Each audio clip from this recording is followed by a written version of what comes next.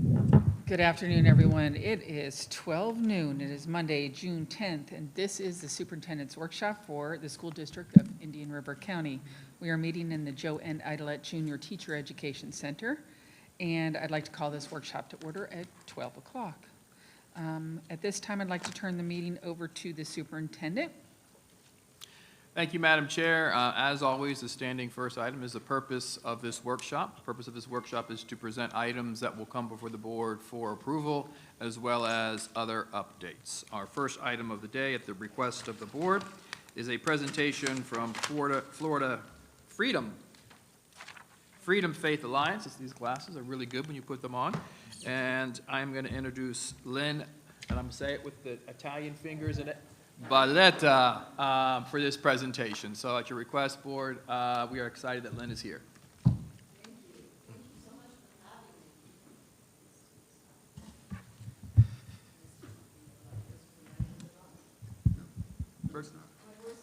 It's not on. It's not on. Hold on. It's not on. It's not on. It's not on. Now it should be. There we go. Maybe I don't need to be so close to it. Let's do this. Okay, I think that'll work. All right, there it is. Get my slideshow up.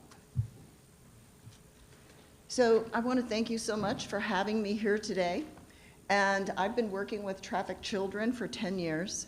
I also served as the face on South Florida News to be the expert whenever they had a trafficking case.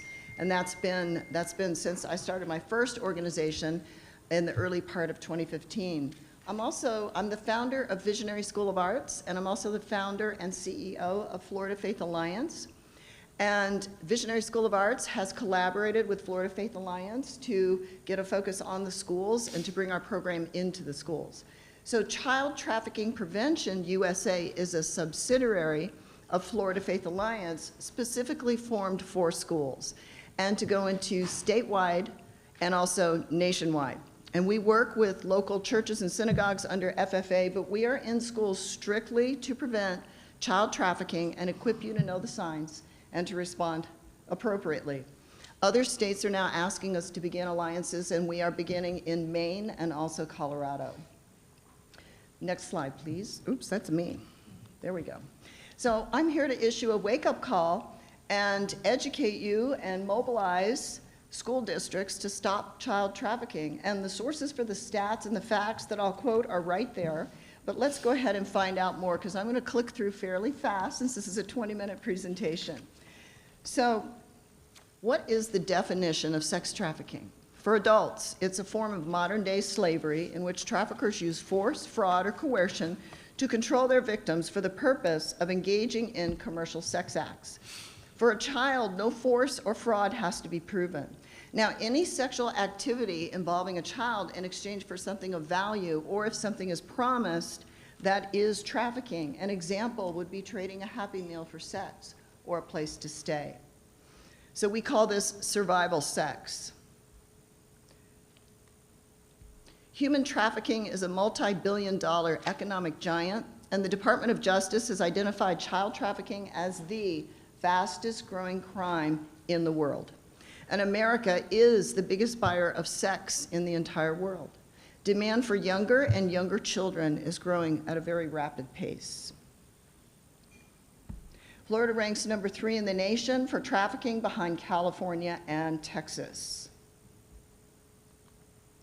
Kidnapping a child off the street is not as prevalent now as the subtle, devious methods that traffickers use as approaches, predators use them too, to groom a child and to bait that child so they come to them voluntarily.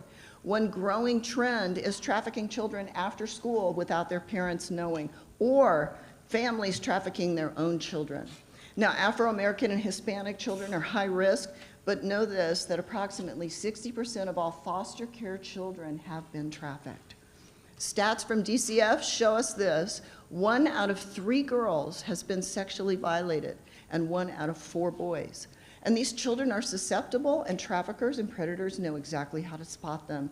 But every child is at risk. Our own children are at risk, and you will see why.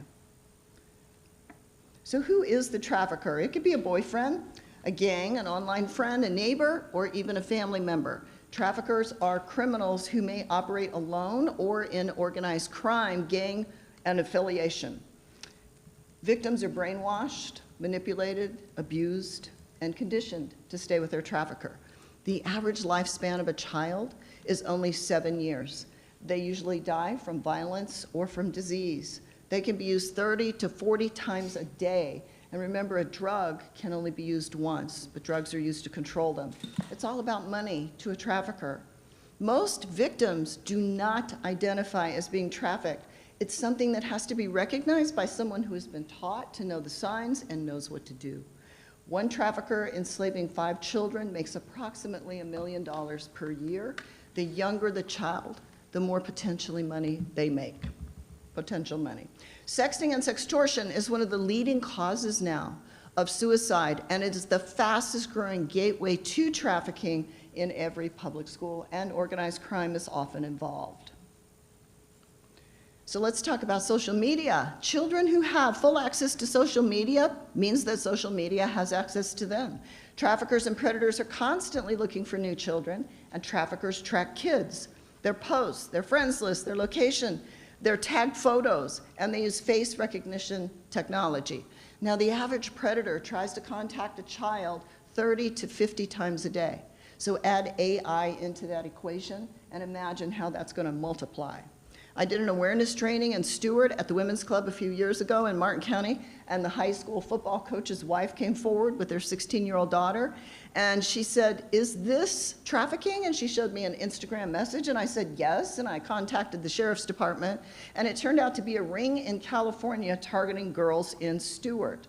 And here is the message. And I don't have time to read it all, but it applies to most teenagers, and they respond to this type of thing. I went on national news with this mother, and parents all across the nation started posting that their children had gotten very similar messages from Instagram and other social media.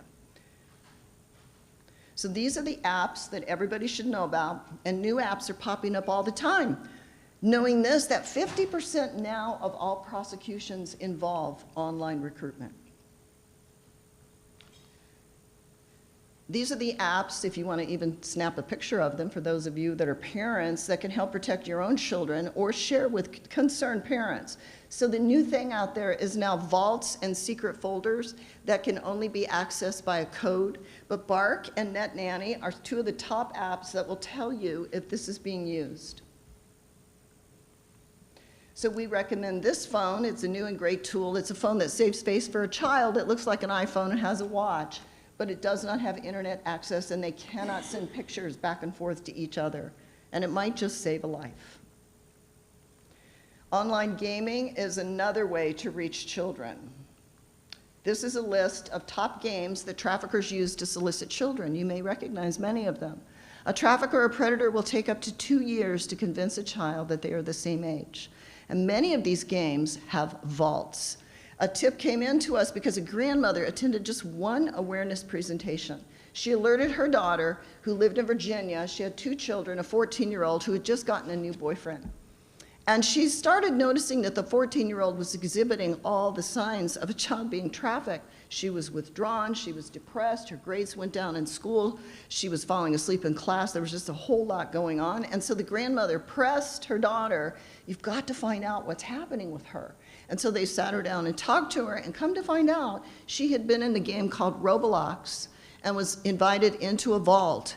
And inside that vault were violent orgies going on with adults and children. And it affected her the same way as if she had been physically trafficked. It deeply affected her well-being. So only to find out that this boyfriend was most likely a recruiter. They went to the schools, they went to the sheriffs, nobody there seemed to know what to do. So we ended up calling it into the cyber tip line for them, and they actually had to pull their children out of that school, just as the 7-year-old little sister was being invited into the vault. Vaults can be in both apps and games, and getting a parental app like Bark is super important. As I said, BBC just reported that over 200 children were found inside of a vault with violent sexual orgies going on in Sussex, England.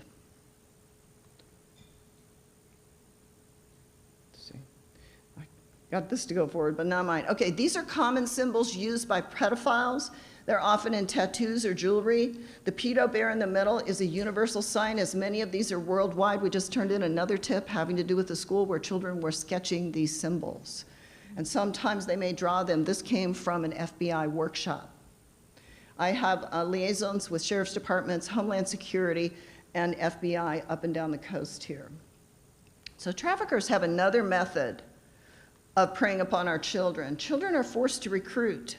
Recruiters are enrolled in school. They try to get cell phone numbers, and they try to establish friendships, and that's how they start sexting rings. And the recruiters also form these rings, and they talk children into sending the nude photos of themselves, and then they begin the sextortion. Now, this is a rising cause of suicide, and many victims have resorted to suicide in this situation. And these recruiters and children are paid in cyber money and gift cards that cannot be traced.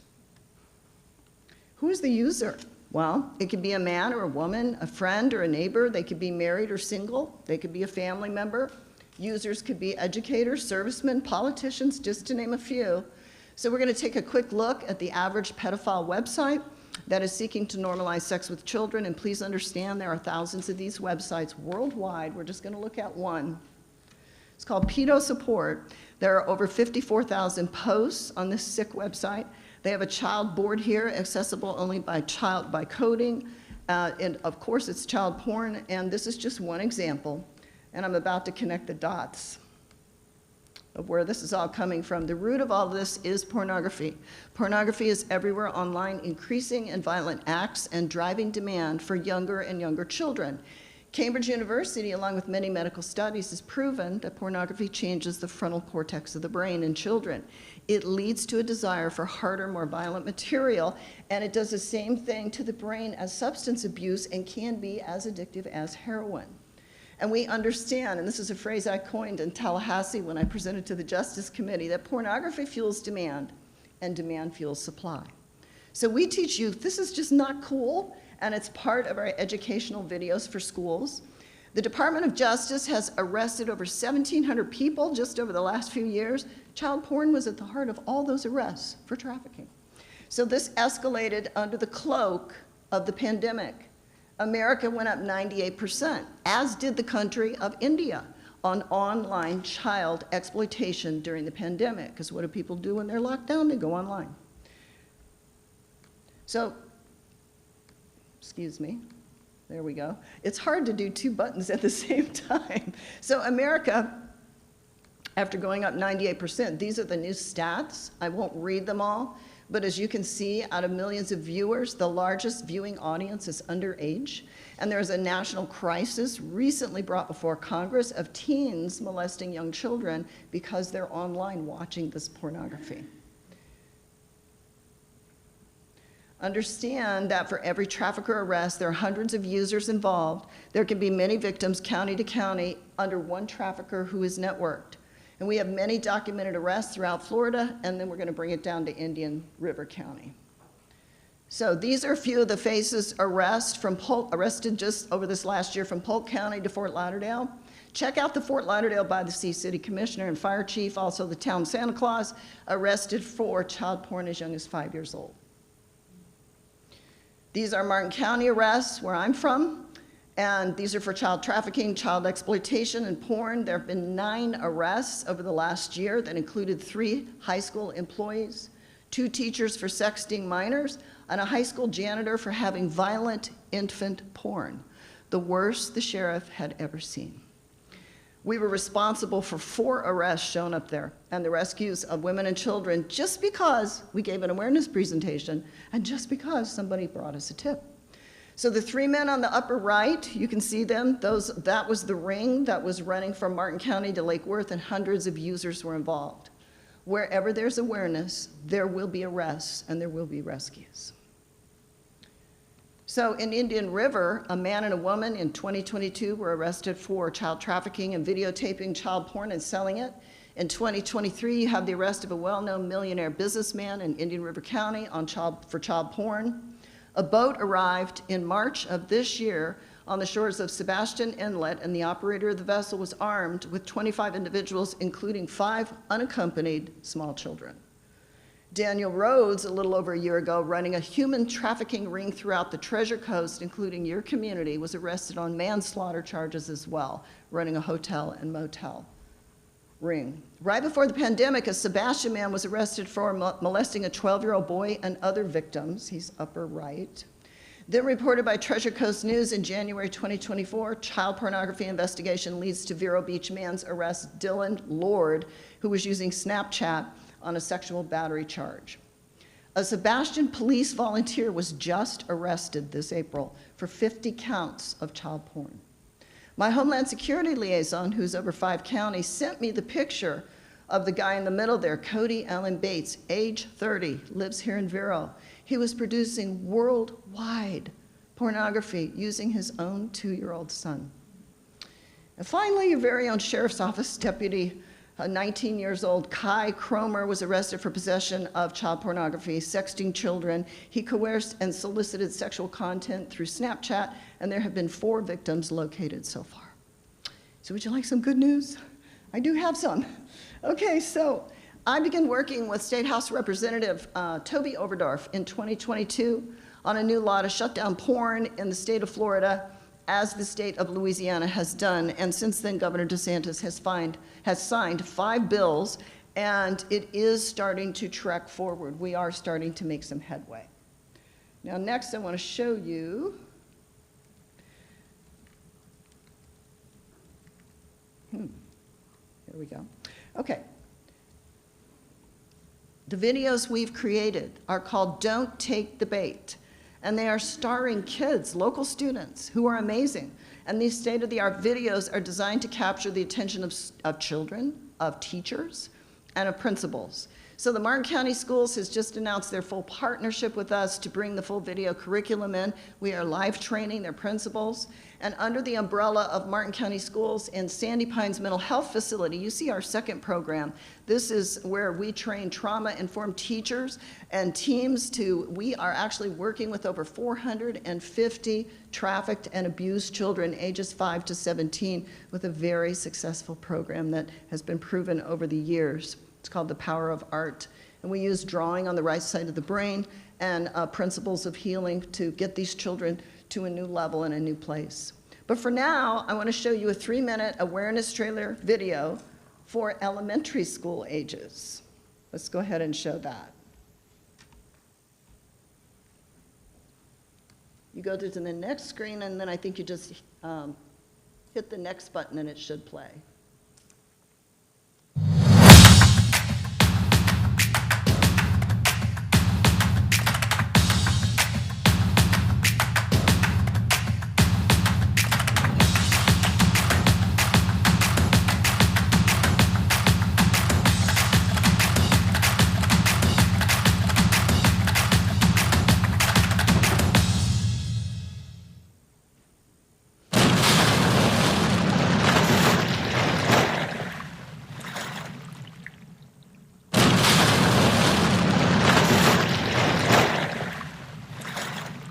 My name is Aubrey, and I'm here to educate you of how to protect yourself from predators and traffickers. What is a trafficker? It is a form of modern-day slavery. The trafficker takes money for this use of a child. This could also be for a meal or a place to stay in exchange for a sex act. This is still trafficking. Traffickers use force, lies, and trickery to get a child to do what they want them to do. Human trafficking is a serious crime, so we are going to equip you to be safe. This can help save a life for you or for a friend. A trafficker will promise whatever they think you want, but it has a hook in that gift. Have you ever been fishing? What does a fisherman have to put on his hook? The answer is bait, and he throws that bait in the water just hoping that a little fish would take that bait. And when the fish bite, he jerks the hook and reels the little fish in. Now he's got her. So what would it take to bait you? Would it be a puppy? What if he or she offered you money? What if it was a new cell phone? Girls, how about beautiful clothes? Or maybe you want to hear, I'm proud of you, or you're beautiful. Whatever your dream is, they'll offer it to you. But just remember this. Don't take the bait. You are one of a kind and beautiful in design.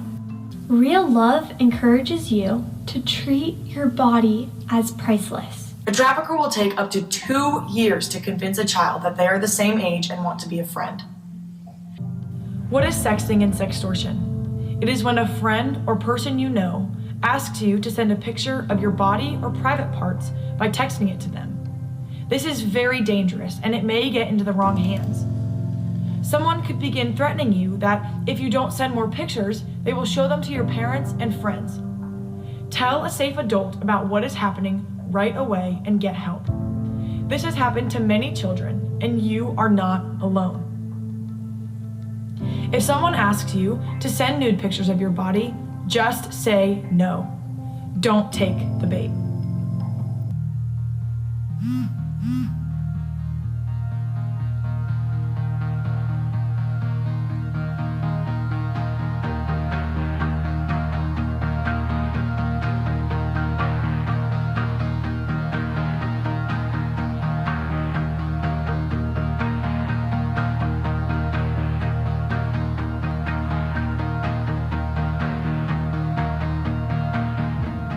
Be safe and don't take the bait. The important thing to remember is don't take the bait. Don't take the bait. Don't take the bait. Don't take the bait. Don't take the bait.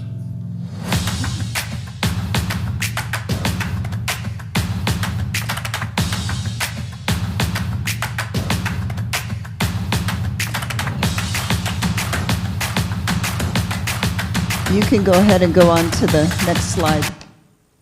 Okay, so that is the elementary school trailer. The actual video is about 13 to 14 minutes, and then we have a middle school video, and then we have a video for teachers, but we've been doing live training. I just trained all Martin County school counselors and social workers and nurses, did an hour with them. We don't charge for that, we'll just come in and do it because you're close, you're not so far away. We have to charge for the videos, but it's reasonable, and we're getting community sponsorships to help us with that and involve the community to support the schools. So, excuse me just a moment, let me go back one. So you have a brochure with all of the signs because there's not enough time to go through them, but if you look at those signs, you can see what they are so that you can begin that process of recognition. And then this is what we give to teachers. Go ahead and go to the next slide. Oh, it's me. I'm so used to doing that. Hold on. There it is.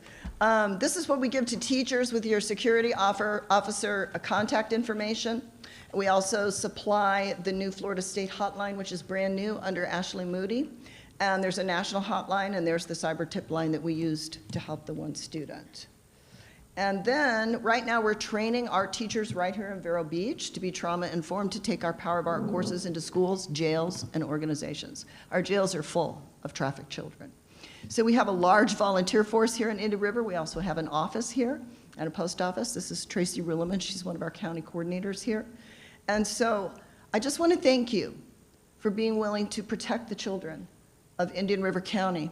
And I'd like for you to all say something with me, if you would, because I do this wherever I go. We're going to say, "Not on our watch," together. Are you ready? 1, 2, 3. Not on our watch. Thank you. Thank you so much. Now, do you have questions? Yes. Yes. One thing that I attended, I just went to FSBA summer conference, and the one thing I attended that was eye-opening was called Not on My Watch. And it was a presentation done by 2 women that do the same thing you do kind of in Orange County. Yes. And they said a couple things that just kind of woke me up. One thing is they presented probably to 20,000 kids over their time period of doing this over the last 5 years. Mm-hmm. And they said every time they asked the kids, has anyone ever sent you a DM, direct message, or a photo that you didn't ask for? And they had 100% said yes. Yes, well, a It's very child can scary. sit in a cafeteria and ping everybody around him. If those ping settings are not turned off, and they can just drop it right into their phones. Well, that's one thing they said is that the first thing a parent should do is make sure that the AirDrop is turned off on their child's phone, Precisely. that they check all the apps on their phone and make Yes. sure that they delete all allow locations. And yes, you never want to have any child do a tagged location, but most parents just don't know this. They don't have this Right. information. It was quite eye-opening. The other thing is, there was an interesting video they showed that I highly recommend people see. It's called Before You Click. Mhm. And it's B, Take the note of letter that B one. and I the haven't heard number of that one 4, yet. before you click. Okay. It was really powerful, Okay. and it's on Beautiful. YouTube. All right? The other thing that they mentioned was, they kind of do the same thing. They come in and do presentations. I thought I knew a lot about human trafficking till I went to that presentation, and I said, they should be sitting here talking to every parent group we can get in Indian River Absolutely. And County. this is what Lisa Estevez just said at Martin County Schools after I presented to the counselors. She said, our next step is to get to the parents. We have got to get to the parents. So we're coming up with a plan to at first educate the teachers, the principals, and as I say, we do those live. But it was actually Superintendent Maine's suggestion that we do the videos because we can reach far more. And there are a lot of teachers that can take the time. They will watch the video because their own children are at risk. And so this affects everybody. And so also I do have survivors in the videos talking about how they were overlooked at school. And it's a very important message to send to teachers, so they can sit there for that full 45 minutes to an hour and watch that. The children's video has questions tagged on at the end with a teacher curriculum for in-class discussion. It would take about an hour to do this in class. And the teacher can then see if the children remember what they just saw in the video and just have class discussion about it. Two other things they mentioned I thought were quite interesting. One, kids are digital natives. Adults are digital immigrants. Let that sink in for a second. That's good. And that is why they're so addicted to it. Yeah. And they showed all the addicted personality issues with electronics and phones. Now, we have kind of tightened our cell phone use policy here, but I noticed when I was at a change of class at high school recently, that when kids come out of the classrooms, the only time they can really look at their phone is between changes of classrooms and lunch. Yes. Literally, they walk and look down. They're not talking to each other, there's No. no conversing. No It was- socialization. No. And Orange County totally did away with it. They can't open them up until before or after school. They noticed a huge change in that, and there was all kinds of data that they showed between the use of cell phones and mental health. We talk about the need for mental health support for kids all the time, but we're not really shutting off one of the most dangerous things for mental health, which is the cell phone. Are you familiar with HB3 that was just passed? And so they proved, and they had a panel that took over 3 hours of psychologists, psychiatrists, and doctors who proved that the algorithms in most of these social media platforms are designed to addict the mind of a child. It's seriously addicting. And I think that's where we're going to have to go eventually. But we have to have awareness so that your parents would agree with that also. Absolutely. All right, board members, anybody else have a question or comment? Dr. Posca? No? Thank you very much for being here today. I talked to you a little bit before, and I think our main concern is how do we get this out to our parents? Obviously, we have, I'll have Dr. Moore explain how we're doing it now as far as our teachers and making them aware, but making sure, because the parents are the ones watching the cell phones, at home and so forth, but are you looking at Martin County with getting with your PTAs? Yes. Or what are you doing? Okay. So the first step is train the staff, and the second step is train the students. Students and staff need training. Once that happens, the students are taking things home to the parents. One of the little girls in that video took home something to her parents a number of years ago from a private school that gave her a human trafficking course. And because she took that home and her parents talked to her about it, she was, a trafficker tried to pick her up in a gas station. Her life was saved because she recognized what was happening. So I think we can get to the parents if we get to the students and they're taking something home, saying, oh, look, Mom, I got a human trafficking class on this. I mean, we have classes in slavery, so this is part of that education. And it's not going to be so graphic that a parent would be freaking out that their kid was exposed to this, but it will be very informative and educating and interest the parents, and then you call a PTA meeting or a parental meeting. And it's all in how you put the information out there to the parents, we've discovered. I've given over 100 live presentations, and it's when you present, you have enough lead-in time that the parents have time to plan and all of that to come. And it's interesting enough that they will come, and I do little snippet videos so that they will get the message and actually say, we should go to this. And so that seems to work. Just one more comment. We were talking about grandchildren and AI and what will be the world that they live in if we really don't have the protection and monitoring with their parents. And just to add to this, you know, sometimes we just need to get our heads out of the sand with these kind of issues. So we just have to be careful. Just last month, there was a man arrested in Jensen Beach for taking a picture off of social media of a little girl that lived in his neighborhood and put nude children's bodies having sex with her face and blasted it all over the dark web. He's up on 17 counts right now. And one last thing, I was at a MCAM meeting about a month ago, and Healthy Start presented, and I hadn't met with them for a while, but I got some really good information. Again, it shocked me. We have the highest teenage pregnancy rate on the Treasure Coast here in Inver County. So these are the things that we just have to bring our parents in to make them aware what is happening, all these things. Again, I'm an immigrant on social media. My kids and grandkids, they're with As it. I am. You know, my little grandson has a little bit of time, you know, when he can look at it. But, man, just thank you, and we've got to make sure our parents are aware. And Dr. Moore, do you want to share anything about what we're doing at all with this in our curriculum, or any strategies or out to teachers yet? I think I'll let the board finish, Okay, and then all I'll right. kind of close out. Thank you. Mr. McDonald? Yeah, just wondering what age level of child do you start approaching with this? Usually second grade. There are some programs out there that are very, very basic for little ones, but you know, they don't know what's happening to them. But second grade, they can process a little bit more. So we usually recommend this video for 2nd to 5th grade. Second grade, wow. Ms. Rosario? Yes, thank you for being here, Ms. Barletta. I'm incredibly saddened to hear some of the statistics that you shared, but I think it's really, really important that we hear it, because sometimes when we are out of touch, we don't recognize that it's in our backyard. And some of the things that you mentioned really triggered some experiences that I have encountered that kind of justify, that kind of validate what you mentioned there. I remember several years ago when my son wanted to do Roblox.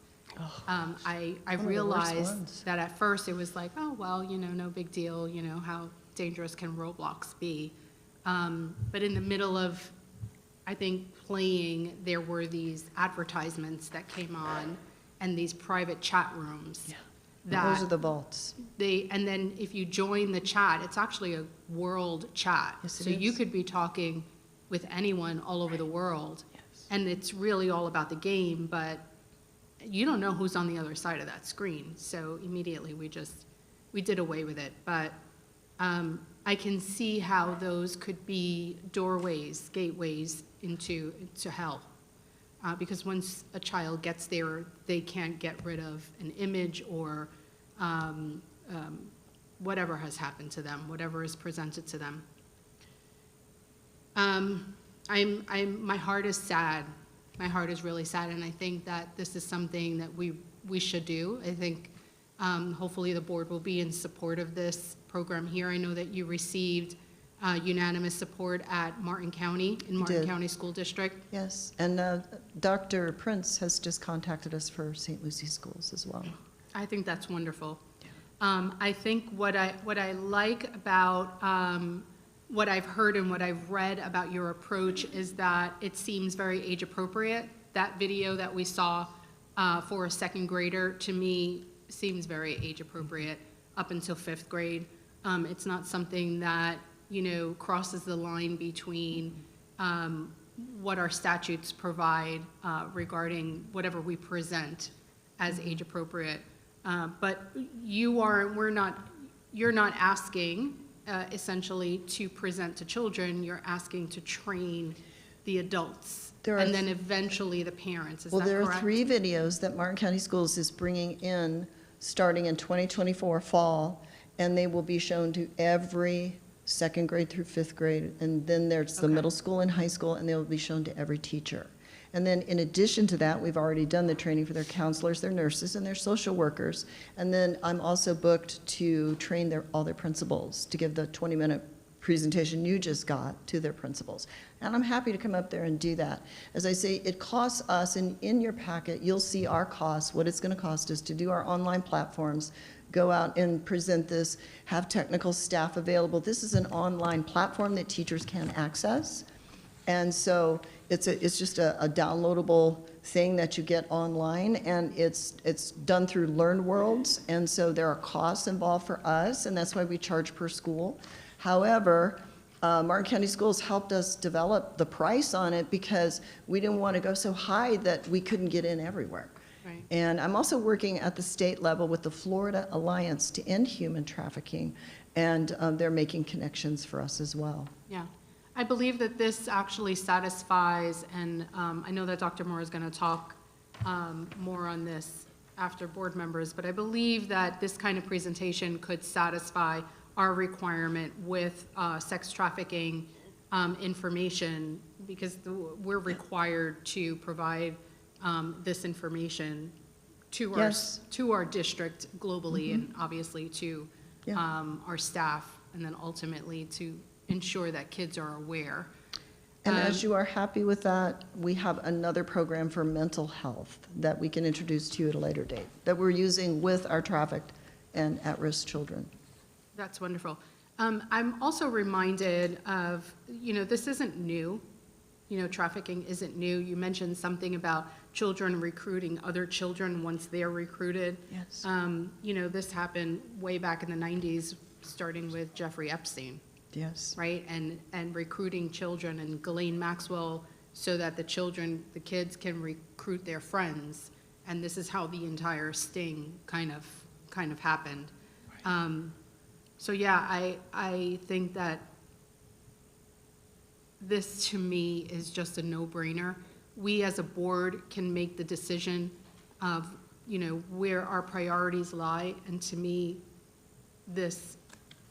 a topic that can make me cry is a priority. That's why I'm here. If it's, I could just imagine, my son or any of his friends in this situation, and I almost have no words to describe how terrible it is. It did dawn on me that we did have some concerns recently with our sheriff's department finding some boats of, and I don't know if they were immigrants. 2, right? I know you mentioned one in Sebastian. And they had unaccompanied children, and one of them had very small children, and they had terrorist weapons. Yeah, so I'm 2 + glad. 2 is 4. Yeah, so I'm glad that our sheriff office, was on top of that, but it is coming into small little Vero, little by little, and obviously the numbers that we saw up there were not as great as some of the bigger cities, but I don't think that this is something that we should close our eye to.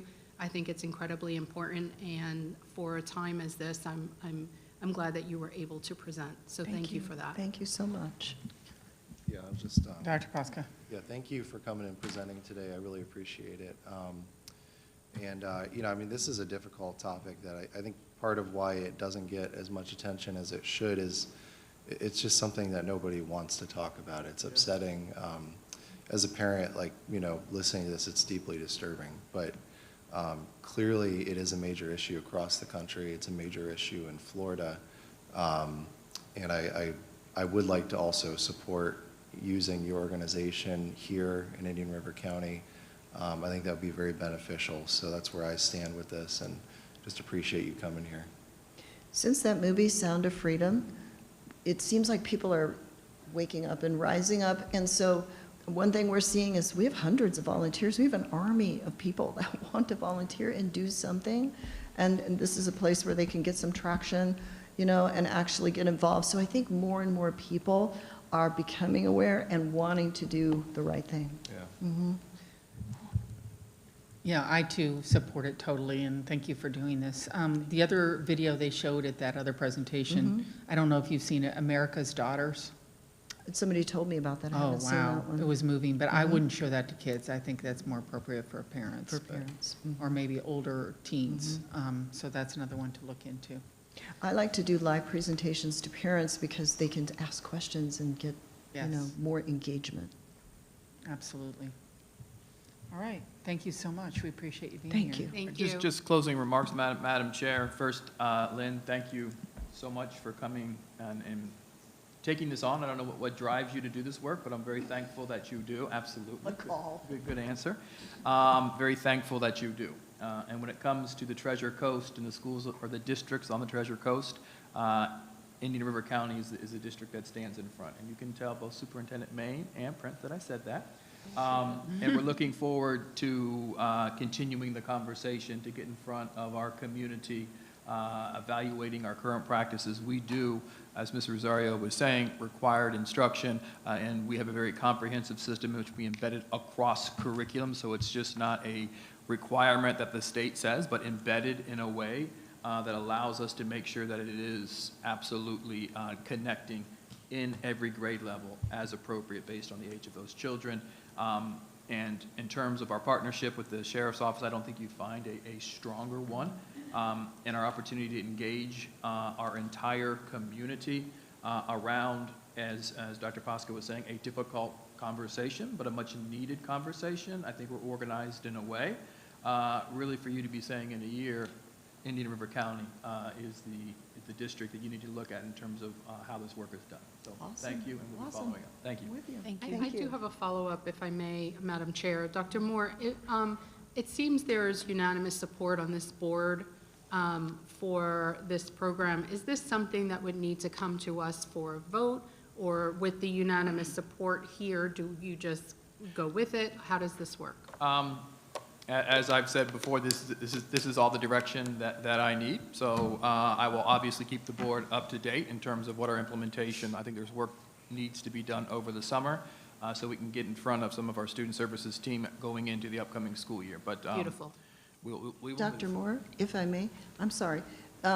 Martin County Schools actually did a presentation where they had all the community, a big board meeting, and they had me do a presentation, not as a vote, but just to let the community know, and then it was on the TV screen that this is what we're doing. It's a great And idea. that was very supported I agree. by the parents. It's a great idea. I think we should do Good that right buy-in. away. Dr. Moore, I know like September, parents are really paying attention because school's starting. Maybe that's a good time. Absolutely. Okay. All right, so items B through E will be presented by Dr. Jacobs, and she'll present, and I'll come back on when she's done. Good afternoon. Through the chair, the first item that you'll see today that we're presenting is the 24-25 Treasure Coast Technical College calendar. We bring this calendar to you on an annual basis for approval of the calendar, and you will see in your backup that we have provided information regarding the dates, specific dates, including opening of schools, closing of schools for Treasure Coast Technical College. Any questions? The next item is the Career Source Facility Use Agreement with Treasure Coast Technical College. This agreement essentially provides office space for Career Source to meet with our students, provide career counseling, advisement, help link them up with work. And so essentially this is an agreement coming forward for your approval for us to continue to work with Career Source and offer them that office space at Treasure Coast Technical College. Any comments, board members? No, ma'am. I have one. I went to the manufacturing boot camp Yes. start, and Career Source is very much involved, and they're very supportive, and I'm so glad to see that they're putting their efforts right there. So thank you. Thank you. The next item comes to you twice a year. However, the largest number of authorizations for grant awards for our entitlements happens in June. We are bringing to you 12 entitlement grants for multiple sources of funding. This includes our title grants, our IDEA grants, which fund our students with disabilities, and also some grants for career and technical education. This item is simply for us to be able to accept those funds that we've been awarded through entitlement grants. Board members? Question. I know a lot of those are reoccurring, you know, you just reapply and everything. Yes. Is there any grant that we got that's kind of unique and new? Not this year. Okay.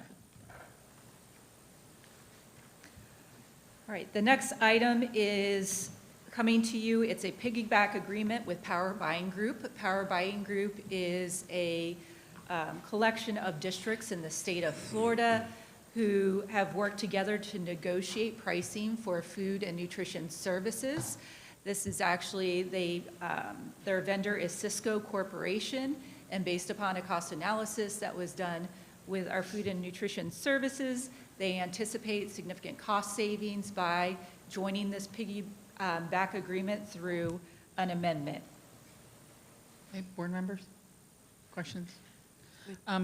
Question, I don't think Buy Board does food services, but have we looked into Buy Board at all? Are you familiar with them, Bruce? Somewhat. A lot of municipalities use them, more and more school districts are using them. It's kind of the same thing where we can piggyback and get better pricing on a lot of things for the district. Not food, I don't think, but other things. I just thought of that when I saw this one. Yeah, that's what I would say. I was kind of familiar with it in other areas, but I am not familiar with it with any food service products, but I'll definitely look into Okay. it. And those are my items. Thank you, Dr. Jacobs. Thank you, Dr. Jacobs. And I'll move to Mr. Seymour items, which are items F and G. Through the chair, annually we do approve our extended day program, and it's about that time for us to have the 24-25 new program data information and agreement signed.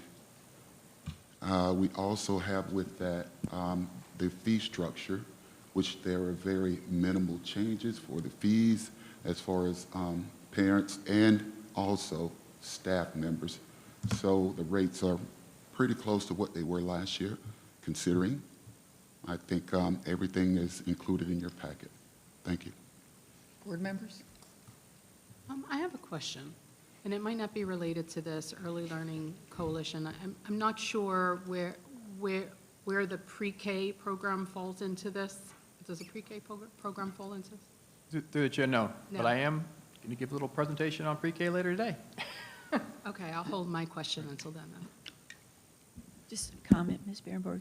I'm just glad we can keep the rates where they are because it really helps our families. Yeah. And I obviously know with the grandchild in Orlando, we have really good rates. Thank you, Mr. Seymour. Now, items H through M, presented by Mr. Green. Did he cover extended day too Yes, with he that? did them. Okay, Yes. all right, I'm just curious. Okay. H through M, presented by Mr. Green. Thank you, through the chair. So the first item is the typical renewal of your disposal of surplus property. So we do that monthly, and the list this time is mainly technology items that are 11 to 20 years old, servers, battery backups. You'll see a large chunk of 20 or so smart boards that are not so smart anymore because they're 11 or 12 years old. And you'll hear through the IT department, especially instructional technology, they're upgrading those to the ViewSonic boards. So the next couple of property records that you see coming through, you'll see more and more smart boards as they're replaced and phased out at the schools. Okay, board members, any questions on the surplus? I always like to pick out one or two items on surplus because they're so entertaining sometimes. But on number 39, it says software focus, SIS, project management, data, gap analysis, training. How can training be outdated?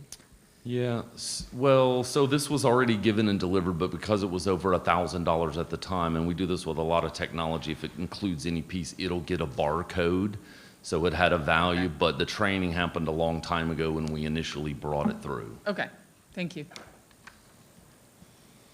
And following up on that is once a year, then we go through our 13,853 capitalized items that have barcodes on them, and all of the schools and departments, they go forth with scanners and they scan and find those devices and mark them off in the system. And what happens is a device, something is missing, sometimes a table that had a barcode that the school was not aware of, that may be a picnic table outside and it got old, they threw it away. So once a year we write those off. Any of those items have to have an incident or a police report written up as to what happened to them. So this year, out of those 13,853 items, there were only 20 items unaccounted for. And all of those 20 items have a police or incident report. A couple of them were actually metal picnic tables that rusted outside, and they threw them in the dumpster, not realizing it had a barcode on the bottom. But then those 20 will be written off of the records. So once a year, we clean up that inventory. Okay, board members? The percent, Oh, sorry, I the thought you were percent done. is, yes, 0.144% of the items were unaccounted for. Thank you, Mr. Math. Just a good job. 20 out of 13,000? 14,853. All right. Have we done any training on when you are going to throw something out, look for a barcode? Yes, and we've Okay. actually implemented, with the incident report, we've implemented some new training through that, so that's going to help as well. Great, thank you. And so the next item is your annual fire safety, casualty, and sanitation inspection reports. So this used to be solely fire safety, life safety, and hazard. And then in the past few years, it's added casualty and sanitation. So you'll see all kinds of stuff on there. You'll see a very large report. Back in 2017, just to give you an idea, there were roughly 1,500 open violations after the first inspection.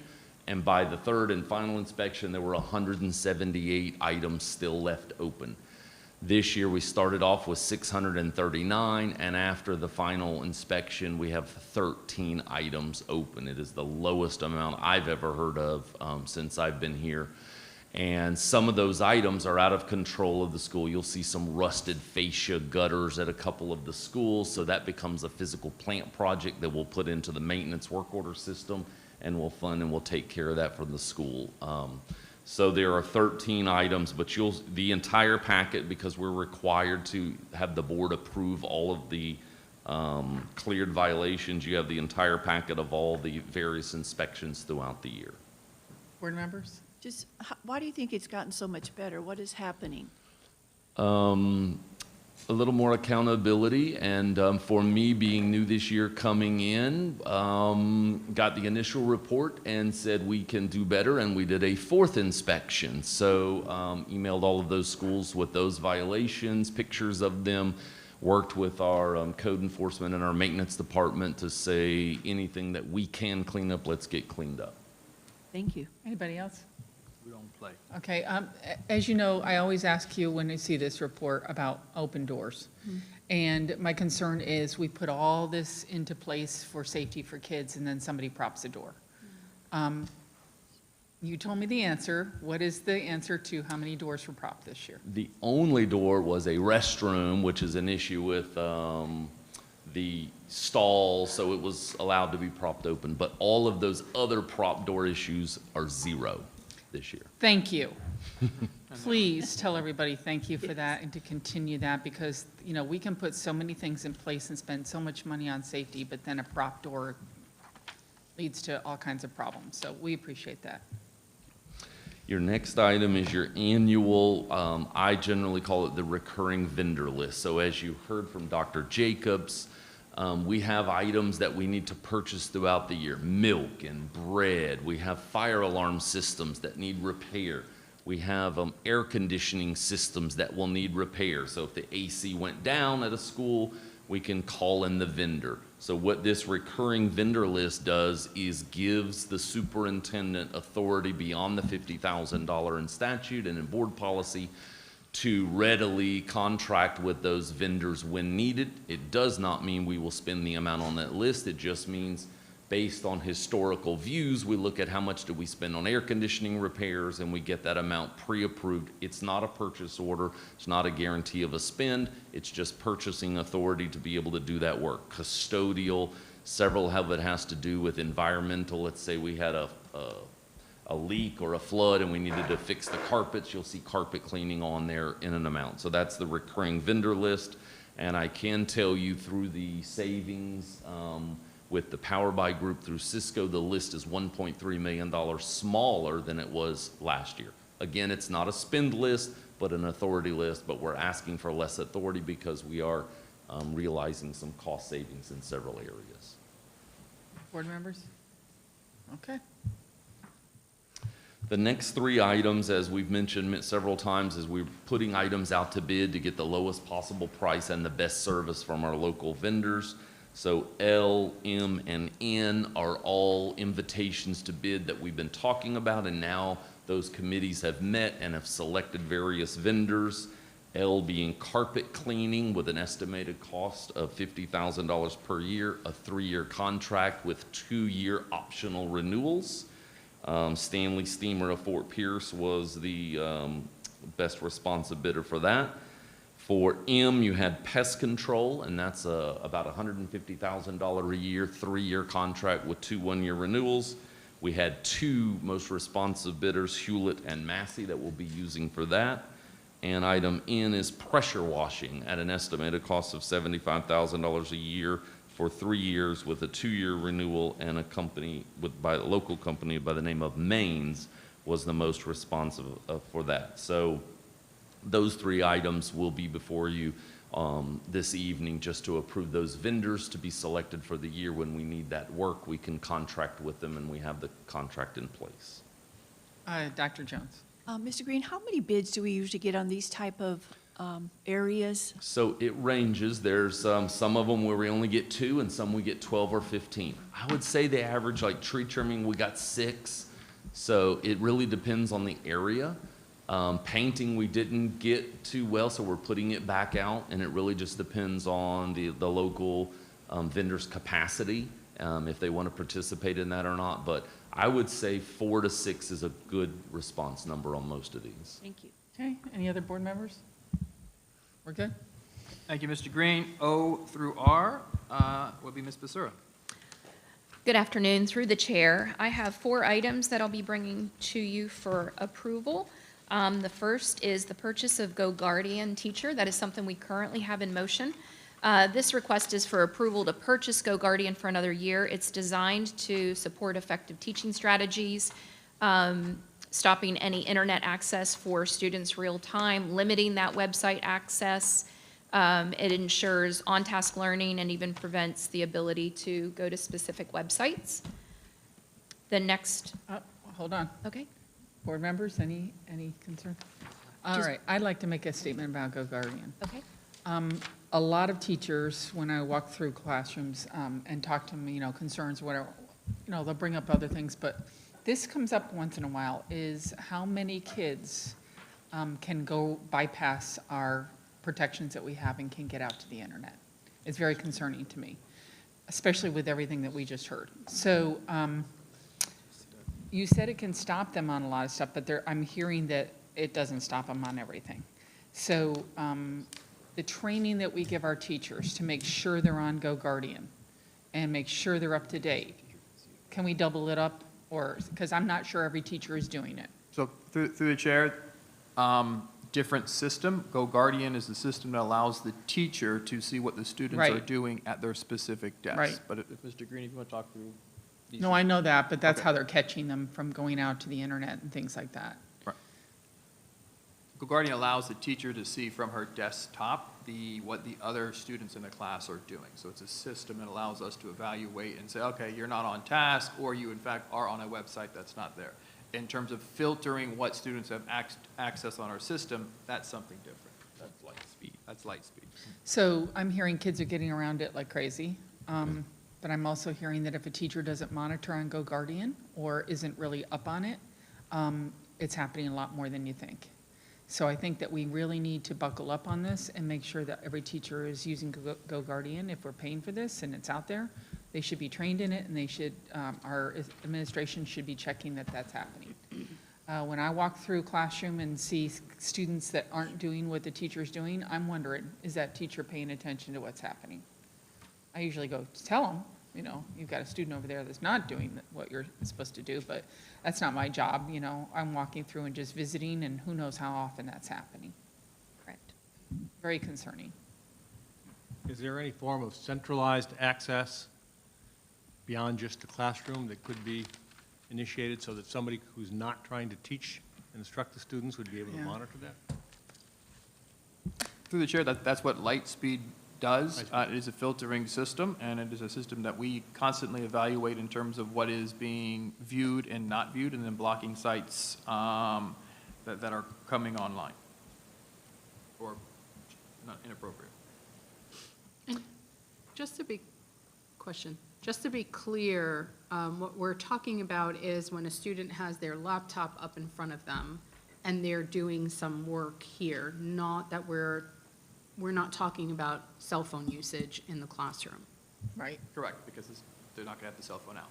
You know, it's one of the frustrating reasons, I would think this is one of the frustrating reasons why remaining in the teaching environment in this career is so difficult nowadays, because you not only need to be, focus on teaching the content, but now you have to, have your spidey senses up for literally everything. Which we would have done anyway if they were, if we should be walking around and checking to make sure that they're on task. But the moment you pass a kid, I mean, it's very easy to just get back on another site. But it's not easy.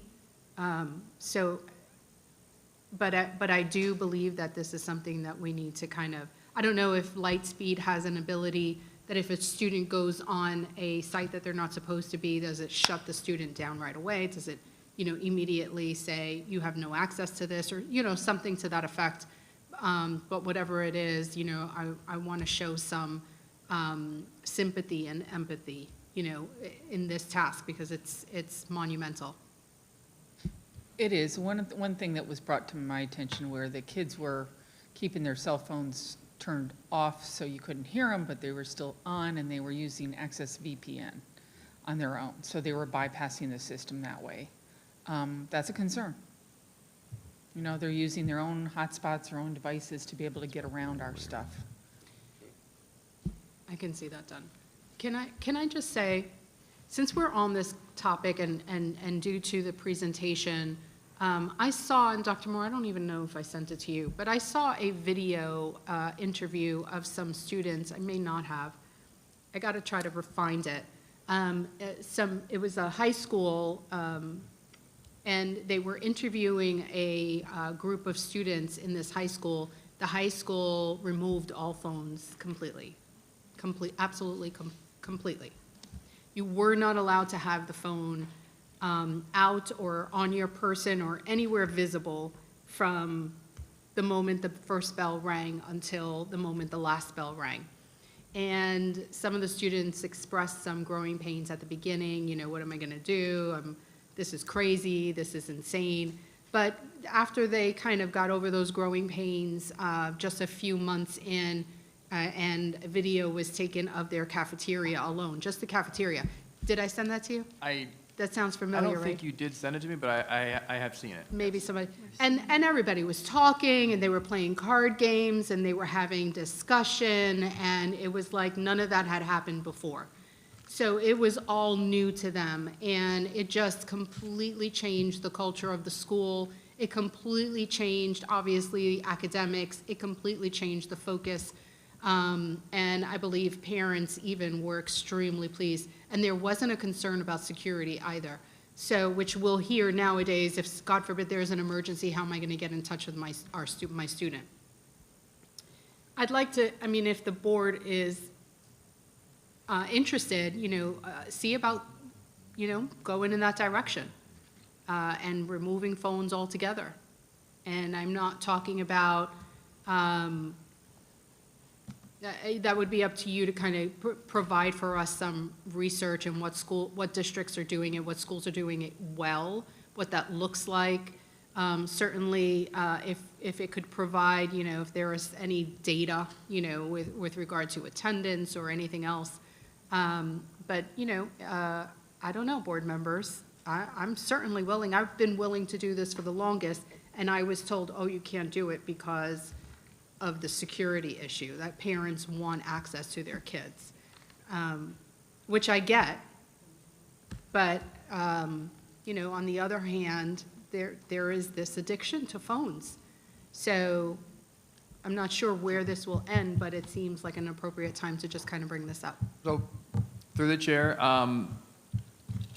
you all have kind of led the way in that work. We made modifications to our code of conduct last year, so that the environment that Ms. Rosario was just referring is in fact our middle schools. The phones go away, they are out of sight the entire day, including lunch, and you captured the conversation very well. There were some transitional issues as we implemented that at the beginning of this school year, but the overall culture absolutely drastically increased the conversations at lunch.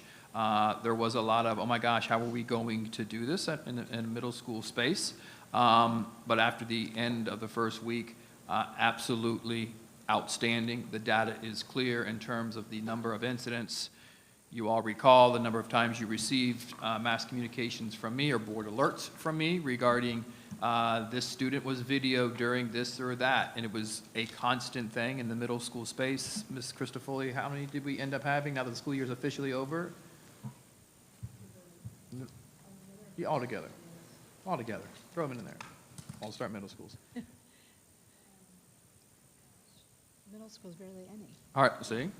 So you should be very, very proud. What was that? I'm sorry. Hardly any. She can't think of any. So she Issues this year with the cell phones. Yeah, With- I know. I with haven't the cell received phones, any. I know the state hasn't released the data yet, but in our initial look at what's taking place in middle schools, and as I reported to the board at the beginning of this year, middle secondary schools improving instruction was a key area for me. We're seeing significant improvements in outcomes. More time on task, less time off task, So less disruption. correlation there? No, that's what I'm leaning towards. I'm leaning towards that. So same thing in the high schools. It really has been, and this is kind of, I'm like, hurry up, let's get to the fun stuff on the agenda, which is the next couple items. Talks through having a high expectation, having an unwavering high expectation, and then creating the systems in support so it can in fact be implemented in our schools. I'm gonna stop there because I feel like I'm gonna do my little reorg presentation. So I think what we have done truly has been in terms of academic improvement, as I think Ms. Barenboard referenced, we were at, Ms. Rosario, myself and Terry were at the superintendent and board member conference this weekend. In terms of what we did with cell phones, I had the opportunity to share with superintendents that yes, in fact, it can be done, as well as some of the systems and structures we have around academics, using data to drive instruction. So some of the work that we've initially invested in, we're getting a lot of acknowledgement in terms of the academics and outcomes that it's producing. So, yeah. Can I just follow up on that, since I initially made the comment? You are correct. Usually I get, inundated with videos or something of the sort that have been put out there from the middle schools for sure, and even sometimes from the high school, but it has indeed drastically reduced. So what I'm hearing, Dr. Moore, is that this is, and the high schools are still an area of improvement. Through the behavior has drastically changed. In high schools, the devices are away during instructional time, and it is being upheld. So I say that in middle school, it is creating the environment of knowing how to use the device for what it's intended to, while teaching the adults that if it says it in the code of conduct, it's going to happen. And the adults run the schools. And just being honest, there was a transition from, oh, no, we can't do that, oh, the parents are gonna call, I don't care. It is creating the expectation to follow through. What happened in our high schools this year, equally impressive, and the data is even better than it is in middle schools. So the time on task, I think your teachers would come in here and praise you, because let's be honest, this was action by this board. It was, I think it was Dr. Bosky who made the initial push to make this a reality.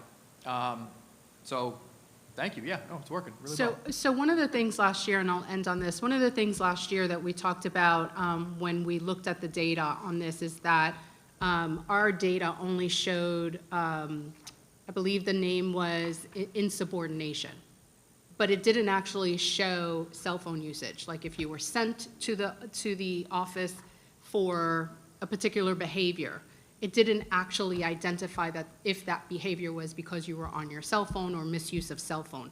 And what we talked about was that needs to change, that capturing the data in the ODR, which is the online referral system, has to really be specific so that we can identify, oh, look, we've got an issue in this particular area, and that's how we can address, bringing down, the ODRs in that area.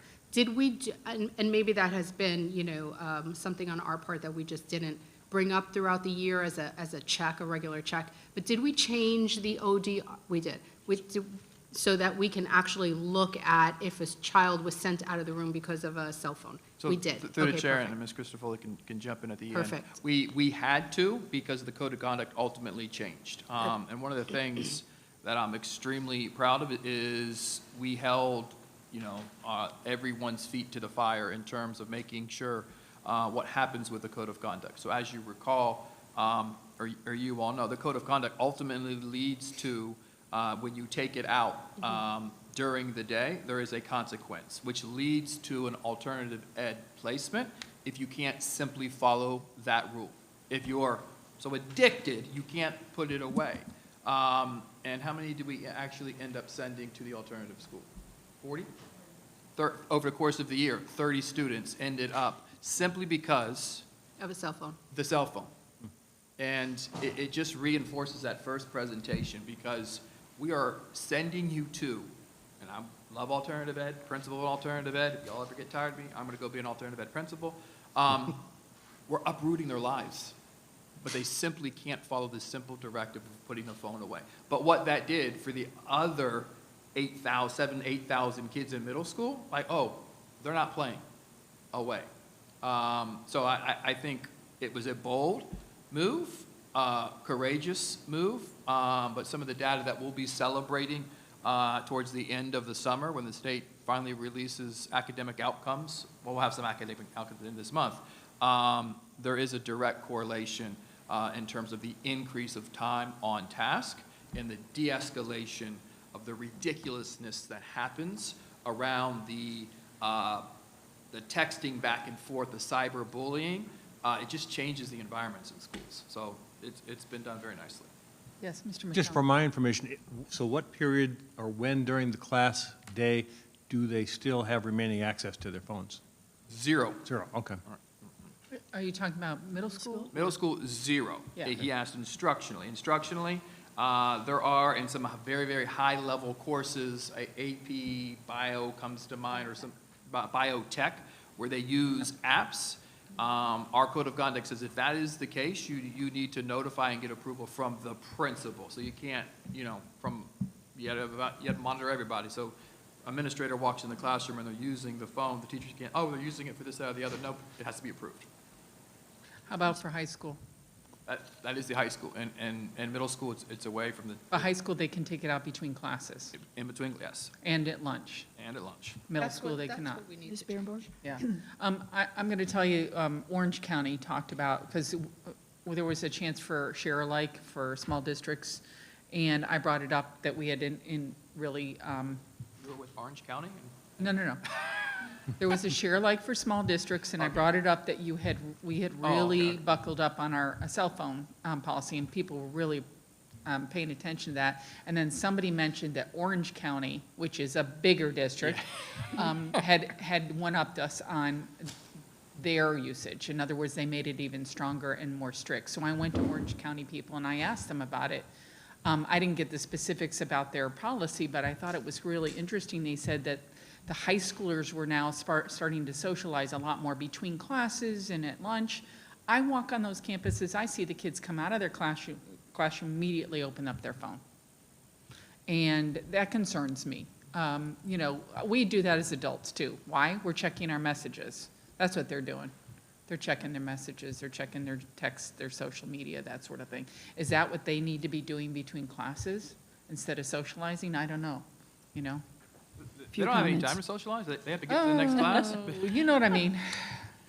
Just a comment about light speed. I have heard that a little bit from teachers about students getting around the filter. Yep. Because they know these certain names for certain things that it doesn't look like it's bad, but they've got this code in there and they can go in there. So maybe something we can tighten up a little bit. And then as far as the phone, I think I was almost my last year at Sebastian River High School when they said phones were allowed, and it was for safety and security, if any of you remember that, for the most part. And I knew right then it would be an issue. So I know we've done a good start with our middle schools and high schools, but maybe we can talk about that more, but just getting kids off of them would help a little bit.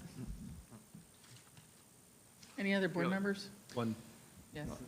to that point, it seems like perhaps there's an opportunity as the middle school children get acclimated to that as a process. It opens up the opportunity to continue that process as they enter high school. It won't be as much of a change as it is to current students who've never experienced that. No, that is correct. In terms of improving the quality of the environments, I think we've done it both in the middle school space as well as the high school space. And I think the 30 that have had to go to alternative ed because of that, my expectation is because most of those were ninth graders. Overwhelmed, right? That's fair. It's almost like saying mostly accurate, but whatever. Is because they come from that environment. You know, part of Ms. Christofoli's metrics on how I evaluate hers is that number going down. And if it's going down, that's a validation to us that the structure is right. And if it's not going down, then we should have a conversation about going to the next step. Those are my thoughts. Ms. Becerra?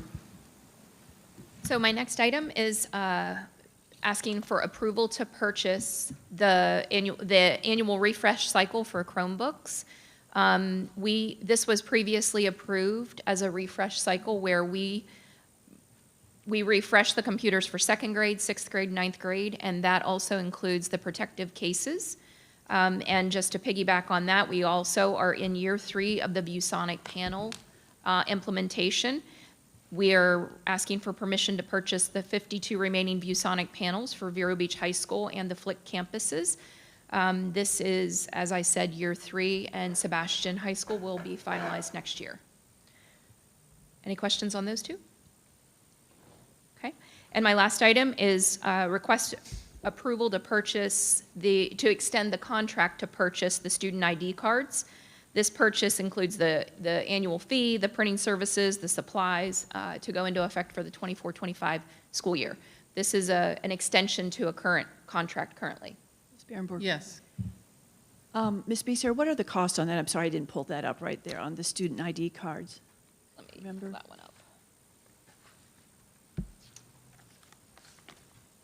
Sorry.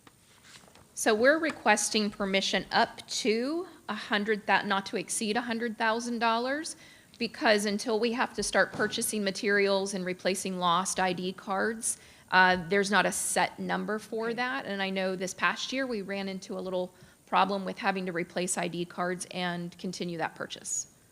And one of the reasons I say that is we talk about safety in our schools and having that information. Are these the cards you're asking the students to have on them at all Yes. times? Okay, they're not on them at the high schools. They are not. And I've been there several times. And I remember when they used to be. I mean, you didn't walk on campus. What?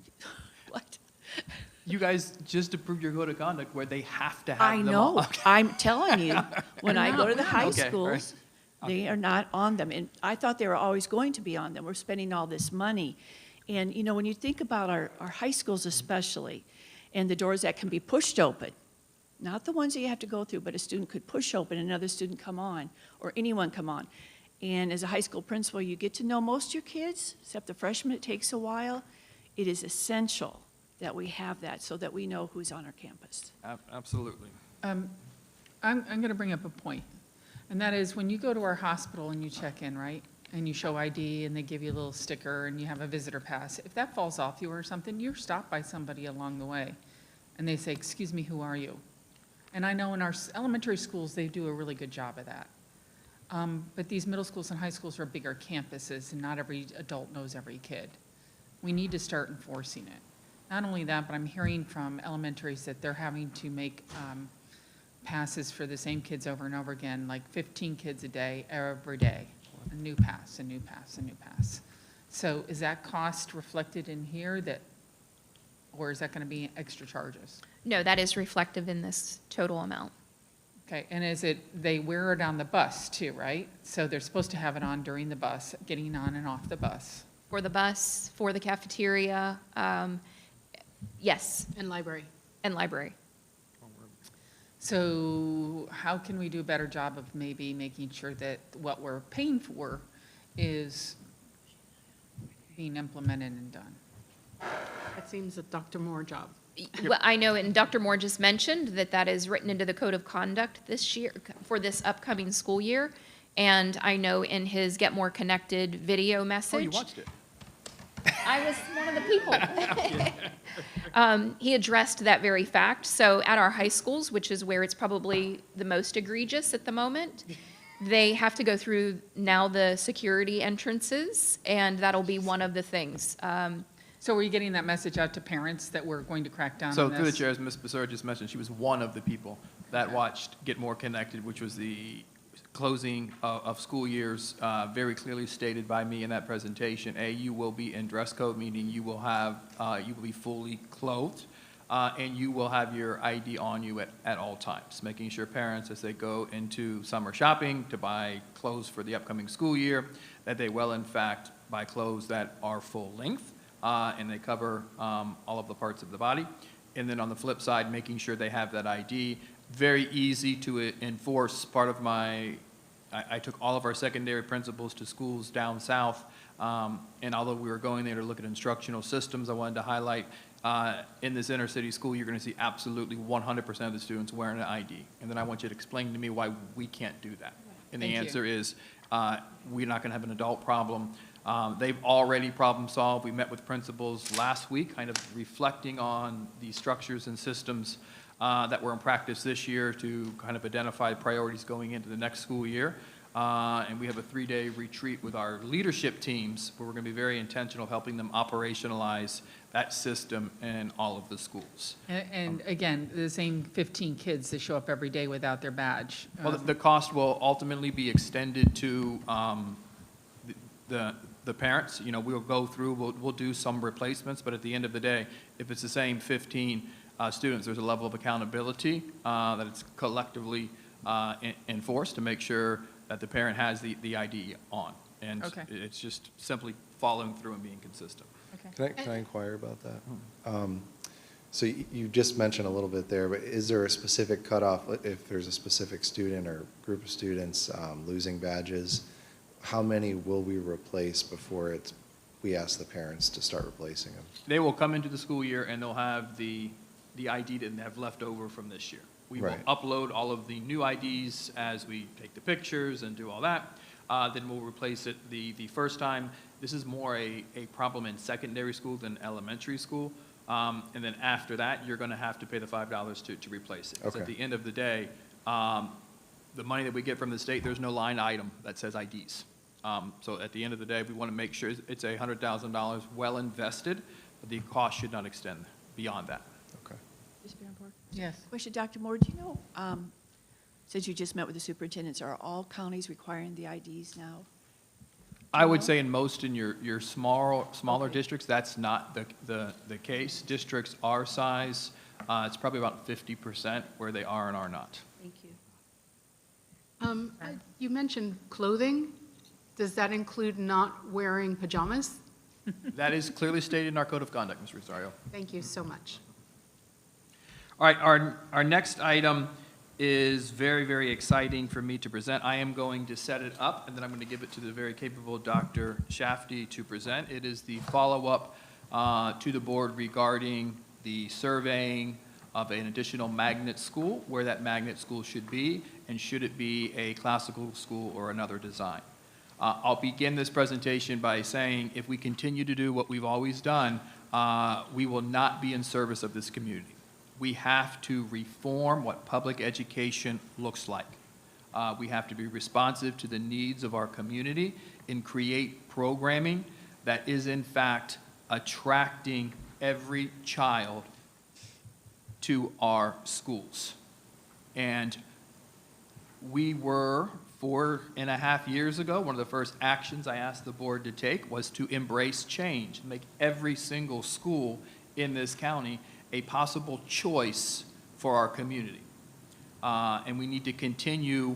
We had a few things happen in between that approval and now, but now is the time in which we have to get back to that reform and rebranding and recreating what public education looks like. Coming off that conference, if we're just going to say, hey, we are the choice of a segment of the community to go to this particular school, schools will continue to get smaller and smaller and smaller and smaller. But if we are, we being the board and myself and my team, creative in terms of what we're willing to do and create, we can in fact stabilize and ultimately improve enrollment by embracing choice. The survey that went out asked a number of questions, and I'm going to give some high-arching findings of the survey and our initial next steps, and then Dr. Shafty will give a thorough presentation. It validated that there is a need for an additional magnet school in the north. That was an assumption that I presented to you. It was validated. The data clearly said that. The data also clearly validated of community members and parents who are not accessing our product, our schools, they would consider it or want to be a part of what would be a classical school. That tells me there is a need or a demand that we are not meeting. So those were both validated. It also unintentionally brought a level of awareness to me that there are opportunities to improve our choice programs. So when you looked at the choice offerings or what do you want this magnet school to be, choice was, classical was clear for those not participating in our product, but for those who were participating in our product, it was equal between classical and STEAM, which to me says, well, okay, that makes sense because we don't have a classical option, but we do have 4 STEAM elementary options. So my reflection there is that we need to do a better job of supporting principals. So what I did 4 years ago was say, hey, principals, go and make a choice program based on what you're currently offering. And we'll talk a little bit more about how we're going to support the redesign and recreating quality choice programs across our community because it is a big piece, if not the driving piece, of the redesign of the school system. We're going to create ourselves in a way so we can be intentionally redesigning schools over the course of the next 5 years, so we're reforming this entire system. So it's not just a metrics that we're going to put into the strategic plan. It's going to be a constant conversation on reform. So we looked at what we're doing in the center of the county, which was Dodgertown Elementary School, a handful. When I say a handful, I think 4 or 5 kids actually are participating in STEAM choice there. So we're going through an initiative right now. As soon as I got that data back, I took innovation, reestablished that under what would be Dr. Shafty's office, as well as what will be her team. She'll talk a little bit, or I'll talk a little bit about that during the reorg, to support that school in creating a true STEAM school that is the model that we will follow to recreate what choice looks like and re-envision what instruction looks like around a theme to provide that offering. So we are excited to present the classical school that will have a K-12 option and give an update on what we're doing to rebrand and recreate and support schools around their choice options. Dr. Shafty. Thank you, Dr. Moore. Throughout the presentation, innovation truly takes a team, so you will hear me thank so many of our colleagues along the way, starting with Dr. Beacon, who has been a fantastic thought partner in this journey, so you'll hear her contributing thoughts as we progress through this presentation. Leveraging the monumental academic improvements by the district, we are at the intersection to elevate decision-making from the lens of improvement to innovation. You hear improvement, and that's typically making something better or improving what you are already doing. Innovation requires a new idea, method, or device, and the introduction of something new. If we think of a real-world example, the very first, I'm Apple, so you can make this Android, the very first iPhone would be innovation. Each subsequent release after that is improvement. To sustain the positive academic achievements of the district, we will seek a balance between improvement and innovation through the theory of action posted here. If the school district of Indian River County invests in strategic supports for innovative and responsive academic programming, then families will be empowered with school choice options that are designed to accelerate their learners' abilities, interests, and passions. So in March of 2024, the offices of Superintendent and Curriculum and Instruction began collecting community opinion to obtain insightful data through the design and methodology of a quantitative multiple choice survey. The communication plan for the survey used multiple platforms, the SDIRC website, Focus Portal, school messenger phone calls, and additionally, the survey was distributed directly through our families through the Focus Parent Portal. The questionnaire survey was a multi-stage community assessment designed to collect input and data focused on analyzing results for the model school program. We used a survey tool and repository to ensure procedural safeguards for accuracy, validity, as well as anonymity for data collection. This application also provided a mechanism to help prevent multiple submissions by a single user, as well as settings for IP address validation. Additionally, the survey required entry of an email address, and duplicate surveys responses with the same email address were removed. The survey deployment, oversight, and data security were maintained by our Department of Accountability and Research, so I was very grateful for the insight of Dr. McMahon and Ms. Beck in that process. A very intentional methodology and survey design are required to authentically assess the various components at the board's directive. The desire for a magnet, configuration models, including the K-8 and instructional magnet programming.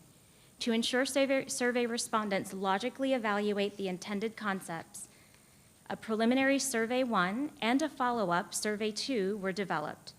Note that the full text of each survey can be found in today's meeting backup documentation. Survey 1 was designed to garner overall interest in a magnet school and programmatic themes.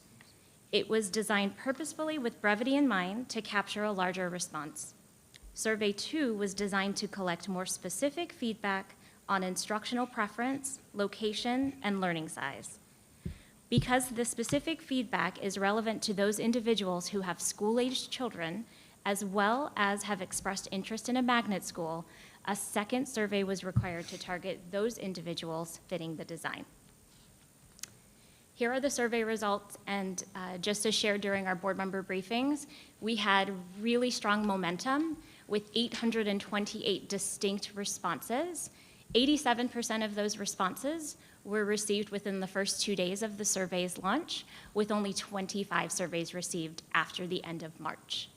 When you look at the respondents, 83% of them indicated they had a student enrolled in a traditional SDIRC school, with the top preference for magnet programming evenly split, as Dr. Moore said, between classical and science, technology, engineering, art, and mathematics, which we will refer to as STEAM moving forward.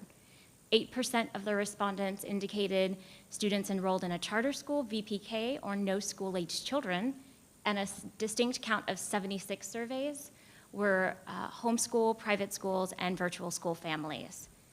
The K-8 model was indicated respondents were either very or extremely interested on a Likert scale for that model. And then, exactly as Dr. Moore said, the survey really showed that the need for 2 magnet school programming options, one of which is a K-8 model. And as you can see, those respondents who preferred classical programming also indicated a stronger willingness to travel to North County, because we needed to layer not only the programming, but willingness of families to provide transportation to available programming, being that it will be a magnet school, and some of our cost savings would come from transportation. And respondents preferring STEM or STEAM programming showed a greater willingness to travel to the central part of the county. So what we have, we will present as we move further along, is a programmatic feeder pattern, which really elevates what choice is. We hear a lot from our families that a choice option should span across the K-12 space. So when we think of feeder patterns, we think of geographic feeder patterns, but what we will present today are 2 distinct K-12 feeder patterns, the first being classical, and the definition based on House Bill 1285 of a classical school is one that implements and provides professional learning in a classical education school model that emphasizes the development of students in the principles of moral character and civic virtue through a well-rounded education in the liberal arts and sciences that is based on the classical trivium stages of grammar, logic, and rhetoric. And then the secondary feeder pattern that we will discuss will follow a STEAM trajectory, which is really an integrated approach for student readiness for STEAM majors and career. Moving forward, you'll notice the concept of the classical education magnet school K-5 would continue to be structured through a multi-year phased rollout expansion, adding grade levels each year, continuing with an instructional materials review and the process of a facilities master plan, building toward expansion to a K-8 model. This timeline would be replicated with a feasibility and cost analysis for the high school expansion at a secondary satellite location.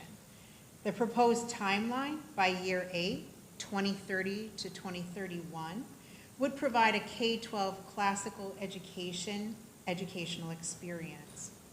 Each 4-year grade level segment intentionally builds upon the cumulative 3-stage methodology. Grades K to 5 would be the grammar stage, grades 6 to 9, logic stage, and grades 9 through 12, rhetoric stage. The secondary curriculum would also include coursework with an emphasis on foreign languages, humanities, Socratic methods, debate, and the virtual arts. Classical education demands that students strive for excellence in academics, but also in areas embedded in the areas of ethics and character training. The comprehensive years 1 through 8 can be found also in the school model briefing. As we move forward and take a look at the classical programming community tour, you're going to notice we've broken it out into 3 specific areas. Community benefits, and each pathway is going to have several different community benefits. Talking points specific to that type of programming pathway, as well as the target audience. A communication timeline, plan, and public relations campaign have been developed to promote the introduction of each new programming, meeting the needs of existing students as well as attracting new enrollments. The timeline and plan centered around the values of tradition, excellence, and the SDIRC community. This plan outlines our approach in providing clear and transparent communication, as well as fostering strong relationships with all stakeholders.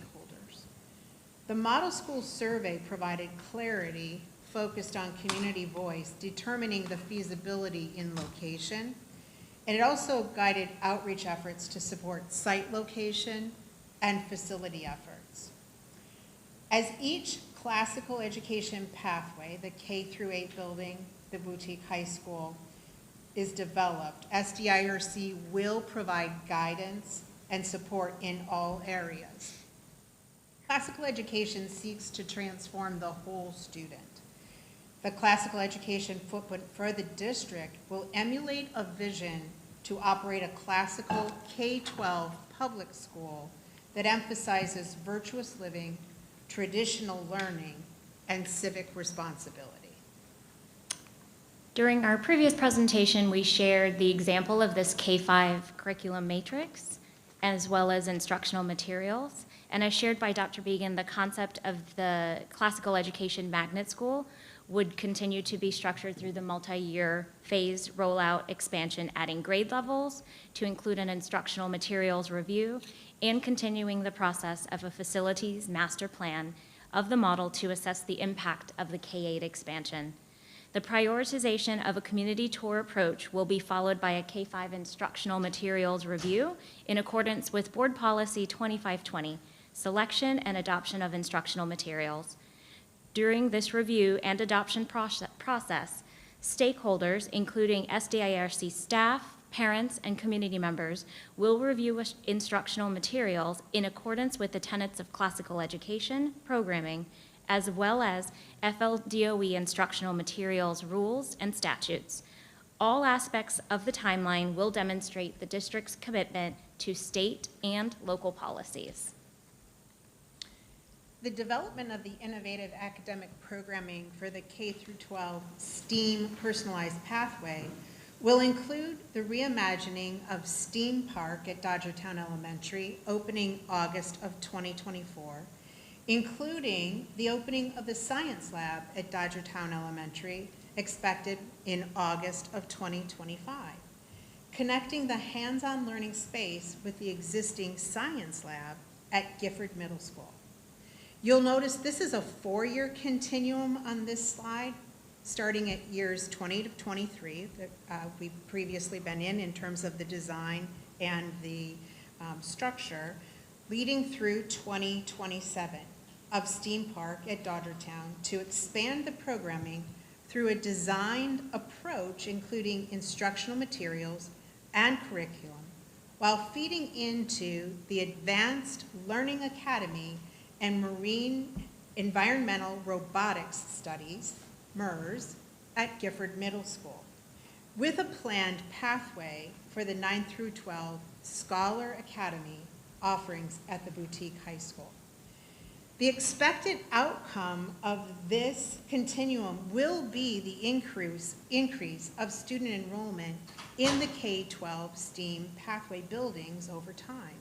You'll notice also in the school model briefing, this has already been observed at Gifford Middle School over the last 3 years, with the number of students choosing Gifford's programming with a projected student choice enrollment increase for the 2024-2025 school year from 37 students to 53 students and still counting, which represents a 43% increase. Once again, this slide for STEAM programming is also going to break out the several community benefits that will be addressed by this pathway programming, as well as the talking points specific to this line of education, and also the target audiences. You will note that the target audiences mirror the responses that were captured in the magnet school survey. Once again, a comprehensive communication timeline, plan, and public relations campaign have been developed to produce the introduction of the new innovative academic programming and the responsibility to prepare our students for the businesses of tomorrow, meeting the needs of existing students, but at the same time, attracting new enrollments. For the district to deliver the highest quality of academic services, it involves two-way open communication with parents and the community being a primary consideration. The timeline and plan center around the values of tradition, excellence, and the SDIRC community. This plan outlines our approach to providing clear and transparent communication, as well as fostering a strong relationship with all stakeholders. So you have heard us share a little bit about STEAM Park. Here is a blueprint of STEAM Park at Dodgertown Elementary. We will start in the top left corner, and I would like for you to think of your traditional media center and completely wipe it. So we have immediately when you walk in the media center, a technology, coding, programming, and digital literacy space, followed by computational thinking, which will look like hands-on robotics, 3D printers going, as well as mathematics. You progress through makerspace, where aligned to the learning that is happening in the classroom, students are creating hands-on projects, followed by the drone launchpad. You'll also see, it's a little bit difficult to see on this visual, but around the space, you do still have your library media materials, but they are organized by the themes of the spaces in the room.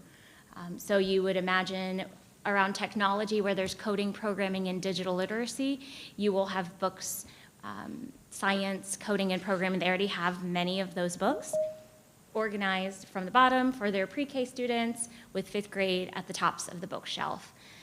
The lab site learning is what you would think of as the model classroom. Dodgertown has a really unique space where it's already set up for an observation deck of a model classroom. There is a small office with a glass window, a see-through glass window, so you can actually have the model classroom happening in there without interrupting the instruction that's happening, and you can side-by-side coach an adult in the observation deck without interrupting instruction. So the last thing I'd like to draw your eyes to is where it says Spark Team Professional Learning and Training. The fantastic Carrie Wall and team have already immersed themselves at Dodgertown for a 2-year residency, because we are not doing something to a school, we are doing something with a school, and we will support true STEAM integration. But the best way for us to share about STEAM Park is through the voice of the principal, Ms. Bagley. So can we play that video, please?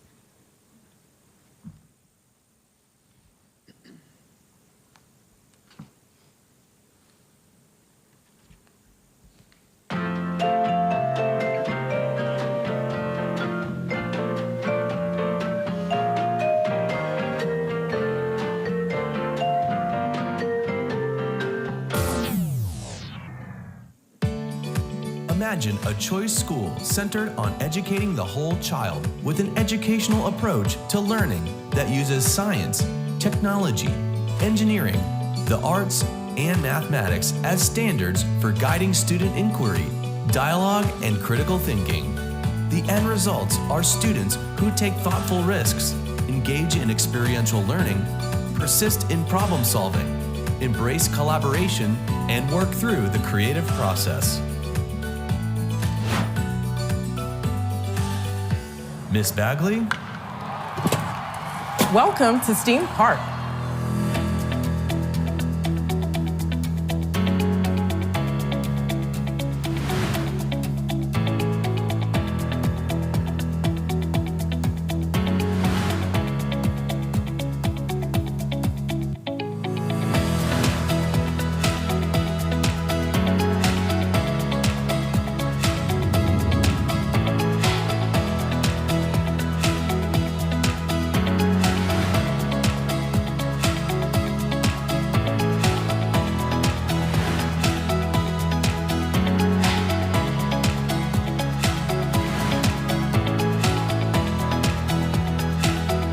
STEAM Park, a state-of-the-art STEAM center unlike anything Indian River has seen before.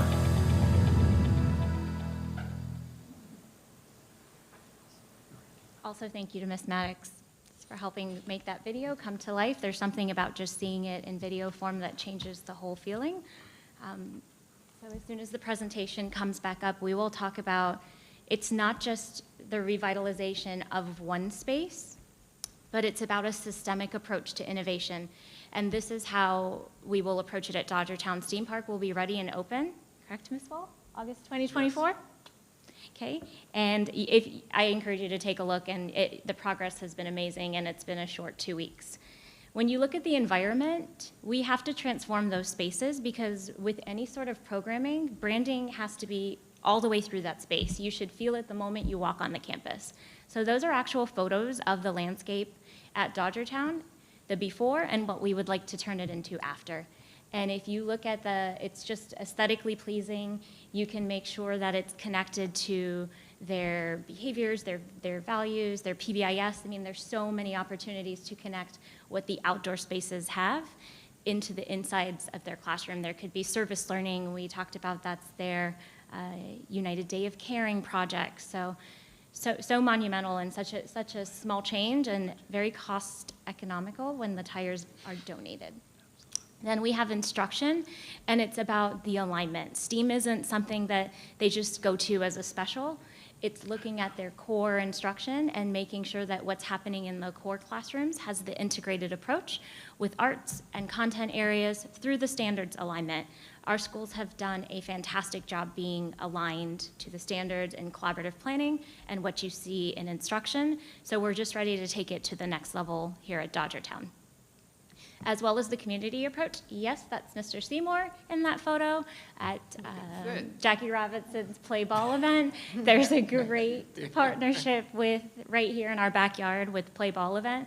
There's such enthusiasm. So not only with innovative STEAM programming, but we can have innovative physical education and health programming with the expertise that's right here in our community, as well as the highwaymen and the culture that falls in such a critical piece of the community. And that's actually a Water Ventures bus that Ms. Wall has already signed up for that will come out to the school and really provide hands-on science-based experiences that are linked to what is happening inside of the classroom. So we were very, very excited and we couldn't wait to get started, so we absolutely have. And it's exciting to see the changes that are happening at that school already to have an authentic STEAM school. We want this to be the school that when a district says, what's your bragging point? Come and see how we do this. We do STEAM really, really well, and we'd love to take you on a tour. So with the balance of the classical pathway, this is how we feel that we can do the K-12 STEAM pathway the way that it was intended to do, and progressing from Dodgertown Elementary into the programming that's already established at Gifford Middle School with their FP&L grant into what we will talk about as the boutique high school. So taking into account both pathways, looking at the classical education pathway along with the K-12 STEAM, having the choice option of the boutique high school would have the ability to offer smaller class sizes with a college-like experience focused on personalized learning pathways. SDIRC shares these characteristics, and they are dedicated to providing students with the opportunity to create learning opportunities in a facility that more closely resembles workplaces, apprenticeship experiences, or research labs. Through establishing collaborative community business and entrepreneur opportunities, our students could continue to earn elective or vocational credit, certification toward college-level advancement, or trade experience as well. The Treasure Coast Technical College and both high schools at SDIRC high schools currently offer multiple career and technical program pathways that are designed to guide students to help find their unique potential, their talents, and their purpose. Students would have the opportunity to experience authentic learning opportunities through internships, apprenticeships, as well as dedicated employment partnership pathways. In pursuit of transformational innovation at the intersection of students, technology, and curricula, this creates a connection directly to the mission of the School District of Indian River County in transforming education to inspire and empower all students to maximize their full potential. And in summary, before we transition to questions, here's another visual of what the programmatic progression would look like K-12. So on the left side, we have the classical education programming in the K-8 space. Those students would, should they so choose, go into the choice high school boutique high school and continue their classical education programming through an academy approach, a cohort, oof, here comes the rain, a clustered cohort where the tenets of classical education would continue, layered with advanced studies and dual enrollment. On the right side, in the lime green color, would be the STEAM progression with STEAM Park at Dodgertown Elementary is the K-5 space, Advanced Learning Academy at Gifford Middle School in the 6-8 space, also progressing to that Scholar Academy approach at the boutique high school through a pipeline approach, whether it be higher ed, medical biotech certification, whatever community partnerships we seek along the way to make sure that our students are academically ready, whether they pursue college or career, and hopefully they stay in our community and give back full circle as successful citizens. So that is our presentation. So before we open it up to questions, hopefully one of the things that you realized as the presentation was being provided, it's not being done in isolation. You need to speak closer to the microphone. Because of the rain, it's raining. Multiple offices, almost every office here has been involved in some way or form. So this is redesigning our school system to support innovation and change. This is really, really exciting work for us. This is what this work really ultimately needs to be about. At the end of the day, we are going to bring an item back to the board in October for where we would need board approval. So when you're looking at Pelican Island and shifting some of the boundaries, which would be 2 or 3, 4 years out based on the transition plan. So let me say it now.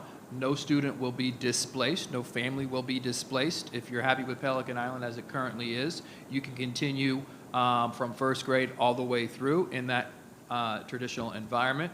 Those children in that community, those families will have kind of first right of refusal prior to choosing another school, and will phase into what would be our classical school.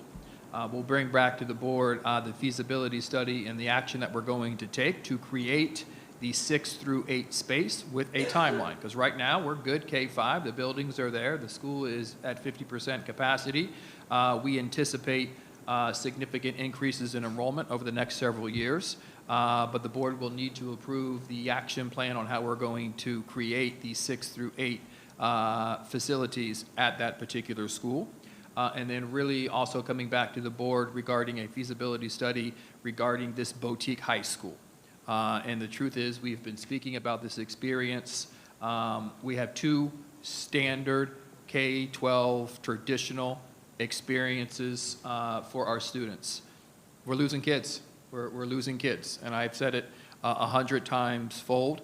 Our opportunity to produce Ivy League kids needs to increase. We have them. They're living in our community, but our pathway needs to accelerate them. So if that's their choice, that's where they want to go, we have a space or an environment for them. That is ultimately the goal. In addition, we're being very, very aggressive. You saw Mr. Seymour's picture. We're working with the Jackie Robinson Foundation really to explore how do we use that state-of-the-art facility.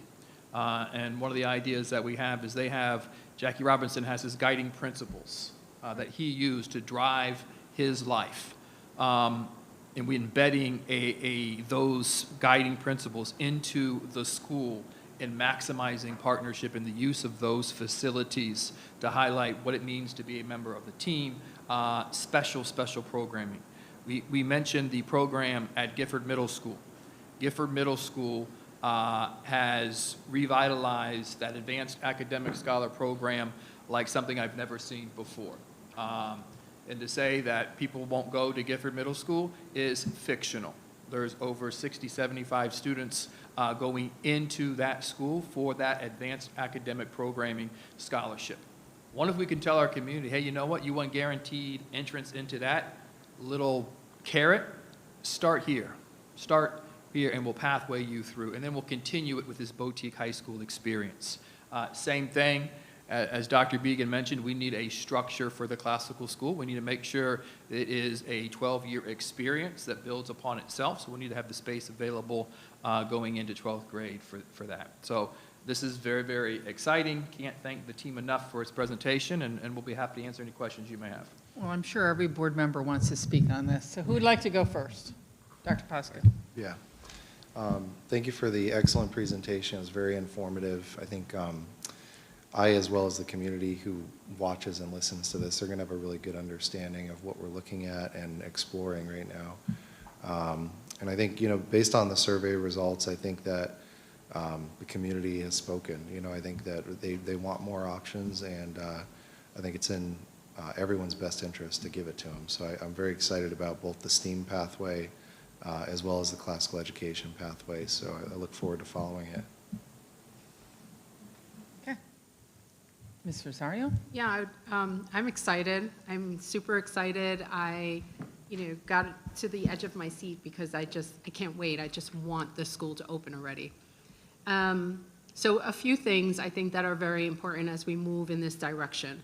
When the strategic plan comes to us, Dr. Moore, it has to have the classical model in there and the, I guess the redesigning of STEAM as we know it, or however way you want to put it. But definitely the classical model needs to be in there. Specifically because we are also going to, when you bring us the feasibility projections, however you're going to craft that, our budget, a new policy, I think procedures on training and what that's going to look like in terms of curriculum, selection of curriculum, because it's going to be different from the standard curriculum path that we have traditionally taken with all the other schools. I think all of that is so critical to the creation of the classical model. So we have to include that in the strategic plan. It is also a part of the 5-year plan, I suppose, that, the next 5 years, if that's what you're going to bring to us. So it just seems to make sense in that space.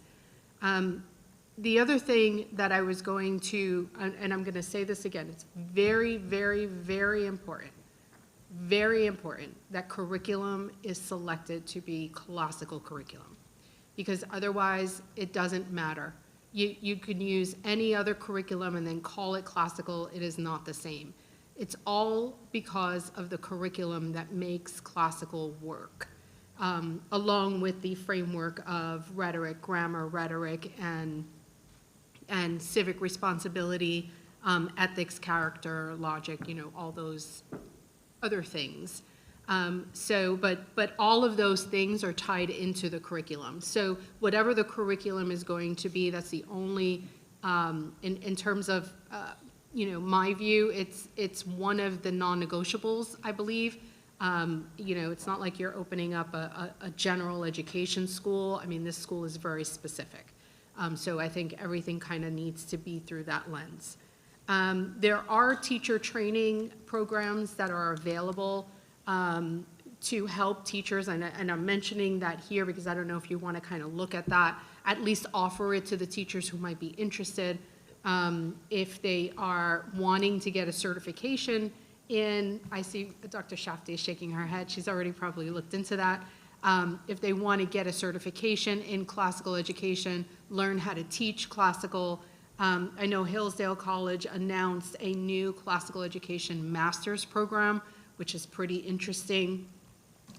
So there are other ways of, training our teachers in this model, which will look very different from what we currently teach. So I think that a great part of the budget for this should go in the training piece, obviously, to prepare our teachers. The other thing that I'd like to see in this model, which I didn't see here, especially since we're going to do the K through 12, which I'm super excited, but even through the elementary is the CLT, right? I think that part of the plan should emphasize to parents that the recommendation would be for students to take the CLT because it best aligns with their curriculum, right? All the way up until CLT, by the way, is the classical learning test. That is the alternative. It is an alternative to the ACT and the SAT. Not prohibiting the SAT and the ACT, clearly. If a parent wants, by that time for their kids to take the SAT or the ACT, sure, why not? But the recommended one in this case, I think, makes the most sense for the curriculum that they've been learning for the past 12 years would be the CLT. The other thing that I was going to mention with the CLT, and I'm sure you've already done the research, Dr. Shafty, is that the CLT isn't just for college entrance. They also have diagnostics along the way. So there's an early elementary diagnostics. I think there's one in grade 3. There's one in maybe 6 and 8, and then there's a grade 10.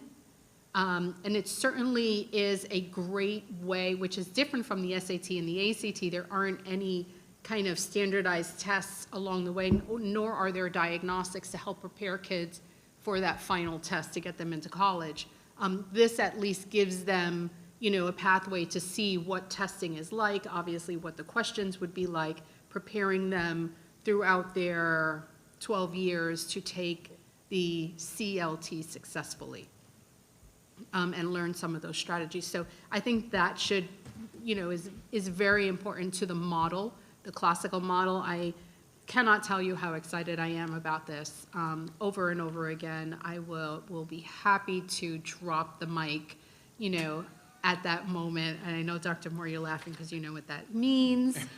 I am pretty curious, though, and I know you don't have the answer to this, Dr. Shafty, but it's pretty interesting that 76 surveys were of homeschool, private school, or virtual school, which is kind of interesting. That's a lot of families that might be interested in kind of moving away from what they're currently doing to come back to the public school environment. If it's classical, that's incredible to me. So I know there's no answer to that, but I just wanted to throw that out there, that seems quite interesting. Okay, I'm going to shift to Dodgertown now. So thank you for doing all that work, by the way. So the Dodgertown, I think I love the presentation. I love everything about it. One thing, board members, I've had conversations with Dr. Moore on this on many occasions, and I just think, first of all, that Dodgertown should be changed. I think the name should be changed to Jackie Robinson Elementary School. I think it makes a perfect match with, obviously, Jackie Robinson Stadium.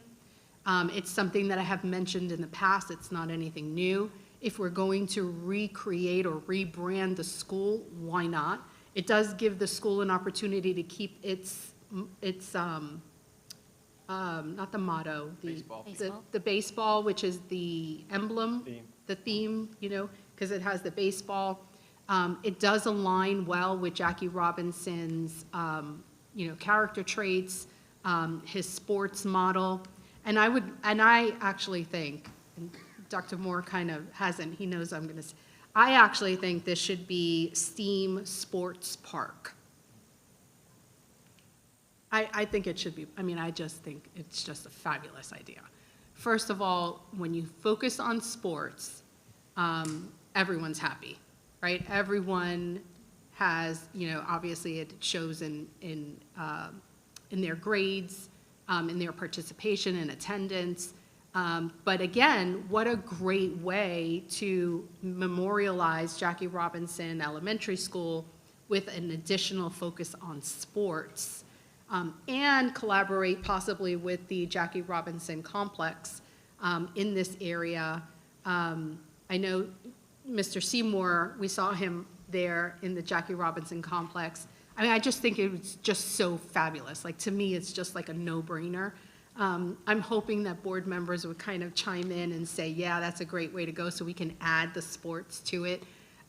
Because it just seems to make sense, right? A holistic approach. You have STEAM, and then you also have a focus on sports. That could be as simple as saying that instead of your traditional calisthenics and gym, we're going to play a sport, right? You'll play basketball, or you'll play baseball, or you'll learn what is that new game that's now up? Paddleball. No, the other. Pickleball. Pickleball. You know, you just pickle paddles and balls are not that, yeah, they are. Yeah, I pickle paddles. See? They're not that expensive, you know, and it could mean just that, right?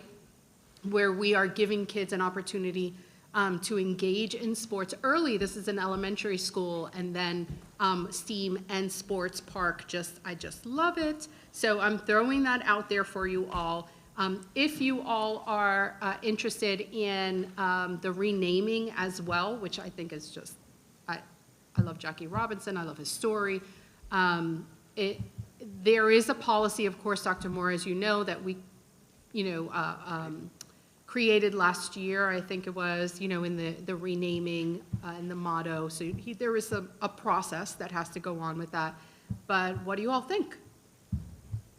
Okay, would you like to go next? Actually, the sports idea is a pretty good one. It's, pickleball is becoming very popular with the older set, but I don't know how many younger people get a chance to play it, but they will want to know how to play it because it's that or golf. But I also very excited to thank you, Dr. Shafty, and everyone who's been doing a lot of work on this. Pretty exciting. Looking forward to the classical education moving ahead, but also was very impressed and excited by the STEAM project. It's a really interesting looking idea and approach, and I also see the opportunity there for reaching certain groups of students and families who that's going to fit better their future life path. And it makes sense to allow different families, different students to decide they need a different kind of education, particularly as I've mentioned before in Indian River County, which doesn't have a lot of corporate headquarters, but has a lot of other kinds of positions that might allow those students to stay here, remain here, and have their families here. So I think that's very exciting, and the idea of a sports focus would obviously be good because children, we all tend to like sports. I'd be curious to hear more about what our curriculum selection process is, both for classical ed, but also for the STEAM direction, to see how we determine that and what options we're looking at. And I'm also curious as to, the boutique high school is an interesting idea. Do we have a physical location plan for that? Would that be in the Vero Beach High School, or? So we'll bring that back to the board. So typically looking at the technical college, there's a lot of space not necessarily used in combination with some space that may be at Gifford, and pulling them together to have it centrally located right there. Great. I'm excited about it, and I think it's a great looking plan, and looking forward to seeing this roll out quickly. Thank you. Doc? Thank you for all of your hard work on this. I know it takes a lot of time. I attended the administrative retreat last week, and a district person said, stop by Dodgertown, so I did. And what I saw there with Carrie Wall and her team, they were getting everything set up. This blueprint doesn't do it justice. Oh, okay. It really doesn't do it justice, and I got the tour because this place really lends itself to what we're going to do there, and I think our major hope is for all other STEAM schools to maybe look like this and have this ability. But what these children are going to be able to do is absolutely fantastic. Mr. McDonald asked about the boutique high school. I know we talked a little bit about Treasure Coast Technical with Gifford Middle and wherever that goes, but I think that's a good feeder program there. I did visit Pineapple Charter Classical School in Melbourne a while ago at K-8, and dynamic principal there. They did teach us standards that are required by the DOE, and one question came up, so would we still be using our Amplify for our standards, or can you answer that for me? Through the chair, two-part answer. We obviously still have to adhere to the standards, but we're going to go through a curriculum adoption process to allow us to identify what is the absolute best given this new model. Okay, and I think you need to say it clearly too. Teachers will have the right to stay or not to stay. Is that correct at Pelican Island? 100%. And we have to keep in mind, we're going to grow the enrollment. Right. Therefore, you grow instructional staff by 50%. So ultimately, there's going to be opportunities to move into those teaching positions and make a decision whether to stay or find other opportunities within our system. In a few questions I've had, parents may stay or they may choose to go if they do not want that as far as their program. No one will be displaced. Okay, good. One thing we always have to remember is the federal GSEG order as far as our population in our schools, and that's the same for Magnet, so that would be the same. And I went to that HBCU game with Mr. Seymour, Jackie Robinson Center, and it wasn't very well attended, but Dr. Moore, you threw out the first pitch. Well, you tried to. Which why I was glad it was. Which is why I was glad it wasn't very well attended. I threw out the first pitch at a Vero Beach baseball game, and it was a lot. Okay, all right. But anyway, But you won the Derby run, right? No, we came in fourth. Yeah, Also, no. and I know that you have this on here, and we'll start getting questions from parents and so forth, but I think the key will be, and I've been through some magnet transitions, and in this district, is just making sure we get all the information out there to our parents, because they will want to make sure that they are making the right decision for their children. When I went to Pineapple Charter K-8, principal is absolutely dynamic, and it's a public charter, just like ours would be a public school. Has there been another public school, classical? Right now, there's one in the designs following the same time frame as us, but that would just be a K-5. That's actually the one in Miami that Miami. Not the school that we visited, but obviously the district. This would be the very first K-12 approach as a public school. Okay, so when you look at the, I'm sorry, as a public magnet, Yes, yes. Public school magnet. because yes. there are public public charter. charters. Oh, is that what I said? No. You just said didn't. public in general. No, as a public school, I was being, driven Magnet. by the school district K-12. okay, so obviously that information, as soon as we can, when we decide to roll this out, get to the parents so they have a great understanding. But I encourage, I know I went there early to Dodgertown, but I encourage people to get there because our IT team is already there. They're already working diligently on everything that you see here. And I know it's going to be a great, significant impact at Dodgertown, and I think it will be an impact on all of our other STEAM schools if we can carry that on. Can you explain a little bit more to me? Ms. Wall said something about the bus. What's that bus going to do again? Would you like to form? That's the one thing I wasn't sure. Oh, okay, go ahead. You want No, go ahead, you'll do it better. So what the STEAM bus would be, it would be instead of our students going to other locations for hands-on field trips, Dodgertown will be the premier location that they can take a field trip through our own transportation to our own space. Okay. Their teachers can come with hands-on. So at some point, we would like enrollment to be so full and at capacity that we have a dedicated bus that just purely has the best equipment, the best model classroom. Teachers can learn, students can learn all at one place, which is our own place there at Dodgertown. In a bus? Like a school bus, yeah. Not the learning on the bus, but they take the bus to. The magic school bus? Yes. One last question. I thought when we were first starting that the survey, and this is the first time I saw all the specifics, the survey talked about STEAM and classical. Was it combined at all, or you're separating STEAM to Dodgertown? No, as we surveyed them, there were two distinct options that came back equally desired, with the one exception, the new people who are not accessing our product, a very, very high interest in classical. Okay, that's all for now. Thank you. Dr. Pasca. I started. You started. Oh, I'm sorry. It's been a while. All right. Couple things. One, I'm excited about both schools. I think it's great. We need to listen to our audience, which is our community, and we need to listen to what people want. I'm going to stress over and over again that this classical school model does not include religion. And I think that's what people think of when they think of we're going to move to a classical school, and they're very worried about that. We need to stress that that's not going to happen. With their resources, I think I figured this out. They're going to have on their wheel, like foreign language, fine arts, and PE, right? Okay. And then going over to, which I think is a great use of that building and a great use of our North County focus, so that's great. Moving on to STEAM Park. So I think I'm, 25 years ahead of my time there because I worked at that school. And when our librarian retired and they couldn't find anyone, I was asked to go into that spot for a year. And instead of being the media specialist, I taught STEAM. And it was very controversial at the time because media specialists wanted a true media person and they're teaching, reading books. And I realized kids needed hands-on as Spark along with books. And so, but I didn't have the money or the support from the district like you guys are doing. So I think that's wonderful. We did start a science lab there and it did really well with a lot of little grants that we wrote and things like that.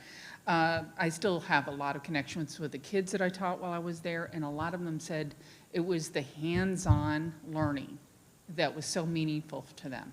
And so I'm so happy to see that this is happening. Ironically, I wrote a grant for St. Lucie County for a bus, and I still have the grant, so if you'd like it. A grant application was for a Honda grant. We didn't get it. We kept trying.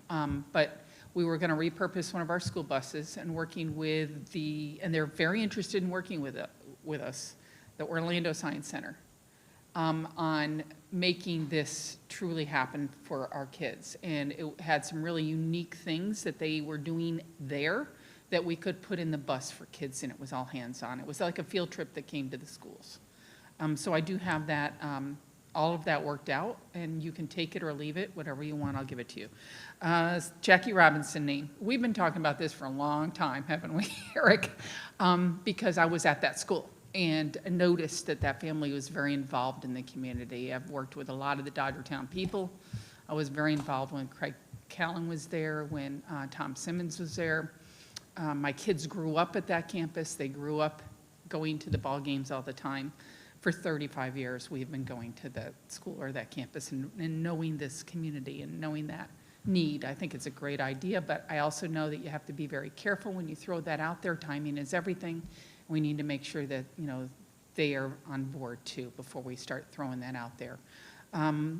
Ironically, when I went on my little cicada safari here the last couple of weeks, we went to Jackie Robinson's birthplace on our first time we stayed in this little town. It was his birthplace. It's not there. I think there's just a pad there, unfortunately. But then we went to Cincinnati Reds, and sure enough, their museum, half of the stuff was about Jackie Robinson. Everywhere you go, his name is synonymous with change in baseball. And I think it's great that that name is there for us to maybe partner with. And so I'm all for that. The question I have, though, is what are the resources going to be at this school, Dodgertown? Because when I was there, I was the resource STEAM person, but I tried to get the teachers to do it too and to come into the lab. The problem is when you have an open lab and you have no one to kind of work it, it takes a lot to keep it going. So let me answer the question. Part of the redesign is the reestablishment of innovation. And what this team will be doing, Carrie Wall's team, which is Carrie, which is the mother of innovation, as well as her team, which is 4 individuals, have relocated, and we've assigned them to Dodgertown. So rather than do a professional development at the beginning of the year and do some PD on Tuesdays after school, we are going to embed the support throughout the school year. We are going to create the ongoing opportunity to build the capacity for instructional staff. And we're going to hyper-focus that support over the course of the year.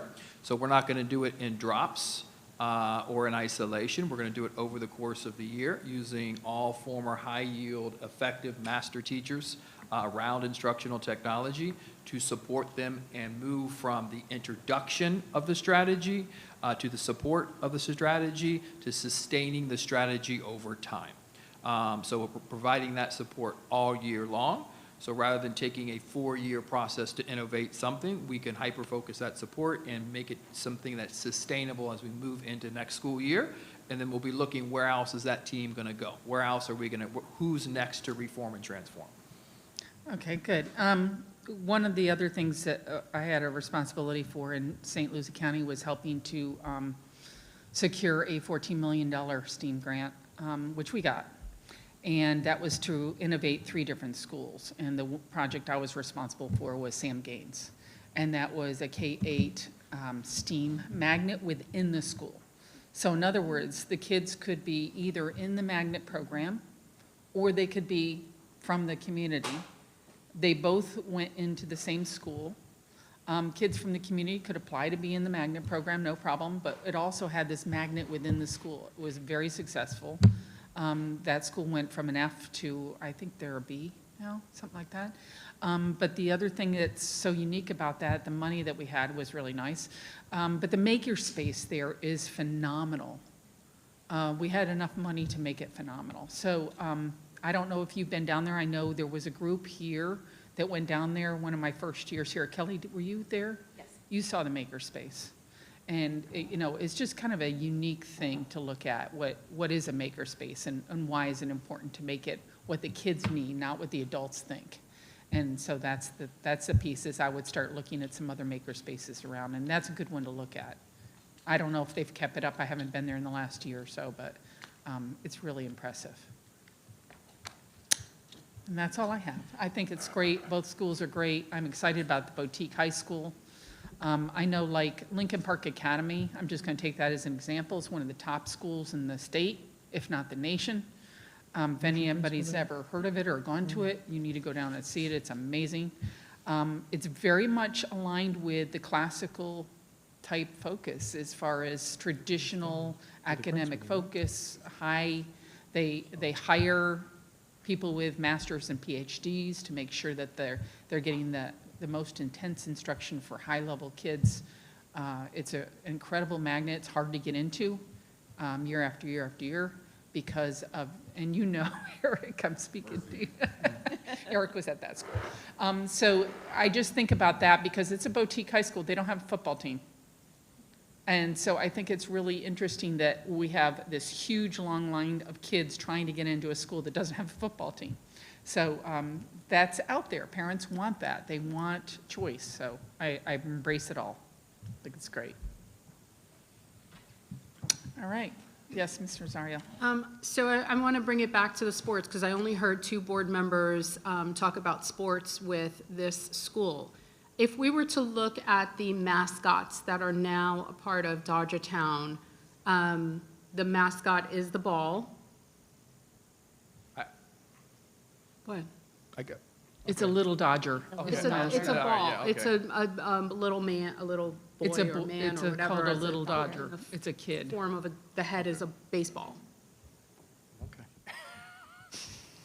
And with a baseball cap on it, right? So that's the current mascot of Dodgertown. And then we saw up here a new logo or mascot, which is now this, the baseball diamond. And it said Steam Park, right? Welcome to Steam Park on most of the slides that we saw. And even the principles. So now you have 2 mottos that are sports related, right? Baseball diamond and baseball ball. But the focus is going to be in STEAM. So there's no correlation between the 2 mascots and STEAM. There should be a rebranding to remove the baseball or the STEAM park or the park, whatever that park is, right? The baseball diamond, if it's going to be completely STEAM, or add sports to it so they can keep the same mottos or they can keep the same mascots, because it just doesn't match. The other thing is that the title Dodgertown, before Jackie Robinson became Jackie Robinson, it was Dodgertown. We no longer have Dodgertown. So now you have a name for a school that doesn't actually correlate to what it was originally intended to do, which was baseball. So you have these disconnects in the rebranding of the school, and I think when you're rebranding, you should rebrand. Like, really rebrand. You don't do part rebranding and then hope that the rest just kind of fits in. you rebrand as an advertisement for the school to say this is what we are about. So I'm going to put that back out there in terms of getting specifics, feedback from board members on adding sports to it or rebranding, rechanging the motto. Changing the name, there's a lot of different options here, but I think that they all should be the same somehow or another. Yeah, I think your points are well taken. If we're going to go to the school and kind of fundamentally reimagine and innovate what's happening, it's a natural progression that we consider rebranding. So I would support that consideration as well. I don't know that we need to get into the specifics right here, but just in general that we should look at rebranding, which is going to obviously include the public outreach component to see how they feel and all that stuff on an appropriate timeline. Just a couple things, just like Dr. Bacon, Gifford Middle did with the Gifford alumni, Dr. Moore and Eric Seymour, and bringing the community in will be very, very important if that's the avenue we take.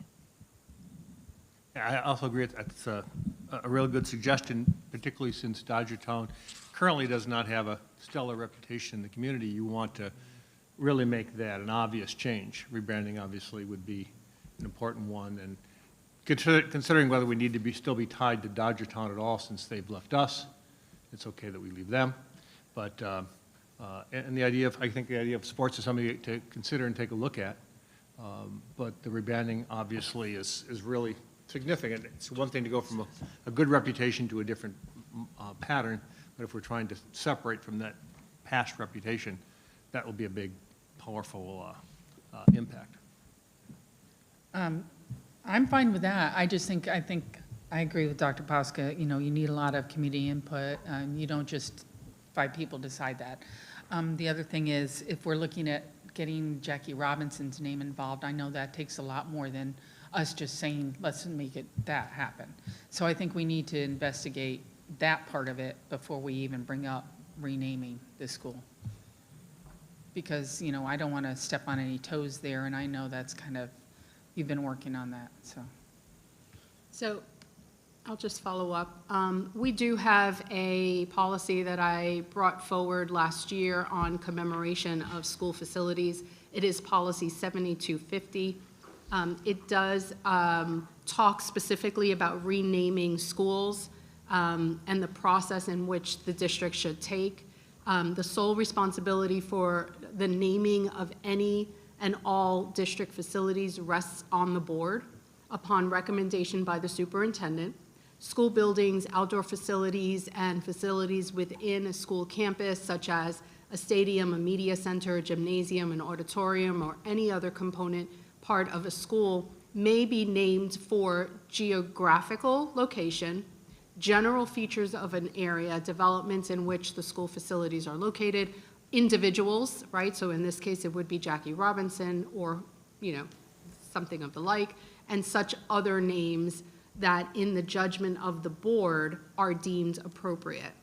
And then for existing facilities, in this case, it would be an existing facility, these requests must be reviewed by the name selection team. So there has to be a name selection team in the same manner as outlined above, which is in the policy, that looks at possible names of schools. So essentially it's a name selection committee, basically. And these people who are part of this team include, but are not limited to, the principal of the school, district employees, community members, parents, students, representatives of the school advisory council, PTA, student government, and student council. The name selection team will recommend a name by majority vote of the team. The principal will then forward that name recommended by the majority vote of the team to the superintendent within 45 days of the decision of the team, and then the superintendent will forward that recommendation to the board for our final vote for or against. So because this is in policy, I don't mind bringing an action tonight and just adding it on to the agenda as an action item, just kind of charging you with creating the selection committee. I guess I'm going to throw this out to Ms. Shattuck. Is that something that, because it is connected to policy, is that something that sounds like it would need to come? If we are approving for this committee to be selected by the superintendent, should that come as an action vote? Through the chair. So for this, I would say if you were going to do an action vote on it, it would make sense, you know, if possible, to wait for the next agenda, because then you could have it advertised, you know, with the 7 days in advance, that you have that as an action item. Generally, you only want to put things last minute if it's an emergency, because you don't have the same opportunity for public notice and then public input if people want to come and speak to it. But certainly, you know, having the conversation today, you all can talk about whether or not you're in agreement with this so that it can be on the radar to move forward with it. But does it need to be a vote at all, or can he just move forward with consensus in today's workshop? It doesn't say anything about needing a vote to tell him to do this, basically. Yeah, I don't think that you would need a vote to tell him to do it. Okay. So, Dr. Moore? Through the chair, we are following a design process. So I don't think that we're there on the name yet. I don't think anything that was said is anything that I disagree with. But as we go through and create partnerships, we need to ensure that we're exploring all options and creating the design of the school, and then go through that board process. Okay. And I think what everyone says is accurate, but I don't think we necessarily need to start with the school. I think we design the school as itself, and we look at partnerships. And quite honestly, it is an honor and a privilege to have a school named after you.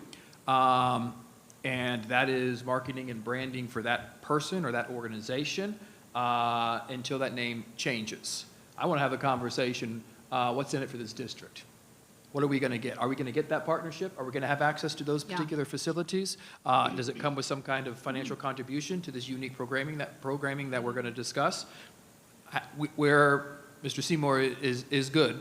We've had some initial conversations, but those are all conversations that are yet to be had. So I'll keep everybody up to date. Like October is, I know some of you may think October's a long way away, but this is a heavy lift.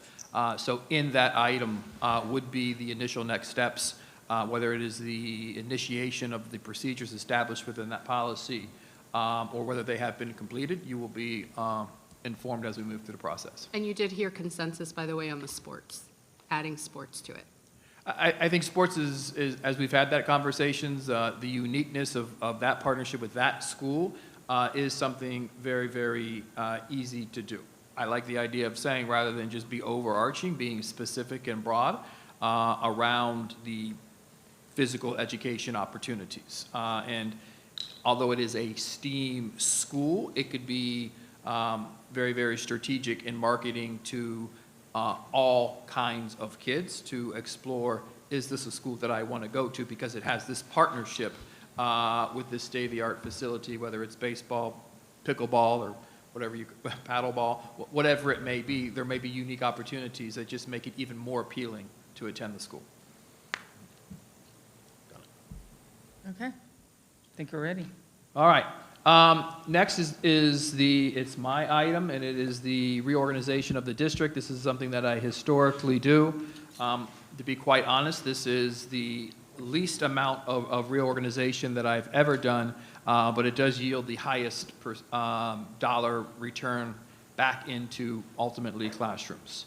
So what I'm looking to do from a systems perspective is to build capacity across the entire organization. And what that means is we have been very focused in on the instructional systems and the data around improving the quality instruction, building capacity at school sites, creating world-class educational leaders, while at the same time creating the system so the teachers have all of the support and time needed to create world-class lessons to improve the quality of instruction. We have built those systems, and we are moving the organization to sustain those systems while at the same time using that same theory of action with the rest of the organization. And that's kind of the theme that I'll talk through. At the end of the day, we are reducing salary at the district at this office by almost $900,000. In addition to a reduction of $900,000 in salary that will not be allocated for next school year at the district, we've also reduced $1.6 million in discretionary funding from the district. Mr. Green has referenced that before. That's going and saying, line by line, item by item, are there opportunities to reduce expenditures aligned to this school board's strategic plan? This reorganization results in about a $2.5 million reduction in district cost. If you look back over the course of the last 4 years, we have already reduced, through other reorganizations, almost $2 million. So over the course of the last 4.5 years, we've reduced the district budget by $4.5 million. And that is extremely important to me. As we look at the school system and we lose this funding or shifts or declines in enrollment, you look at your own house first before you look anywhere else. So I would be hard-pressed to find someone else who's cut more than we have at the district in order to ensure that we're protecting what is absolutely most important, which is where our school's at. At the end of the day, what we are doing here, is reorganizing the district based on the reduction of district staff. The deputy superintendent position has been deleted. That was deleted when Mr. Bass retired, and we redistributed his responsibilities across everyone who's sitting at this table. So a lot of this has been in place, almost all of it has been in place for the last 3 or 4 months, and we want to continue to move forward. We're making minor adjustments to district staff positions based on the redistribution of responsibility. So some people taking on a little bit more responsibilities, a slight shift in their position, whether it's a junior network technician, procurement and contract manager, that ultimately is a shifted position. Human resource specialist is a shifted position, meaning additional responsibilities coming to those individuals. The best way to talk through this reorganization is just to kind of go through each of the different offices to have a better understanding. When you look at who directly reports to me, it's always been cabinet. I am adding Dr. Kara Shafty and Dr. McMahon as direct reports to me. Why? Because you look back at the majority of this conversation, it's about innovation. It's about reforming and transforming the experience in our K-12 space. Dr. Shafty will lead that work and report directly to me. And I think if each and every single one of you look or interact with, as you have interacted with Dr. Shafty, she has the ability and skills to report to me. Also, Dr. McMahon. Dr. McMahon has been under curriculum and instruction, where we've built data and drive accountability around data. Those systems are some of the strongest systems that I have seen, even though I came from a system that had strong data systems in place. What we do here around teaching and learning is not comparable to other districts. We want to embed that accountability across the entire system, and Dr. McMahon will lead and create those dashboards out under my office. That helps us realize cost savings. I believe, I keep saying it, there's $1 million of efficiencies out there for us to claim when we're effectively and efficiently managing the resources that are available to us, and we have the dashboards to do it on a daily basis. We can improve efficiencies. Also, transportation and food and nutrition will also report to my office through Dr. Jacobs, and those are opportunities just to distribute the assignments and really look at innovating practices within those 2 specific areas. The Office of Curriculum Instruction, a shift to Ms. Beaver's assignments, and that really kind of goes into what we're calling infrastructure, school infrastructure. So maximizing FTE, reporting to the state, district budgets, master schedules, all of the things that absolutely have to be done and ensure that principals can stay in schools. We need higher levels of accountability in that specific area, and we can sustain the academic structures that we've put in place over the last 4.5 years. So a minor shift to her responsibilities. Ms. Nick Westenberger will take over the facilities and support services, and we will shift a position down from what was a director of the warehouse and purchasing to report to Mr. Nick Westenberger. That's just an efficiency and an even distribution of work assignments under Mr. Green's shop. And then little and minor changes to Mr. Seymour's assignments. The Director of Student Services used to oversee charter school. Charter school will also go to Ms. Bieber, and she'll oversee charter school. Ms. Holden has done an absolutely outstanding job with charter schools, but we need all of her focus in and around student services in that specific order. And that really is the bulk of the reorganization. You have no principal moves, so all of our principals exhale. And there's only one assistant principal who requested a different assignment. We have 3 current openings. One of them is at Sebastian Senior High School. Those positions are posted. We're getting ready before going out externally to interview. We offered it to current assistant principals. She was interested in that particular position, met with the principal, and it's a perfect assignment. So we will come back to the board with 3 assistant principal positions in our upcoming school board meeting. We have to go through the interview process there. And that is it in its totality. Be happy to answer any questions. Okay, board members? Any Yes, ma'am. questions? Yes, Dr. Jones. With Ms. Bieber making the move, who's going to do high school? So Ms. Becerra will absorb some of that. The K-8, the middle school space will be moved to Ms. Garcia, so she'll be able to manage the instructional course of the 4 middle schools, and Ms. Becerra will be able to lead just the 2 high schools. Anybody else? I have a question about person sitting in front of me. Ms. Christopoli, when I look at you, I think of human resources, but technically, she's going to be working with principals, right? So Ms. Just- Christopoli for okay. the last year has been the direct contact for principals. That work will continue. One of the shifts that I made and continue to support over the course of the last 4 years is that accountability needs to be under supervision. And when you have a investigation or there's discipline, that isn't something you outsource as a leader. That's something that you must do as a leader. And this design has always been, which was one of the biggest flaws in moving the system forward, is that when you need to have a punishment or be disciplined, you were sent to the district office, which made absolutely no sense. So Ms. Christopoli over the last 3 years has really been building how we go through high levels of accountability to hold employees accountable, while at the same time being fair and honest and ethical with our employees. So she'll lead that work as well. This operations office is a higher level of efficiency at the same time. And one of the things that I have learned from a principal's perspective is you have to streamline the communication from the system, the district, to schools. And when you're getting an email from Mr. Seymour, an email from Mr. Green, an email from everyone here, you'll spend hours trying to filter through, who do I respond to? What's the most important?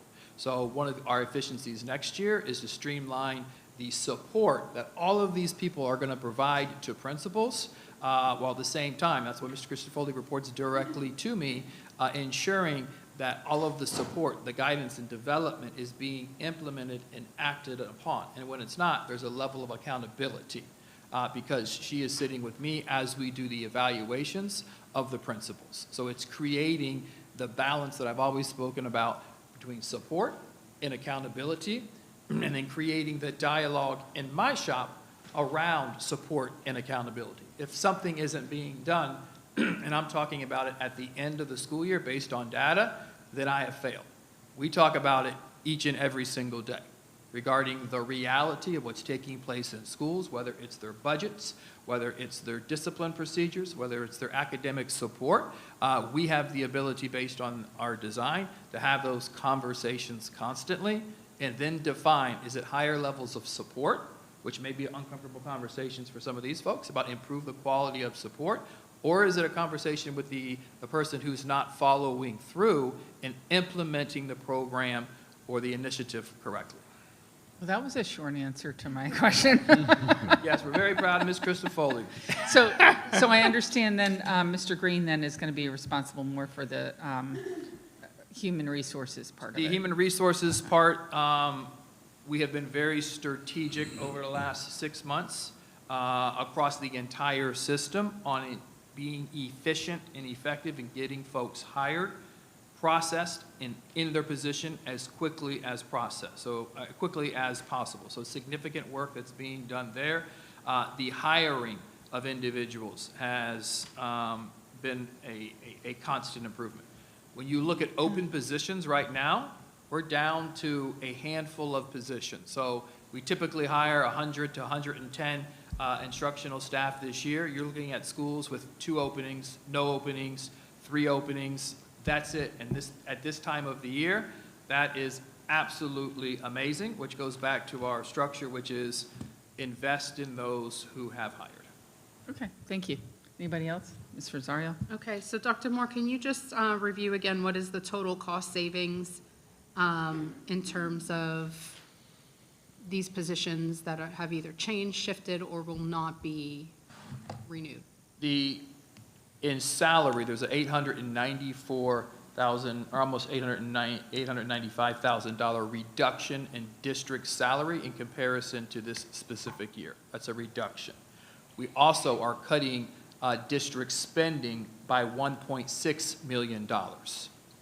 So those two numbers add up to $2.5 million, not in our budget from the district's perspective, which realizes savings closer to kids. The system that we use here is we're going to cut the district. This is a shrinking model. As you build capacity, you have the system, and you could hold people accountable for implementing the system. You need less people away from kids to manage those systems.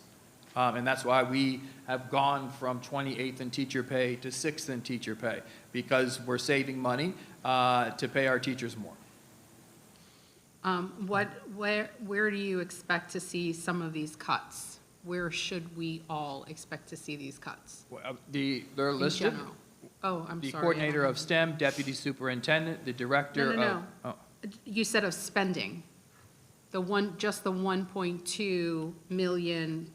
You said in addition, we will be cutting spending by 1.2 million. So now 1.6, and I don't think you're going to see the impact because it's efficiencies. It's questioning and going back to zero-based balance. There's nice to have, and there's absolutely required, I need to have to support the district's strategic plan. It is irresponsible of me to provide an individual with a budget and not question how they spend every penny within that budget. And at the end of the day, if we're going to move the needle and we're going to fund the priorities of this board, as you were talking, we're getting ready to completely recreate our district's strategic plan. It's really nice to have some of the things that we need to have, but I need to fund the priorities that are going to move the system forward. And it's a hard conversation. But over the last 4.5 years, this team has embraced that way of thinking, and we're able to realize these savings. So I don't think I'm not putting us in a strenuous situation, and we're cutting. We're being efficient. So the zero-based budget, in my opinion, at the school level, it's not like at home, right? You budget to spend $50 at the supermarket, and if you come under, yay, you have, $10 extra. You can probably save that. But in the school district, my view is if you're given a $50 budget, you should spend it. That's 2-0, so that there is 0 left over. We know that you have spent it for that purpose. It's a slight shift from what, at least that's in my view, it's a slight shift from what we do personally, but that's what we're given the money for. We're given the money from the state, from the government, from grants, to spend it on kids, to spend it on instruction, to spend it where it's needed. And so it's great when we still have, when we have left over and they haven't spent it all, but then who's missing? The kids are missing out on that. Right, well, the theory of action is almost flipped. As you create your budget, we need to identify what you're going to spend those dollars on and give a justification or rationale for that dollar. And that's where you get the separation of nice to have or no, you don't need to have. So now that we have done that, yes, we should be much more efficient of coming down to the $0 of those allocations or those of those discretionary funds, because some of that, I'm going to pad my budget, which everyone has probably done. There's a middle manager padding their budget is hurting the mission and vision of the organization. So we need to be able to make sure we're maximizing the priority, the spend of each and every single dollar. Well, I think this is where the strategic plan should come to us first before the budget. And I've said this from day one. Our strategic plan drives the budget, not the other way around. We don't create the budget first and then create the strategic plan. You create the strategic plan, identify those goals, where the priorities are, and then create the budget. So I hope that we're going to work in that order. At the very least, we should have a special meeting so that you can hear our priorities or present a preliminary to help guide the budget, because I know the budget, that's coming up quick. The presentation of the budget, at least the tentative budget, is coming up quick, but we can't create the budget until we do the strategic plan first. So I agree, and I think we've approved and we update the strategic plan every single year, but I would bet you that every single person sitting at this table can quote their area of their strategic plan, because when they're creating their budgets, that strategic plan is out. So yes, we load the budget based on state requirements, but when we go through a year-long process next year of updating the strategic plan for the next 5 years, because we have a strategic plan from 20 to 25. We update it every single year, but that is the driving force. So as we update that specific plan, we're never walking away, and we don't create the budget in isolation. We create it on the priorities that are defined by this board through that strategic plan. Well, the one thing that we just added for for bringing it to us would be the classical, for example. That has to be added to this new updated version for this upcoming year.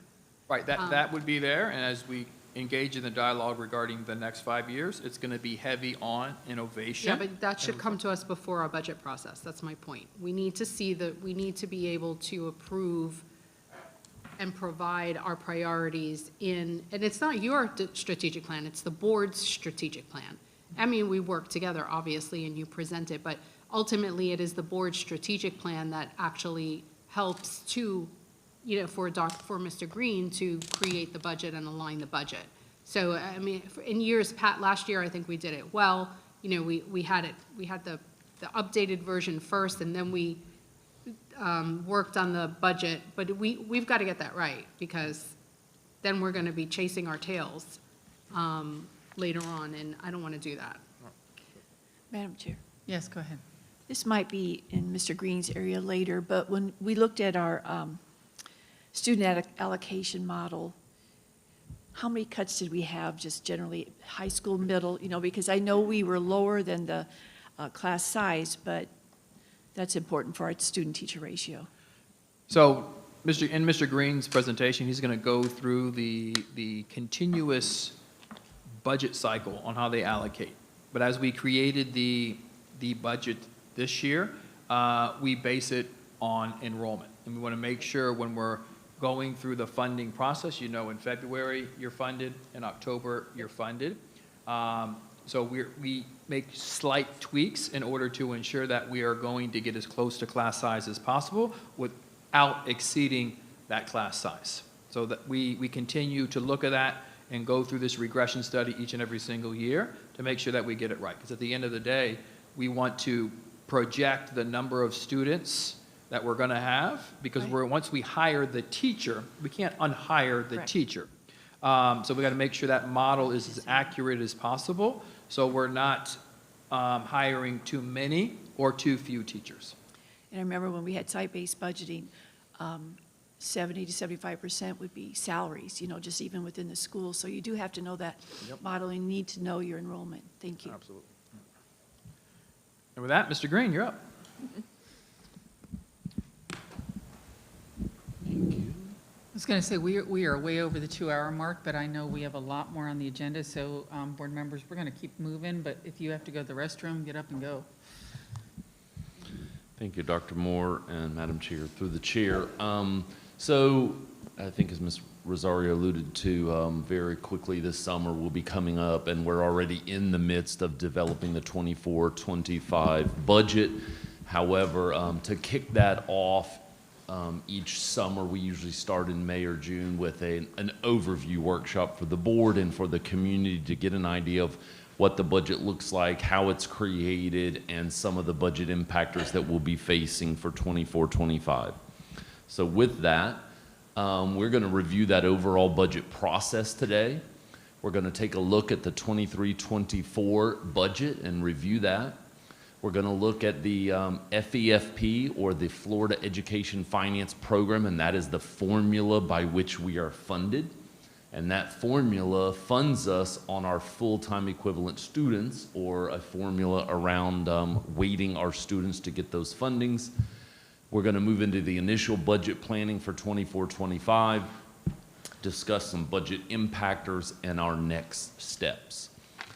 So one of the things that is often used in education are acronyms. So I thought I'd start off just putting some of those up there before we start using a lot of F words, like the FEFP, the FTE for the full-time equivalent students we talked about, FES for Family Empowerment Scholarships, sometimes referred to as vouchers. You get into UWFTE, or unweighted FTE. Calc is kind of a local term we use when they calculate our budget in October and in February, and in the summer we're produced a document actually called a calculation, and we use those as our budget is adjusted throughout the year, and we call those calcs. Individuals with disabilities, IDEA, we have talked a lot about ESSER funds, elementary and secondary school emergency relief. Sometimes people had called those COVID relief funds, pandemic funds. And then specifically, one area in that was the American Rescue Plan, or the ARP. So just some acronyms that we will be using throughout the presentation. So one of the things I did add to the presentation, most of the presentation will look similar to last year, updated, is just a flow chart to give us an idea of how we go through this process and how it's a continuous process throughout the year. So you can think of last year even, or this past March or May, legislation ends and the House and Senate comes together and you get your conference report, whether that's Senate Bill 2500 or this year was House Bill 5001. That is your initial funding, and we call that the first calc, and that's what we have here, and that's what we start building the budget on, called the appropriations. And then sometime, last year was May, the year before it was June, this year it's June, we kick off a budget workshop just to overview where we're at and to kick off the budget development cycle. July 1st, we'll begin our fiscal year, and by July 19th, we have to have our certification of our tax roll, and that'll kick off a second calculation based on that certification by the 19th of July. We'll spend July, August, and September board together going through the tentative budget and the millage rates and trim ads and advertisements in the paper and special meetings, all to come around to adopting a final budget in September for the 24-25 school year, which will not be a final budget because it will be modified throughout the year through various calculations, such as in October, a fifth calculation from the year prior, which will adjust our new budget up or down based on the summer findings that we'll go through in the next few months. Coming into October, we'll have the third calculation of this particular budget, 24-25. And that third calculation, this is what I like to call musical chairs. So our students have been moving around, they're going in courses, they're going on to virtual, they're going between schools in the district, and all of a sudden the state says, stop. Everybody sit down and let me see where you're sitting. And we will send those schedules through Focus, through what's called a survey. We will send it on a date certain, and they will use those minutes that each student is sitting in certain courses that qualify to develop the funding that we get, or a full-time equivalent student. A third grader here the whole time at one of our schools could be a whole student. 2 high school students, one taking 3 periods and then the rest homeschool, one taking 3 periods virtual. Those 2 students together could combine to create a full-time equivalent student. So not the same as enrollment. Then we kick off the spring with legislation sessions, which start talking about new bills and impacts that come along. We start conducting budget and allocation meetings every month where we're meeting with them, reviewing their budgets, looking at their allocations. In February, we have another calculation. It's the 3rd survey of students, and it's the 4th calculation of our budget, which we don't receive until April or May.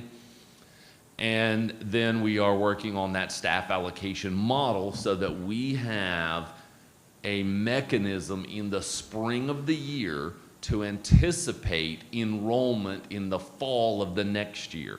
Sometimes that's a growing enrollment, sometimes it's declining enrollment, and we use a staff allocation model formula for how many counselors you get, how many teachers you get, how many core, non-core, assistant principals, to help guide that prediction for the fall and to help drive the budget that would need to fund those allocations at the school. And then, of course, we're back at our legislative for the following year. Within our budget, there are some key funds. Our general fund is the one we talk about the most. It's the one protected by state statute, and it's the one that pays for those salaries and electrical services like FPL, instructional materials. That's the bulk of 55% of the budget. We have special revenue. Those are your Title 1, 2, 3, 4, your food service. These are federal dollars, and these come with specific restrictions. The majority of them are restricted to supplementing the budget and not supplanting, meaning you can't just pull out an assistant principal here and pay for them with these dollars, or you can't pull out a school counselor and pay. You have to say, oh, you don't have something that you need, and now you can supplement. And then when you get into ESSER and ARP funds, those are specific funds to help recover from learning loss over that time, and they had specific requirements along with them. We have debt service to pay back our debts, such as buildings of Storm Grove Middle School and Vera Beach Elementary and a wing at Treasure Coast, wherever those construction projects have. We also have some electrical engineering type rebates where we look at FPL and they come in and they'll redo all the lights from T4 to LED, and we'll pay that back over time, and we'll pay it back by the savings that they guarantee through that. Then you have your capital projects, and this is where your local 1.5 mil tax comes in for buildings, maintenance, roofs, school buses, computers, and the people that operate those or support those or maintain those buildings and buses, and transferring out to pay that debt service. We have an insurance fund. We're self-insured, so the premiums collected by the employees along with the premium contribution provided by the school board go in to fund that, and we do things like our health center that you know we're in the middle of transitioning, and all of the premiums and costs of the benefits to the employees. And finally, our extended day or enterprise program, which is collected through participation fees. You heard a little bit about that earlier today, to pay for those salaries, benefits, and supplies.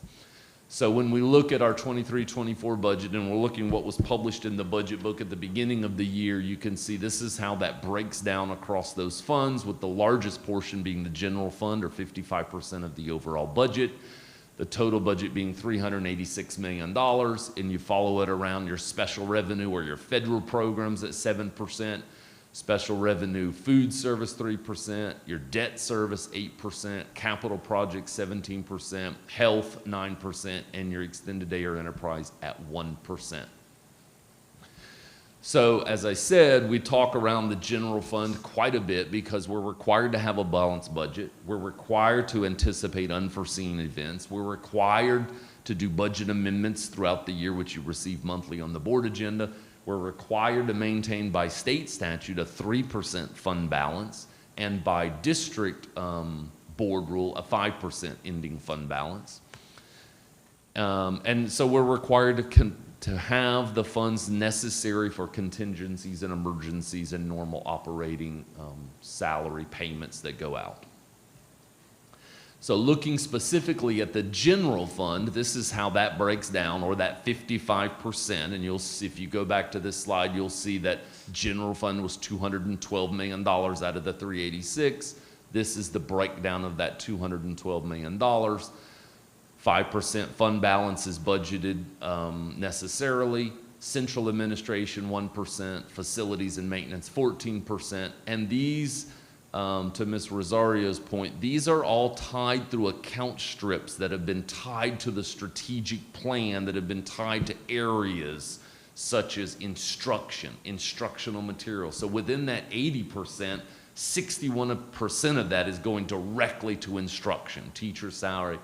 And then you have various other percents, like 3% going into transportation, instructional materials, and so forth, to make up that 80% going directly to support teachers and students in the classroom.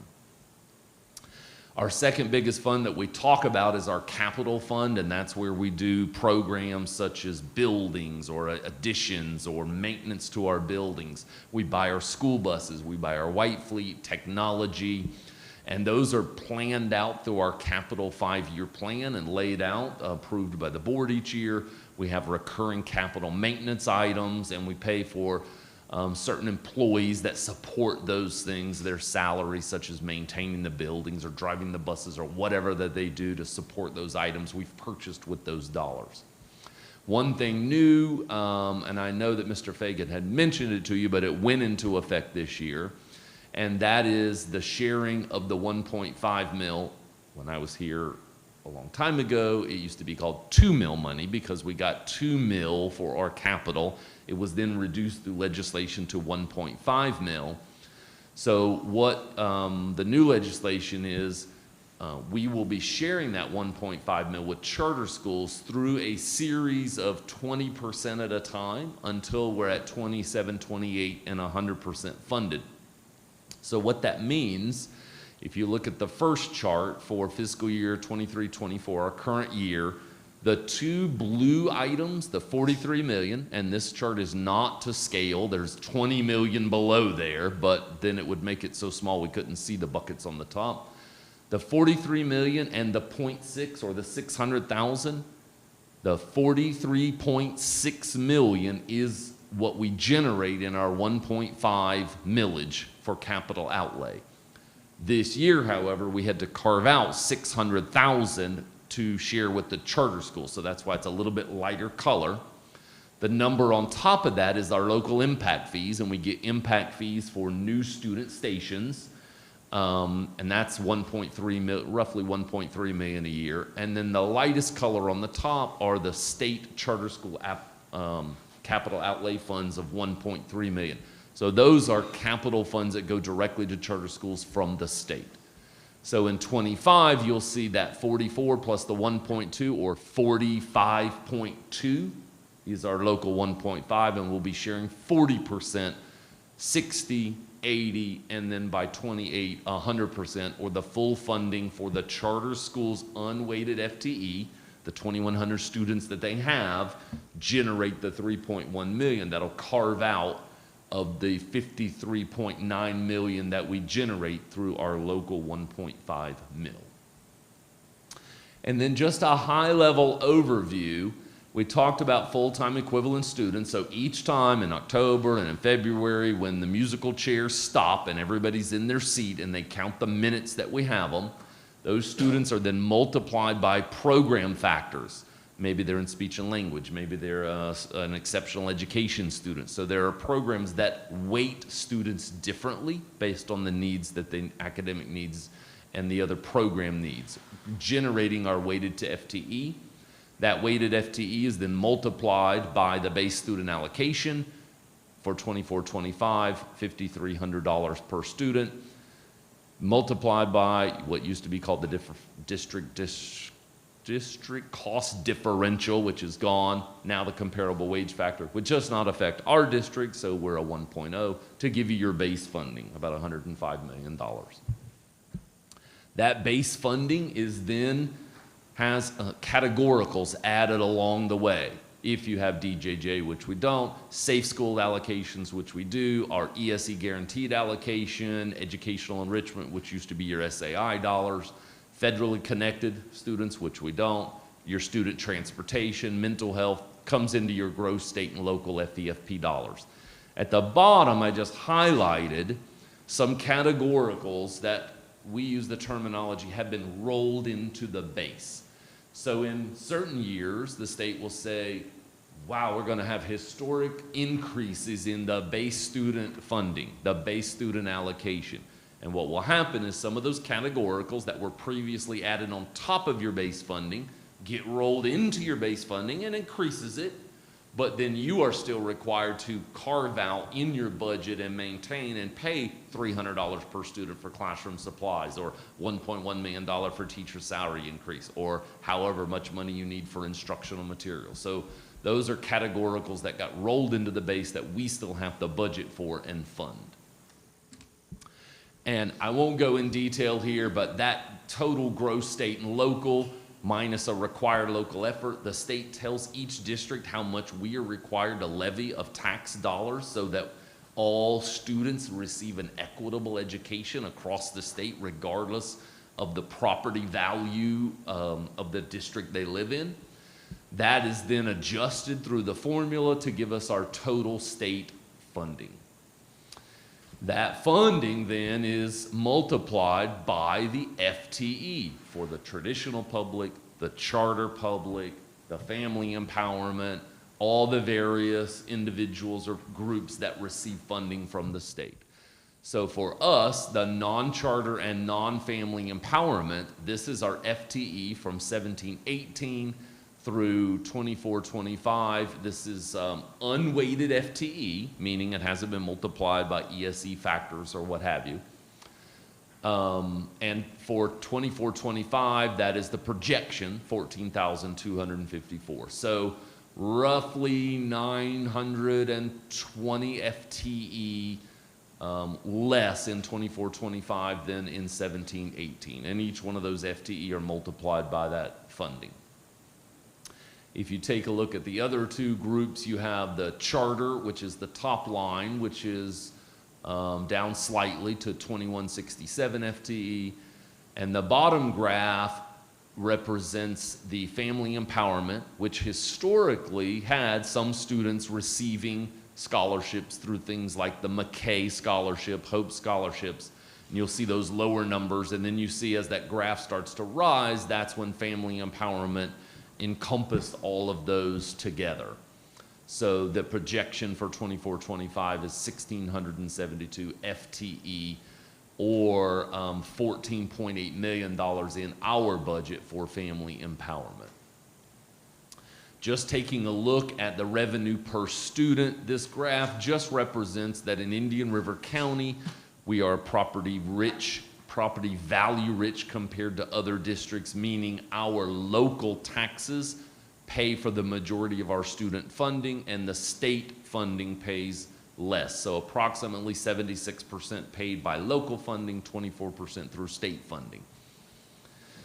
Now kind of looking ahead, as we said, it's coming very quickly, but we have been preparing for this since the day I stepped here, and I know they were preparing for it before, every month preparing for impactors that come along for the 24-25 budget. So That top one is your increase in FTE for your family empowerment. That will have to be transferred out as those students, as we transfer those funds to those 2 different scholarship agencies throughout the year.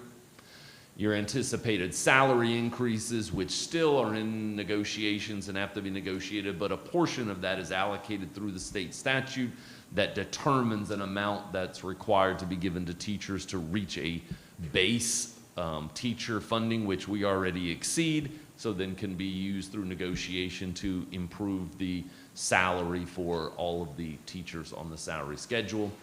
Your performance and retention pay, which was previously negotiated, that will be due in August. Health insurance, so we've had a 6.8% increase in health insurance, the majority of that coming from prescription drug increases and the impact of GLP drugs. That 6.8%, we are working through negotiations. We do have a tentative agreement with IRCEA, but this represents the board's portion of that impact. There's also a portion to the employee in their premiums. Our property casualty, we have almost $6 million in insurances that cover these buildings and our vehicles and our people, and casualty insurance, student accident insurance.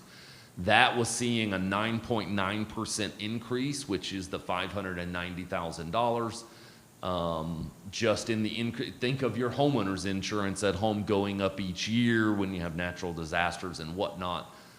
So that increase is a necessary portion of doing business as a school district. And then we have inflationary increases. So as Dr. Moore spoke to, we actually, through zero-based budgeting of district departments, not schools, district departments, through zero-based budgeting, we actually cut $2.5 million from those budgets. However, those budgets had to add some things back. Waste management has a 6% cost, of CPI, Consumer Price Index. We have to pay that. Energy might go up. Property, so there are things, we have to do our audit this year. As you know, the Auditor General did the audit this year. The next 2 years, we will have to pay an auditing service of around $108,000. So that's an increase to the budget. So at the end of the day, that net was 1.6 million savings, but it offset the $900,000 of new increases as well. Many of you have probably heard of AHCA, or the Agency for Healthcare Administration. Some people call it the clearinghouse. So starting January of 2025, anyone who touches students, law enforcement, our people, volunteers, coaches, will have to be re-fingerprinted through that system, which has some charges, $67 for fingerprinting and $30 for 5-year retention rate and $24 for FBI. And so $130, $140 cost times 2,200 employees. There's a cost and to get those people through the system. And that will put them in this clearinghouse that can be shared across agencies, and it has some benefits for monitoring individuals who do not qualify to be hired.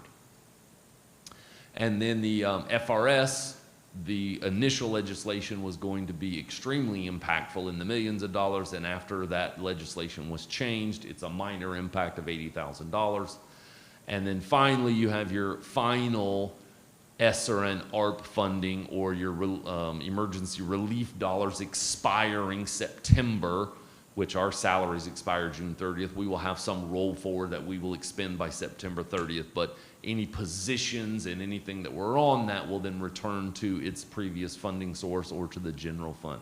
So the net impact of anticipated budget impactors of $14.8 million. What have we done to mitigate that? We have gone through the zero-based budgeting of all district departments, and as we spoke, that was $2.5 million, offset by some increases or a $1.6 million realized gain. We've reviewed and aligned the staff allocation model in the spring to predict some declining enrollment, possibly in the fall. We have reviewed our use of federal and supplemental funds to make sure that we are most efficiently using those to support things closest to kids at our schools.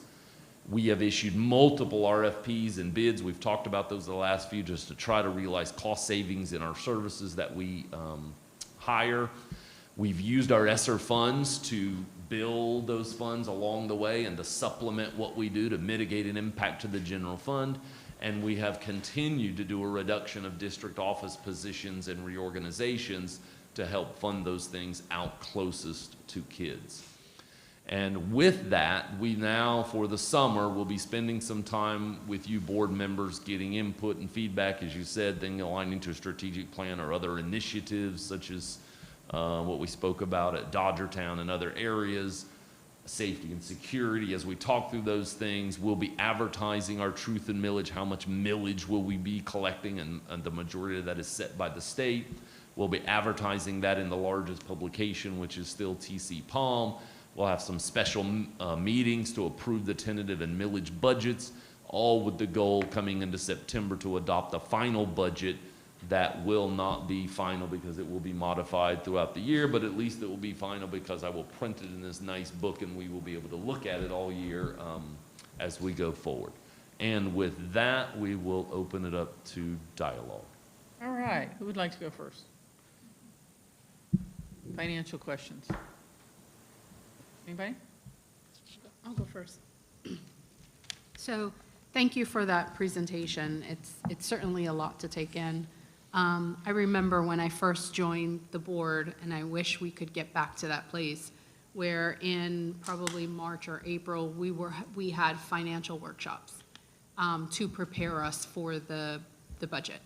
And we literally went line by line, and what was presented to us could have been tentative, because obviously you can't predict exactly how much money you're going to get and what will be the allocation, but there was an understanding line by line, and it wasn't presented to us like, here is the budget, and now we need your approval.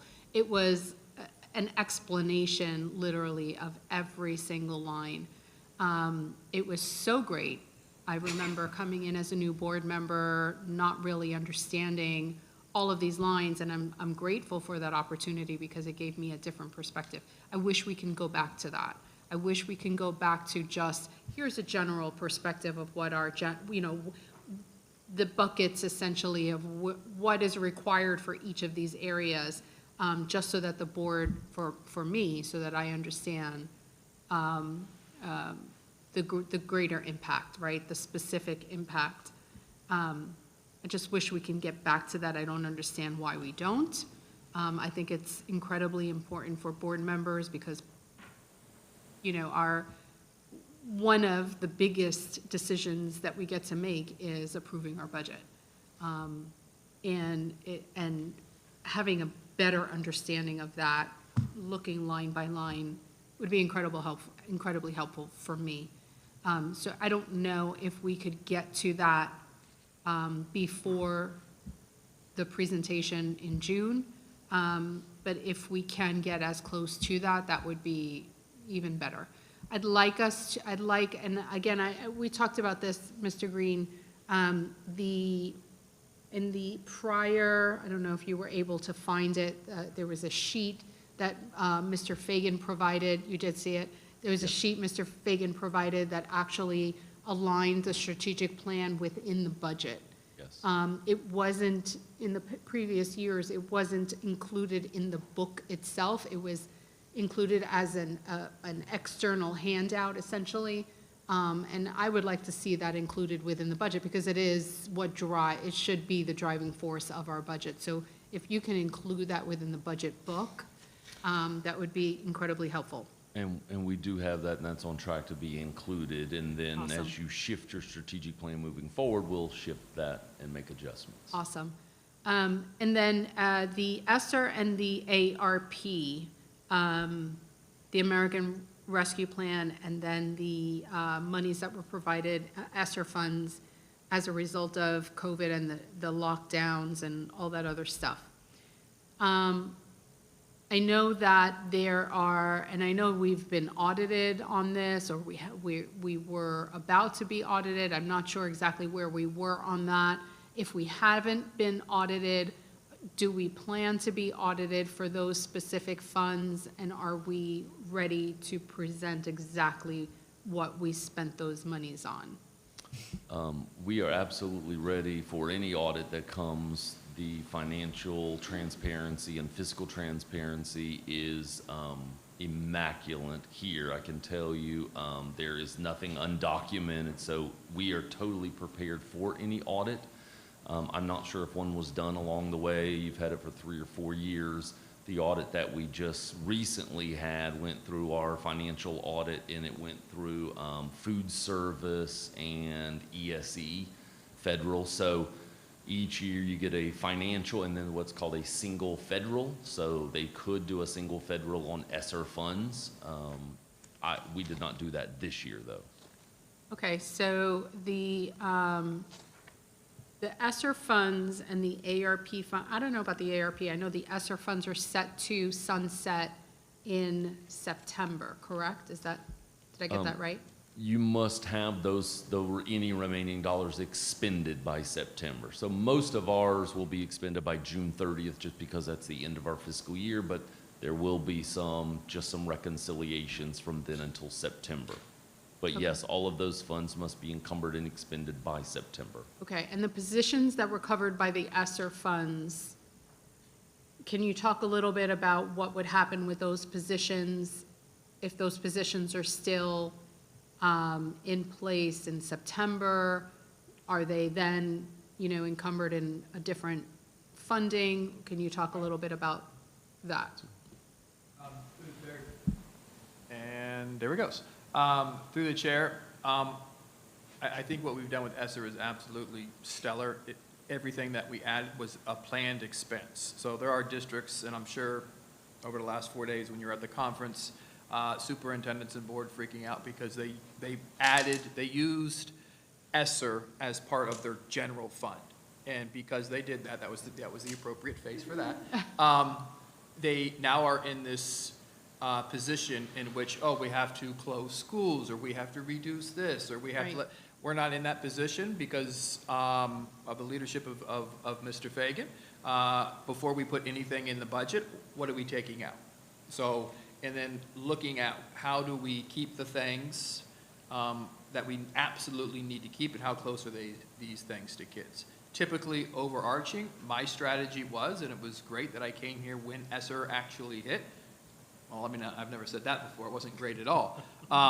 But the reality is the design was to build capacity. So a lot of the things that we're taking away, that we've added, was as a result of ESSER. And now that we're taking them away, we no longer need them because we've built the capacity and we can sustain those particular practices. So we used ESSER for what it was designed to do. Build capacity to be more efficient at improving the quality of instruction and the environments for kids. So we're not in that situation.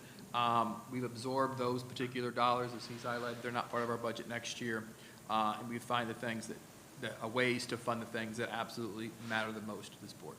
So, yes, thank you for that. I do remember the conversations. I know I was one of the board members who actually had some serious concerns about using ESSER to fund positions because we knew that it would sunset at some point. And I didn't want that to happen. I know that the board spoke collectively on that. So I'm glad, and you're right, some of these other districts, I don't know what they were thinking, but I'm glad that we're not in that position. The other thing that I wanted to ask, and it really had to do with the salaries in there, when we talked about negotiating the salaries. I have a question that might not pertain exactly, I know it doesn't pertain exactly to the budget, but it has to deal with union certification. And so the union certification is supposed to be 61%. How do we know that that is exactly the case? Do they provide the district with all of their signed requests? How does that work? They actually send it to, and Ms. Crisafulli, correct me if I'm wrong, they actually send it to the state that we are able to verify it has gone to the state, and then the state follows up as needed. So what are they sending, just so I... Well, for our particular district, they asked for actual signatures. So they went through and they asked our union members, this is CWA that I'm referring to, actually to have what they call a wet signature, a IRCEA, sorry, to actually sign. And they had to drive those physical copies to the Department of Education and drop them off so they can then look at that. Is there a follow-up on that from the Department of Education? Does someone actually contact and say, or copy us and to, email them and say, congratulations, you've reached 61%? Or what if they don't reach 61%? The state would let us know. Right now, they're currently looking at it to determine, and they're doing it for multiple districts, to look at those actual signatures. Is it in fact aligned to the bargaining unit as a whole? So Okay. the state is being extremely thorough in looking at each of the individual districts to make sure you meet the requirement of statute to have the unions in place. So I always wonder, obviously, I wonder about that if their certification date is October, I think, unless that was moved, or maybe last year it was just October, I'm not sure. How would that affect, like, if October date comes, and I might be wrong with the date of certification, but if the October date comes and they did not reach 61%, but we've already entered into an agreement. Obviously, my guess is we'll keep the agreement. We're not going to go back on our agreement, but how does that affect what happens the rest of the year? That might be another discussion for another time. But I think it just kind of jogged my thought process when we got to that, when Mr. Green got to that portion in the thing. So, Mr. Green, I'll just end. So if we could please get the budget book and all the information, not a week before, as soon as we can, because it takes a long time to kind of go through that and be prepared with our questions. I really hate it when I get stuff that's, like a week before and then. It does. I am I'm working with Mr. Seymour for psychological services for the finance staff. It is a Herculean task. It is a Herculean task, and I'm going through it deeper than ever for this time. And trust me, we are working diligently as quickly as possible, but it is quite a process. So we will get it as soon as we can. And we will see, I guess, in there, special projects such as the classical school, the whatever monies need to be in place for the transportation survey of changing our bus routes, changing our school times, and the STEAM-related, any of these other special projects that we have going on in the school district. We'll see that in there. So I'll say yes and no, because you might see some of those in the capital 5-year budget. If it was going to be like an upgrade to the facility for the classical, that would be in the capital 5-year budget. But if it's going to be something like the purchase of materials out of general, then you would see it in this book, yes. You will see it one way or another, just some of it might be on the capital side. Okay, but the capital side is going to be included in the budget workshop? Yes. Okay, so we'll see it in there. Yes. Okay, Mr. McDonald? Just to get my head around some of the. First budget, here you go. No, not hard, just, I'm still trying to get my head around just the top level numbers. We have $386 million in total funds in our budget. And your chart shows 14,250, well, that's for next year, 14,310 for this year, students. That doesn't include charter. So when we quote that 17,000, couple hundred number, does that include charter students or? The 17,000 does, and then those students, so when you add actually family empowerment, charter, and traditional public non-charter all together, and then you weight that. So a student that may be on a high matrix level within the students with disabilities, they might get upwards of $18,000 to $22,000 per student instead of $8 because of the resources go with them. That FTE jumps up into the 19,000s for everybody for total funding. Okay, because I was sort of running the numbers and I figured a number a little over 17,000 into that 386 number gets us to about $22,000 per FTE student in total. Does that sound, am I understanding that right? So, and you're doing that with the $386 million? Yeah. Yeah. And so that is across everything. That's your health insurance, which are premiums paid, that's your debt, that's your capital. Those are all funds. Right.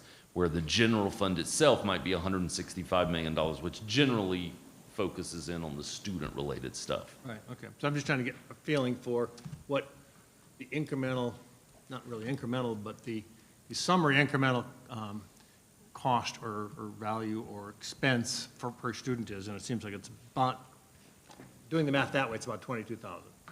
Okay. That's my only question. Thank you, great presentation, by the way. Dr. Pasca, no question. Dr. Jones.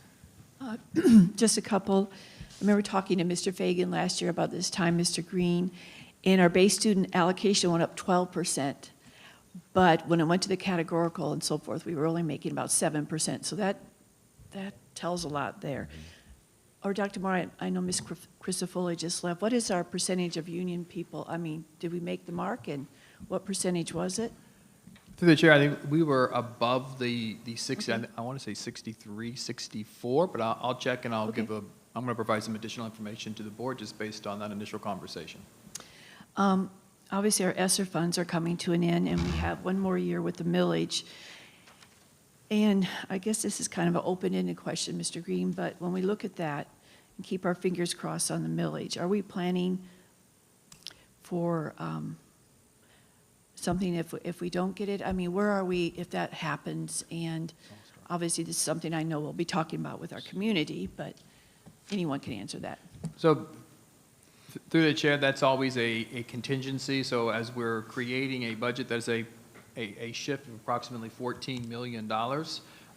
It's in the hands of the voters. So as we go into budget creation or development for next year, until we have that vote, which will be in November this year, in our systems that we think through, we're gonna go along parallel tracks of creating budgets until we get to November. Okay. And then, God willing, the one has the $14 million stays, and that becomes the driving force. Historically, this county has done an absolutely outstanding job. It was 76% approved. great. That's In great. our previous presentations.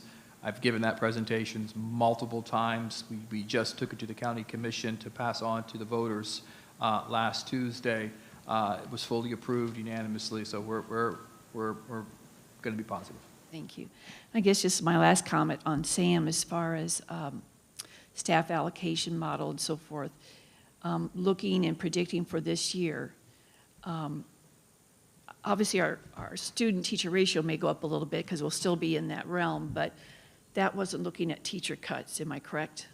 Through the chair, the better way of looking at that, and I should have Mr. Green explain it because he'll do a better job than me, that's not to produce the ratio, it's to produce the number of teachers that we Correct. need Okay. Yes. throughout the year. So the only shifts in those allocations is based on those number of kids per grade level, is in order to ensure that we do a better job of forecasting how many kids that we're going to have. And just to follow up, I think where you were going, that simply might mean we need to hire fewer teachers going forward. It doesn't mean that we're cutting Got it. people. Right. There may be fewer allocations throughout the system because of the reduced enrollment. Right. Which would just mean we wouldn't have to hire as many, the 150 annually that we need to hire to staff. We may Right. only need to hire 80 or 100 or whatever that number would be. And we're still going on average as far as the teacher. I mean, at one time on his principal, it was that amount of students in the room, period. Through the chair, it is a school site average now, Okay, yes. great. Thank you. I guess my only question is, it looks like the zero-based budgeting in the district was fairly effective.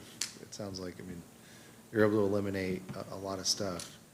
Have you given consideration to do zero-based budgeting kind of throughout the whole school system? So the answer to that question is yes, and as I presented in the reorg, we need to provide the support on a monthly basis. And Ms. Bieber will kind of serve multiple hats next year, but in that specific one, Mr. Green, I'll create the dashboards to help them physically figure out how to create the budget and then uphold the budget. So we've been doing at the district level for a number of years, so we created that practice over time, and now we're going to do the same thing at school sites, which is at least $1 million that I was referring to on savings. Okay.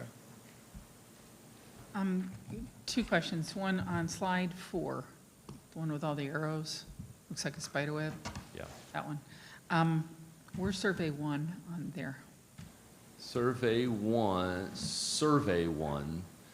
So yeah, there are actually multiple, survey 1 in July, there's actually multiple smaller surveys. I didn't put all of them on Okay. here. There's a summer one, there's I a know survey. 2 and 3 are the biggies. But the 2 and Okay. 3 are where that's the big, you get half your FTE and half your FTE. But yes, there are some survey 1s in the summer, there's a survey 4 and 5, so smaller student surveys. Some of them only collect certain things about virtual or what other, but your survey 2 and 3, you are correct, are your bulk, and that's where your funding's generated Yeah, for but the I most think we part. should just say, Yeah. we do look at that in the summer as well. Absolutely. And then ESSER 3, we kept asking, like, have we received all the funds? I know we have earmarked where they're going, but have we received everything by now? Yes. Okay, it's all been received. Yes. Great. All right, thank you, board members. The next item is the board had a conversation, I think it was a discussion item placed by Ms. Rosario, if I recall correctly. It was like 11:48 in the PM, so I may be off, regarding the citizen input form. Based on that conversation, I made the modification to the citizen input form, which is posted for your review. I will capture what that change is. It's not on the screen, but ultimately, when you all have board discussion, not taking public comment, because it's not an item in which you are acting upon. That would be the form. So if the board has any additional conversation regarding that item, now would be the time to do so. My intention, after you review this form, is to look at impacted policies and align a policy change to this form. Ms. Rosario, you Yeah, want to go first? Dr. Moore, I'm looking at the form that is on board docs.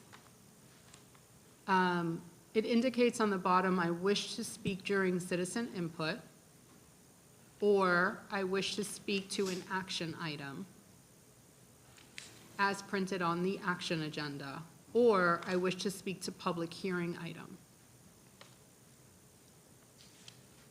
Hold on. But how is that any different from what we had before? That sounds exactly like the current form. Right. And there's another, go ahead. What am I So looking, it's- what am I missing? Yes, it is slightly different than the current form. So the current form, that last item said, I wish to speak to a discussion item. Okay. And now the action item and the public hearing item is parsed out. So you have a separate action item, and then the I wish to speak on a public hearing item has been added. But public hearing items are they're not a separate item. Public hearing items are in action. Correct. I think the intent of staff was to make it very clear to the board chair when they are organizing public input that that particular item is going to happen during a public hearing. But they would say that on their agenda anyway, right? They would. I think it's just I mean, not on their agenda, on their request. They would say that anyway. Sure, but I think it's just an attempt for further clarity from what we had previously. Right, I just don't know if that would be needed, but thank you for that. I have some concerns. So I'm glad that this was changed, but board members, the form doesn't drive policy, and we have to change our policy to include exactly this, that discussion sessions are not, and help me, Dr. Jacobs, because I might get the wording a little, off. I know that you and I talked about this. And based on the feedback that we received from Mr. Ansbacher, discussion sessions are not, we do not take formal action in discussion sessions. Therefore, citizen input is not mandatory. That's really the general basis for it. We don't have citizens coming up and speaking at workshops during discussion items. We shouldn't have the same at our board meetings. And I'm 100% in support of citizen, First Amendment right and citizen input and speaking at board meetings. But if it is clear that we're not doing it at our workshops, it shouldn't be done at the dais. This isn't anything new. It's not anything that I have not shared before. And so that's the language that needs to be added specifically to our policy. So my suggestion, even though this is great, my suggestion is that the policy needs to be changed. The policy needs to address exactly what we are addressing now, just to make that clear. Let me pull up the policy here, because the policy also, let me make sure I get it. The policy is, right now, in C of our policy, and by the way, it's policy 0169.1. It says procedures or forms for an individual to use in order to inform the board of the desire to be heard. Attendees must register their intention to participate in the public portion of the meeting by completing and submitting a speaker's form. Speaker forms may be found on the board webpage and at the entry of the meeting hall. Speaker's forms may be submitted electronically no later than 4 p.m. the business day prior to the board meeting, or in person no later than 5:45 p.m. the day of the board meeting. Now, I have this specific area with the forms really needs to also include that any changes to this form needs to be voted on by a majority of the board.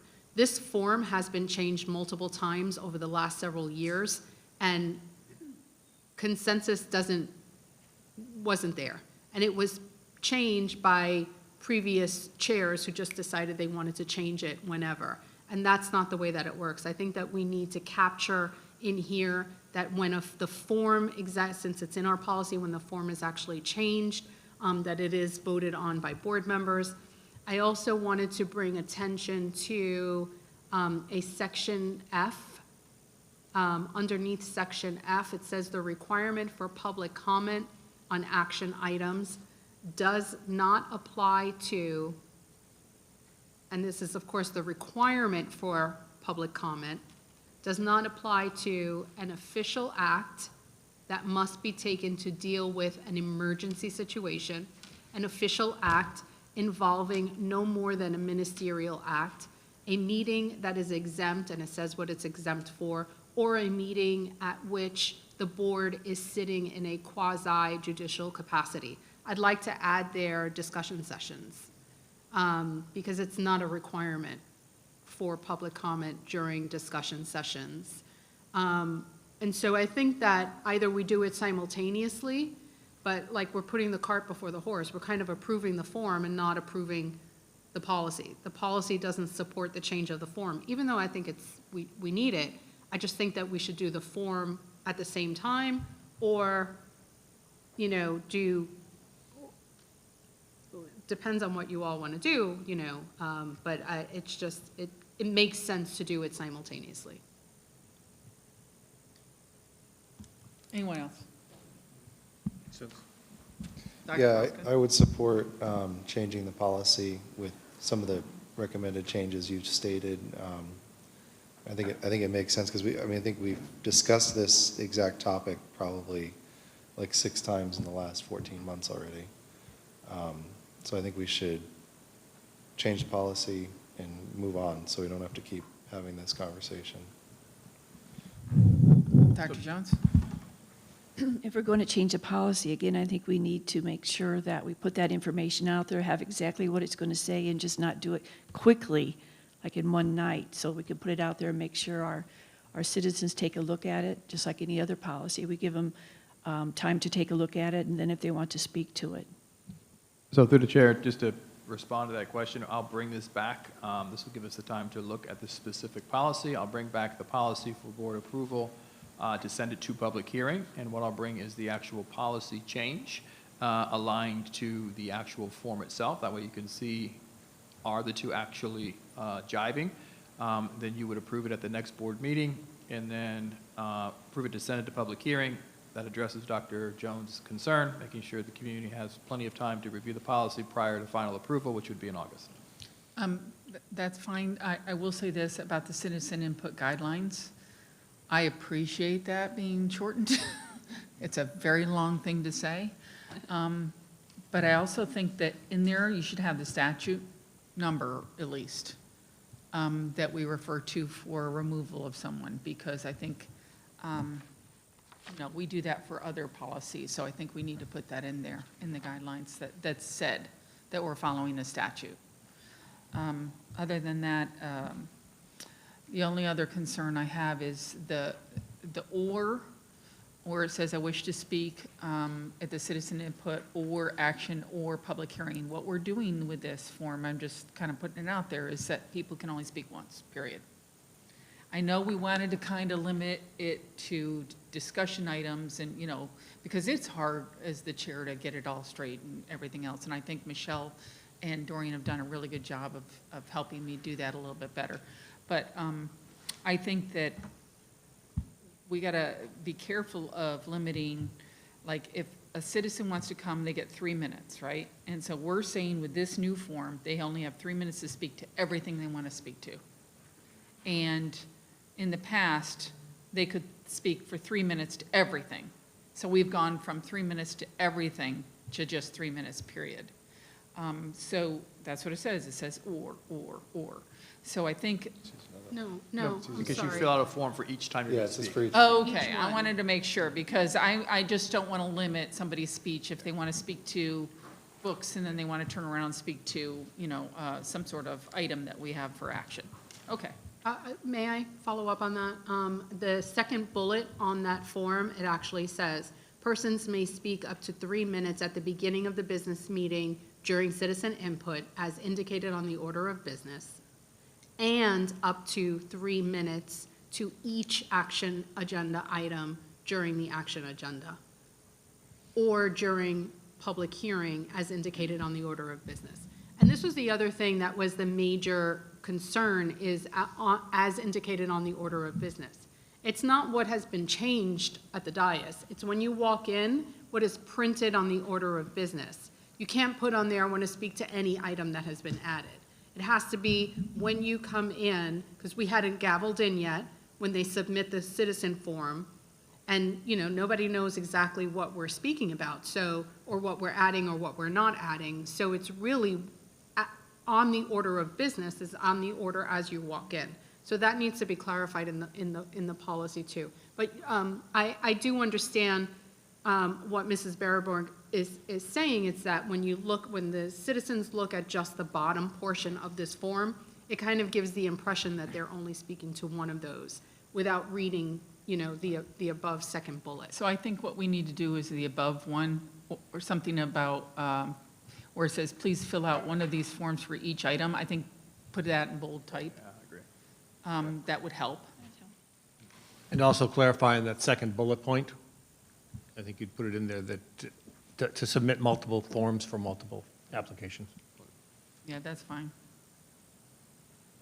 And I get not having somebody speak to every single discussion item, because literally, we don't act on those discussion items. We don't vote on them. That's the right. So I understand that, and I'm fine with that. All right, final item for me before we go on to discussion items, in which we'll have no public comment, is the policy 9150.02, which is political activity. The board had a conversation at its last convening to clarify that policy, because it was a bit confusing for the reader regarding what an individual, organization, an employee can do around political activity. So what we've done is capture that conversation, meet with board members, review this particular policy, and if there's any additional conversation, now would be the time to have it. If not, I will bring it at our next board meeting to send it to public hearing. The intent clearly is to clarify and make it easier to read and understand.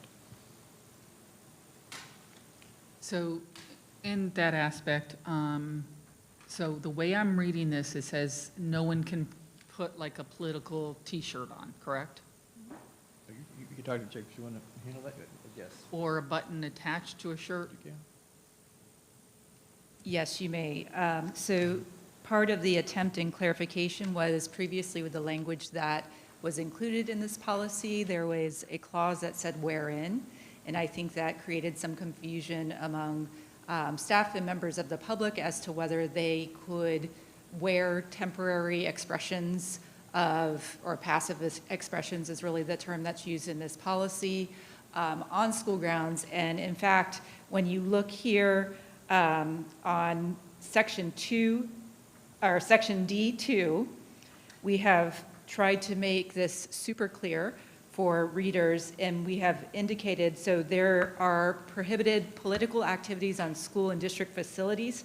However, this prohibition shall not include passive political expressions such as advertising on items of clothing, personal vehicle magnets or bumper stickers, sunshades, or other signs temporarily or permanently affixed to a personal vehicle which are illegal for roadway traffic. So that means they can wear the Correct. T-shirts, Correct. even during school hours on a campus. I think that, yeah, yes, so that is correct.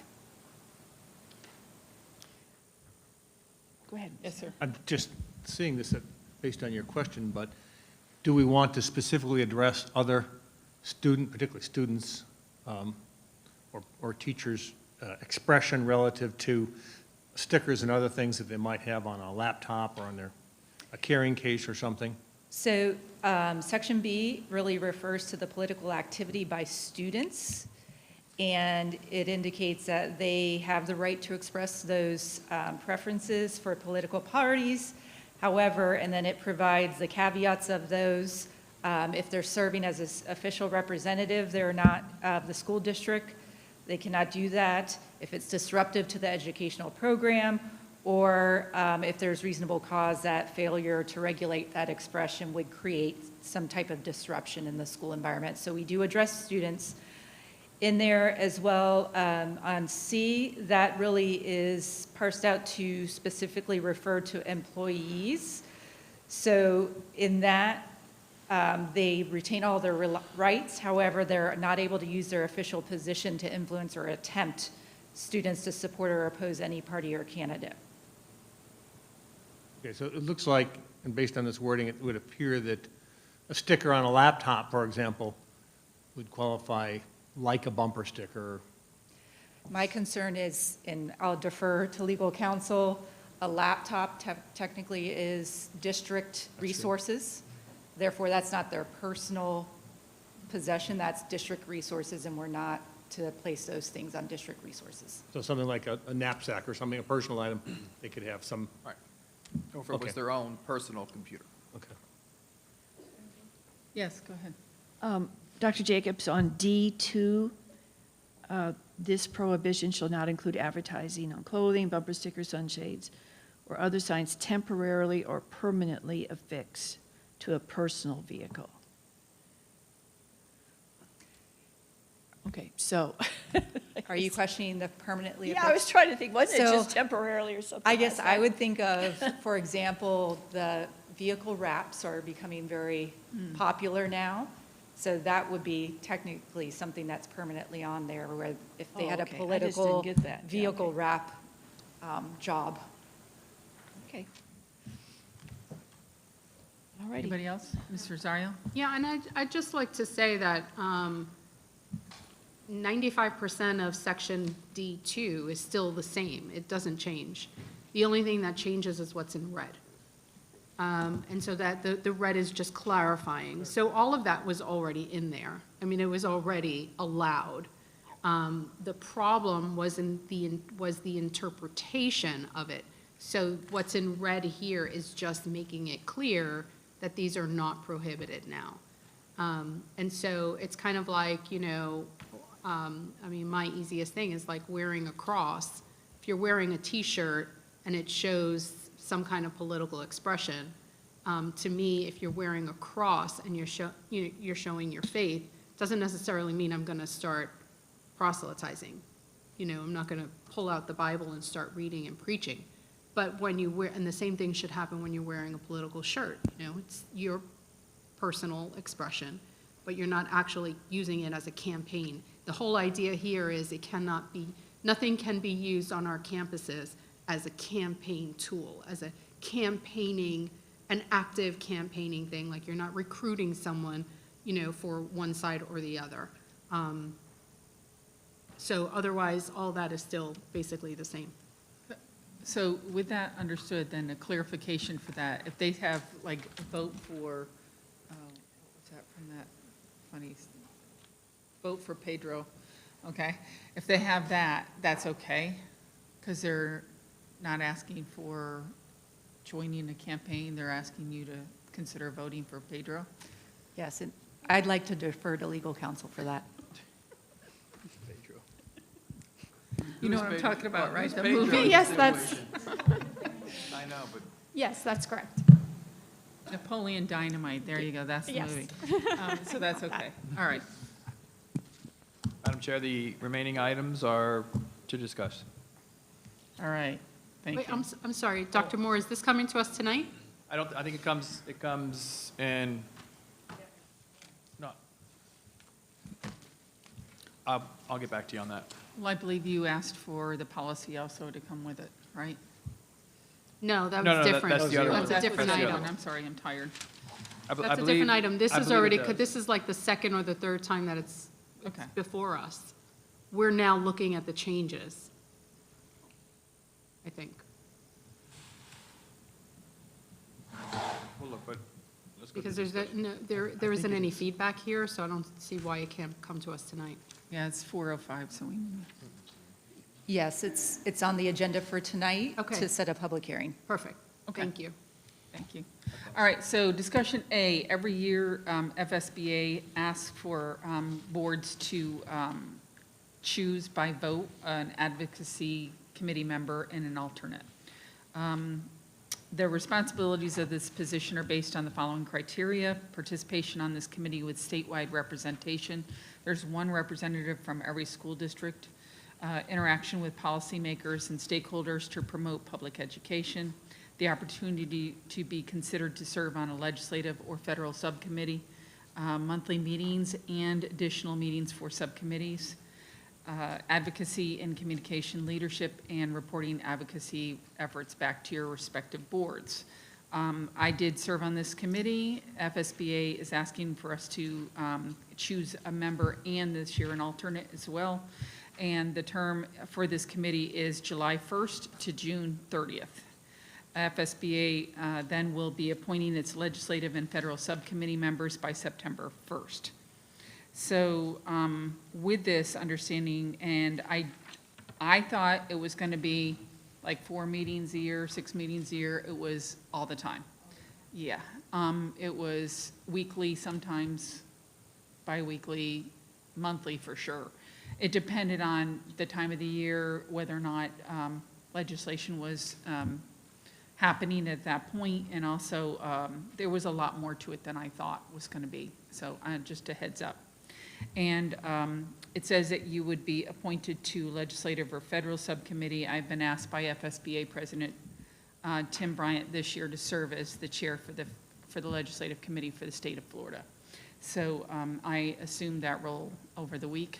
That's last week I was asked to do that. And so that, if it's not me in this position, then that person probably will not serve on legislative, just so you know. So they would just serve in federal. Okay, with that discussion. I'm sorry, go ahead, Ms. Rosario. Yeah, I don't even, we are members of FSBA. I have a problem with this. We had a problem with it last year as well.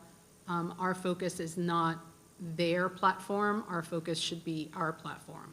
Our focus and our legislative priorities, which, by the way, Dr. Moore, we haven't received our legislative priorities. According to our policy, it needed to be before us, and we needed to vote on it in April. Didn't we do that? Yeah. Yeah. We didn't, Right. but it didn't come back to us, so we Okay. didn't officially vote on it, so we need to vote on that.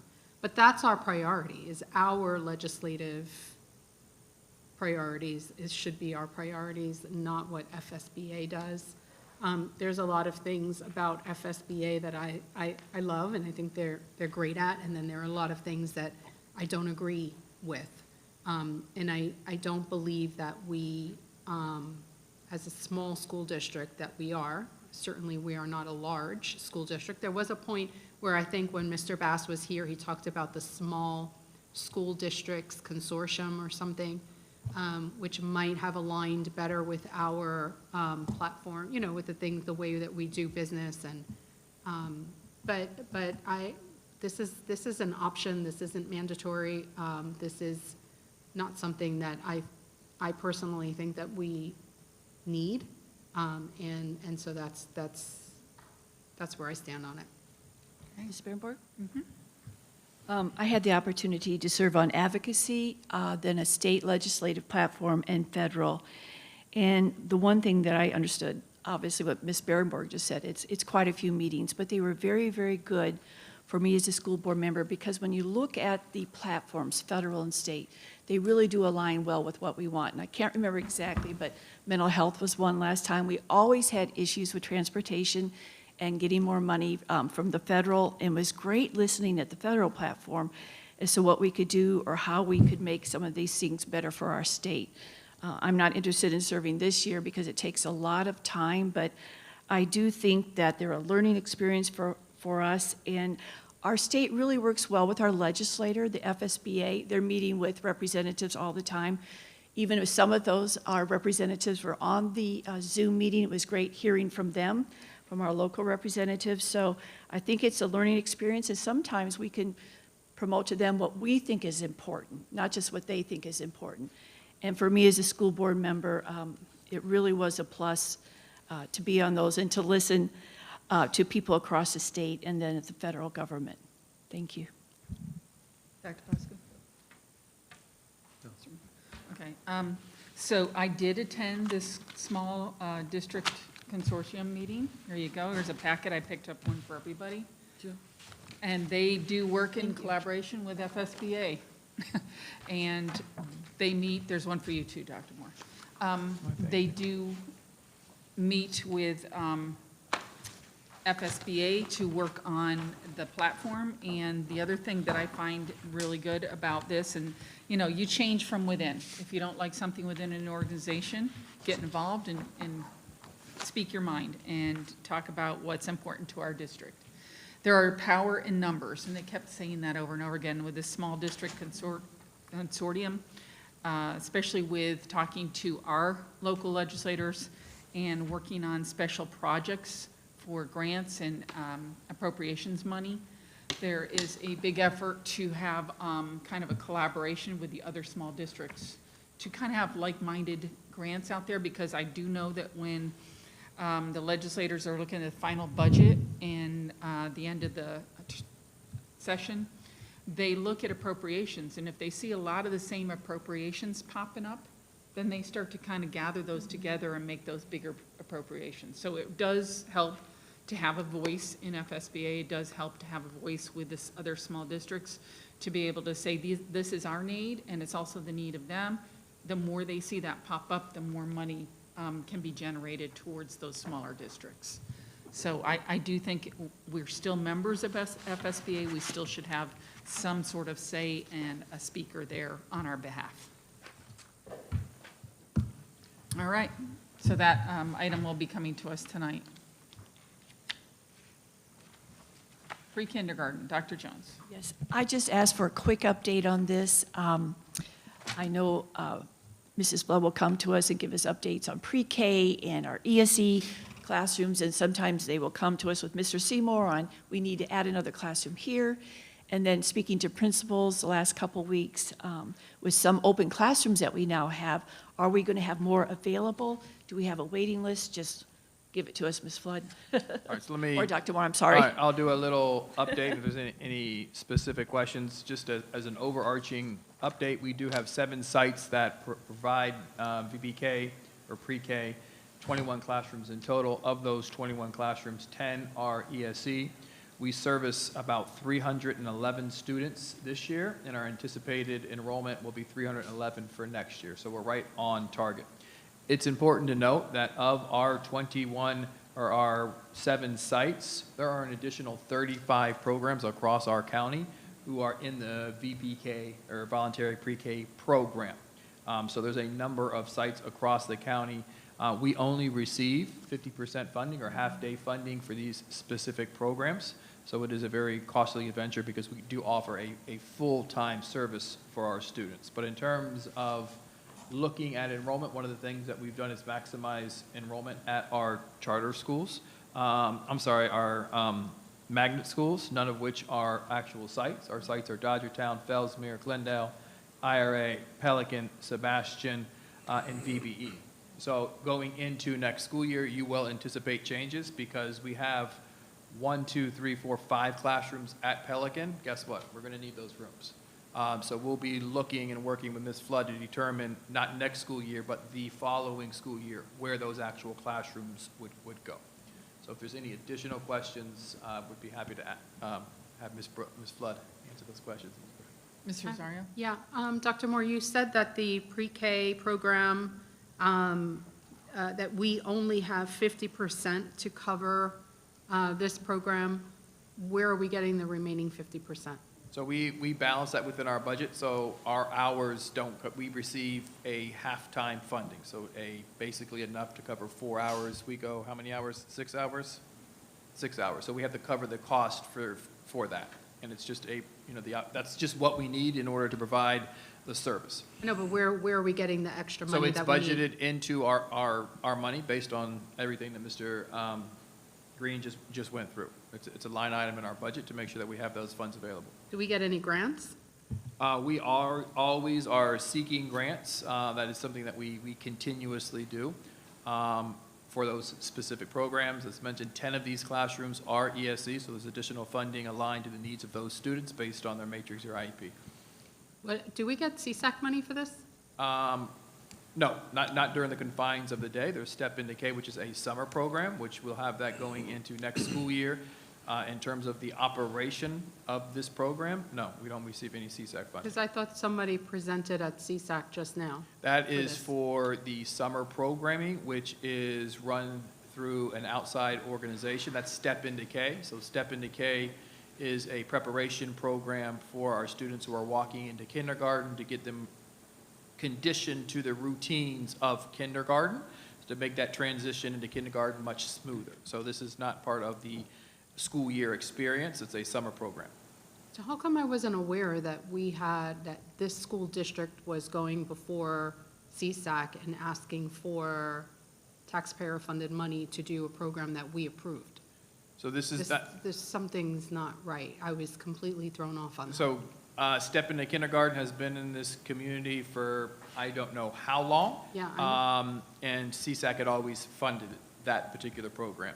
About a year or 2 years ago, they changed the ordinance to ensure that any funds because we receive funds from the state, that we would not be able to receive them. So what they did at that time was have an outside organization. At this time, it was going to be The Learning Alliance for the next school year was going to be the Environmental Learning the Environmental Learning Center. So as it stands right now, I'm looking at that specifically to determine, do we go to the county and ask for those particular funds to run that specific summer program, or we seek to fund it ourselves? I'm sorry, I just got to wrap my head around this because I heard part of what you said and then I didn't understand the rest. So, Very good. what I'm understanding is years prior, the school district requested of CSAC for funds for Step Into Kindergarten. Correct.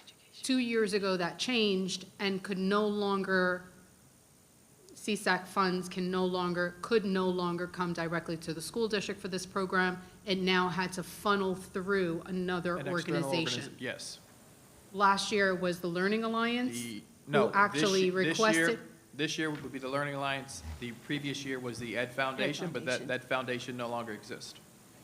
So it was the Ed Foundation. And then this year was. Learning Alliance. So the Learning Alliance then goes to CSAC, asks for money. The Learning Alliance essentially cuts us a check for Step Into Kindergarten, which is a summer program only. Right. They facilitate the payment of those individuals. They hire teachers to run the program itself.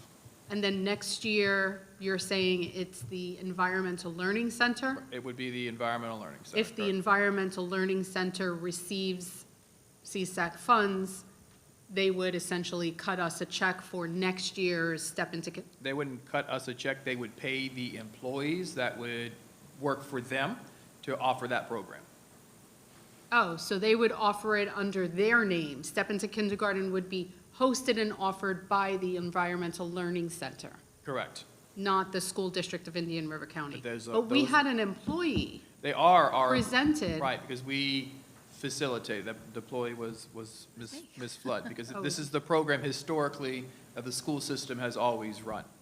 Yeah, but but you see, none of this, to me, what I understood, or I was aware of. Okay. This is the first I'm hearing, I'm like, what are you talking about? Why would we be, no, the school district went before, and I'm like, no way, we didn't. Yes. But we weren't, so maybe it wasn't clear, we weren't asking on our behalf. We were there, what were you there, may I ask, what were you there to To do? request the funding to help us support our Step into Kindergarten program. So it for was summer presented as a school 2025. district.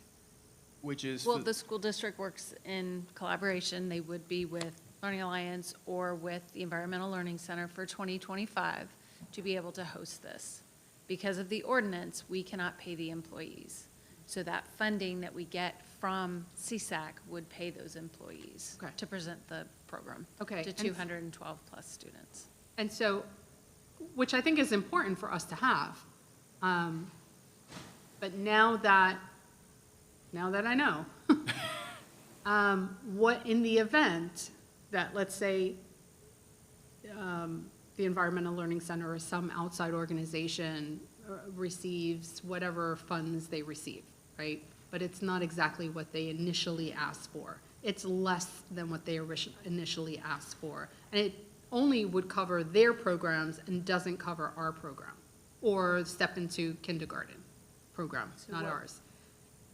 It wouldn't fund, let's say they didn't receive enough to fund the Step into Kindergarten. Let's look at the worst-case scenario.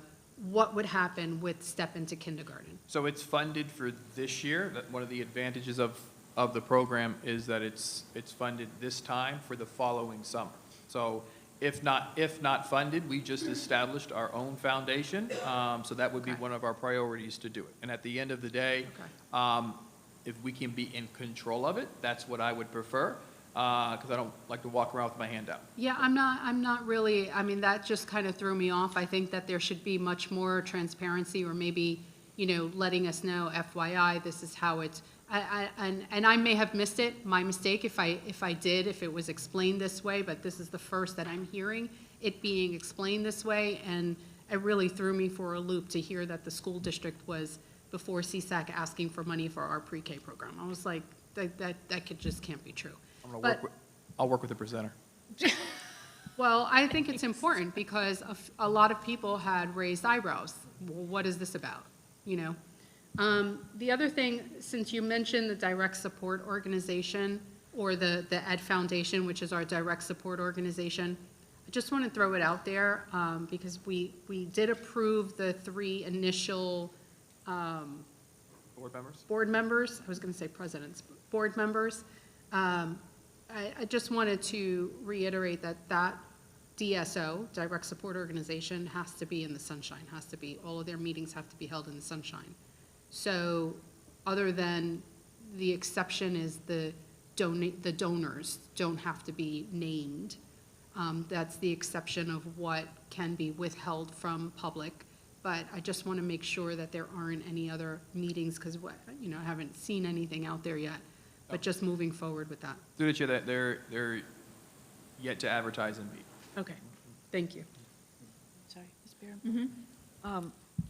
Since I was here in 1718, I was pretty sure Step Into K was always funded by Ed Foundation, if I remember correctly. But one of the reasons I brought this up, because we're talking about, getting students in our public school system. I think this is a great recruiting tool, if we can get VPK students, and then do our best. Right now, we're 5th in the state in 3rd grade reading, and we all know that getting our students early, getting them ready for kindergarten, their tests now the first week, are you ready for kindergarten? I mean, I think this is crucial for what we do. And when I talked to a few principals, I heard them saying, Ms. Flood, we've got a couple classrooms, could we get a VPK? And I understand the cost, the 50% cost, and it's kind of like a private-public, connection like we have with our Learning Alliance and our Moonshot School. But those are the kind of things I think we need to always look into if we're going to really promote our public schools, say we're the best in the county, we want you to come here, but getting our students into VPK when we can. Obviously, it's a financial issue sometimes for us, but I think it's very, very important that we continue to promote that. And Ms. Flood, do you have, we really don't have a waiting list because we can tell them this is how many we can do, right? But do you hear of more interest? I hear of more interest in schools that don't have them right now. There's a lot of interest currently. Our wait list That's what I was. is, I'm sure right, I just had it. We are at about 130, but today we were able to call 5 more families. So, and yes, there are other preschools that we do say, hey, give them a call and see if they have space, So especially for families who aren't able to do just the 6 hours that we Correct. provide, because we don't have transportation Correct. or anything of that, or the wraparound. So it is helpful for a preschool if you have to have your child there from 7:30 to 5 o'clock, would be best served in the private setting. And then as Dr. Ward talked about, the 35 nonprofits that work with us, and this is great, getting our students ready for kindergarten, but it would sure be nice if we could get a little bit more on that wait list, if we could figure out the finances. Dr. Bosco? So when I was a principal of a really high-need school, we expanded from 1 to 4 pre-K programs within a year after I got there, because we saw the need, and it made a huge impact on reading scores just a couple of years down the line. But we used title funding for the second half of the day so that kids were there for the full school day. That helped parents with their jobs. Are we using title funding? So we have 3 classrooms that are funded through Title I, 1 at Dodgertown and 2 at Fellsmere. And our day is 8:45 to 2:45. So it's pretty close to a full school day. Some schools it does merge into 3 o'clock. And we couldn't use title funding for the others? For now, this is what we've been allocated. Okay. Just curious, because a lot of those kids, it's kind of a title need, but that's why we were able to use it. Okay. Wait, I have another question.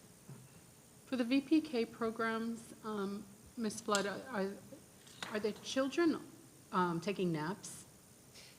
In the What does the beginning, day look yes. like? In the beginning, we start the day with a morning meeting, getting to know one another. Breakfast typically comes first. Then their morning meeting. Some schools, they do the cultural arts or the specials. Then they come back for a whole group and then a small group instruction. There's lunch, there's recess. There is a small rest time, especially in the beginning of the year, because these little ones are exhausted by 1 o'clock. A small rest, and then there's an afternoon small group and/or whole group, and a closing circle where they discuss what happened in the day, and then dismissal. So what's a small rest? What does a small rest look like? About 45 to an hour, and then eventually weaning them out of that. So what is a rest? Is it a nap? Some fall right to sleep, Okay. and some they read or they work with the teacher. It's prime time to work with a teacher to do some interventions or even some enrichment for some of our little ones who do not need that brain break. And then in kindergarten, why don't we nap in kindergarten? I mean, 1,000,001 And I taught kindergarten. pre-Ks and Yes, you won't reach Ks minutes, nap. correct. It is so important because it keeps them energized. I mean, then you have kids bouncing off the walls because now they're overtired. And then we wonder where the ADD and ADHD comes from, and we're not providing kids with just a good nap time. My goodness, can you explain when that stopped and why? Is it mandatory to have stopped that? Because I'd like to bring it back. That I'm not aware of. When I began teaching in the district in 1996, there was rest time in kindergarten. Okay, so can we find out? I don't know when exactly it's Can we find out if slowly that's left.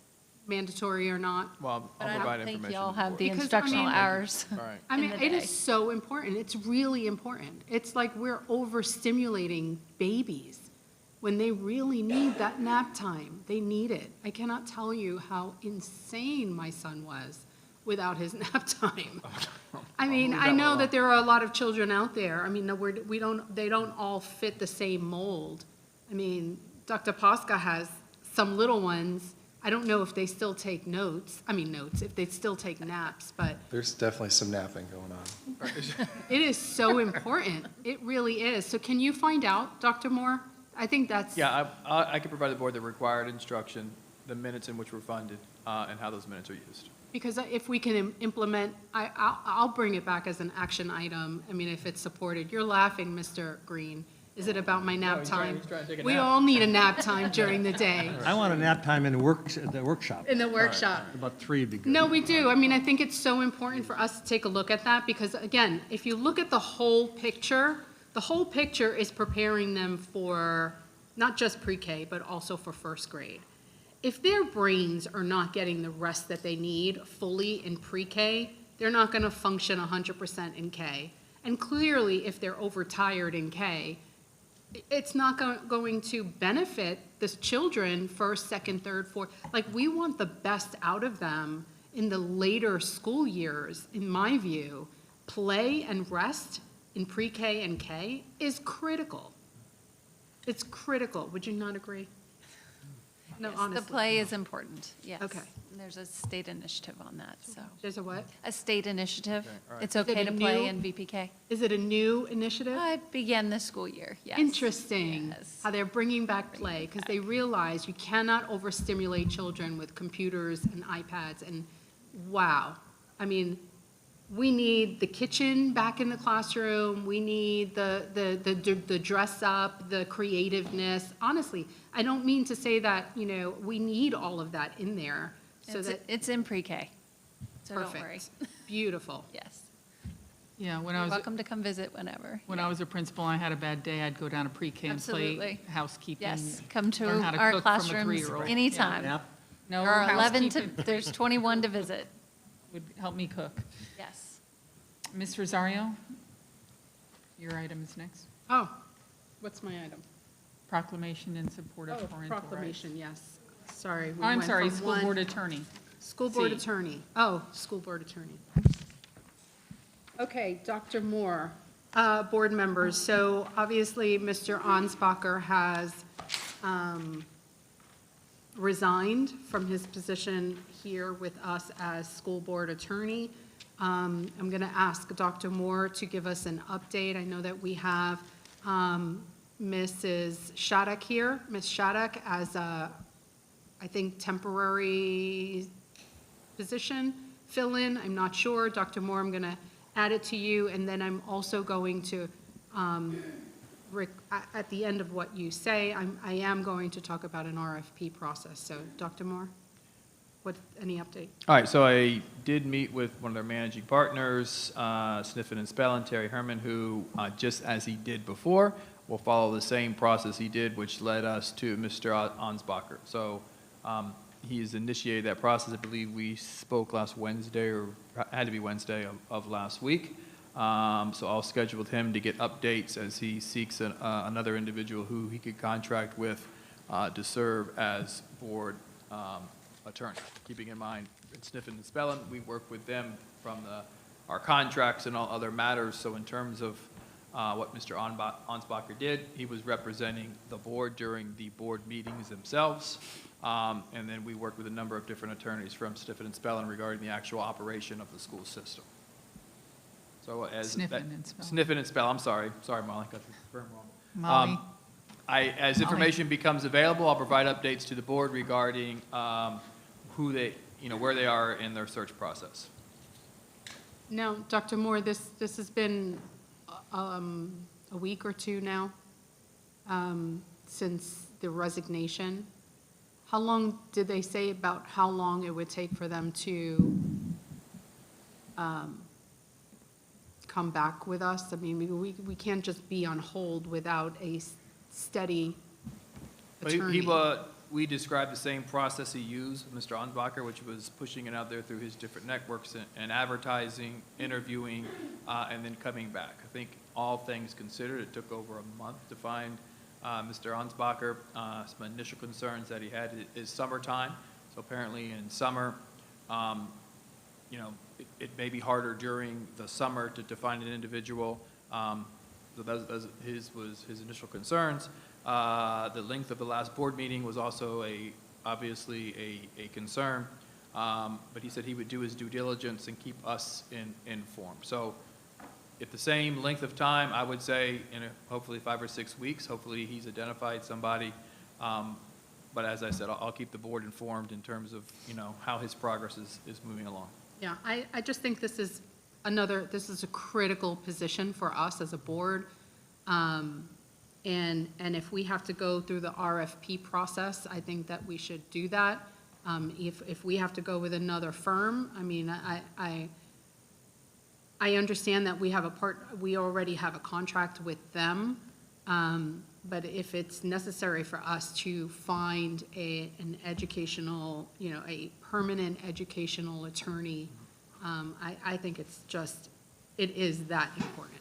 We and you use the same attorney for a lot of things, because we have one attorney for both, you know, for the superintendent and for the school board. And it is very important. So my feedback is we do have a contract with the law firm itself. So it is not, we use 3 different attorneys based on the scenario. So obviously for the litigation with the desegregation order, that's Matt, and with contracts or different personnel issues, whether it be Molly, oh gosh, what is it? Mitch. Mitch for different issues, and then Mr. Ansbacher sat here and then followed up on some of the items that came from the board items themselves. My recommendation is, you know, place an item on the agenda in July when we come back, see where they're at, and then the board can have a deeper conversation regarding potential next steps. Okay. All right. I'm okay with that. Board members, I don't know if anyone else has anything else to say. Okay. Item D. All right, 4D. and then, is that me? Yep. All right, the next one is my item. It's a proclamation. Proclamations, whenever the superintendent puts a proclamation on the agenda, it never comes to us in workshop. I put it on workshop today because I just did, out of, you know, transparency. But it is, I think it is a long needed proclamation. Essentially, the gist is, you know, honoring what we already have, which is a policy to support parents' parental rights, noting that they have a fundamental right to the upbringing of their child. But in essence, the end of this basically just sets October to be Parental Rights Month. And so why not? Use a month to celebrate parents, to honor them, to appreciate parents and guardians, I would say, parents and guardians. And then also use that month to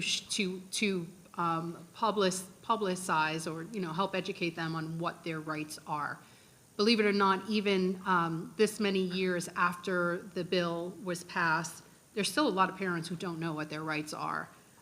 So I just think it's incredible. Other than having one day for Father's Day and one day for Mother's Day, I just think that this is long overdue for our district. We would be, I think, the first of our kind. I know that there are several other board members who are wanting to do the same thing. So, you know, making a stake, putting a stake in the sand and kind of, you know, standing on what I know that we all believe and trust in this, in the statute and in this, in the purpose of it. It is also a great way if we choose October. It is a great, and I only suggest October because Dr. Moore and I believe Dr. Bass last year, we talked about this, what months would be good. And I actually thought August was good, but there's a lot going on in August. Same thing with September, but then October seemed to be a good month.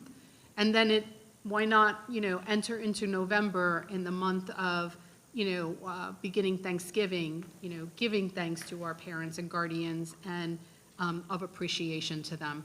I will say that if you are all okay with this, there are a couple of changes that I'd like to suggest to the therefore at the end of it.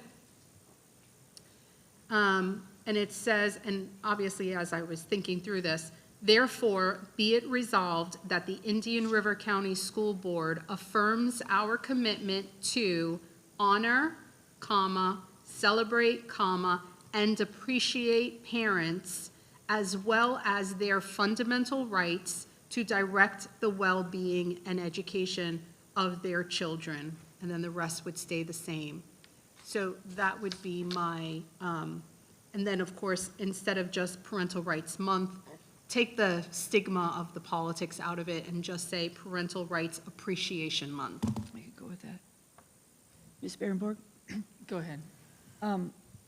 Yes, because House Bill 241 went into effect 3 years ago. Some may not realize all of the rights, but when you said parent appreciation, I could go along with that.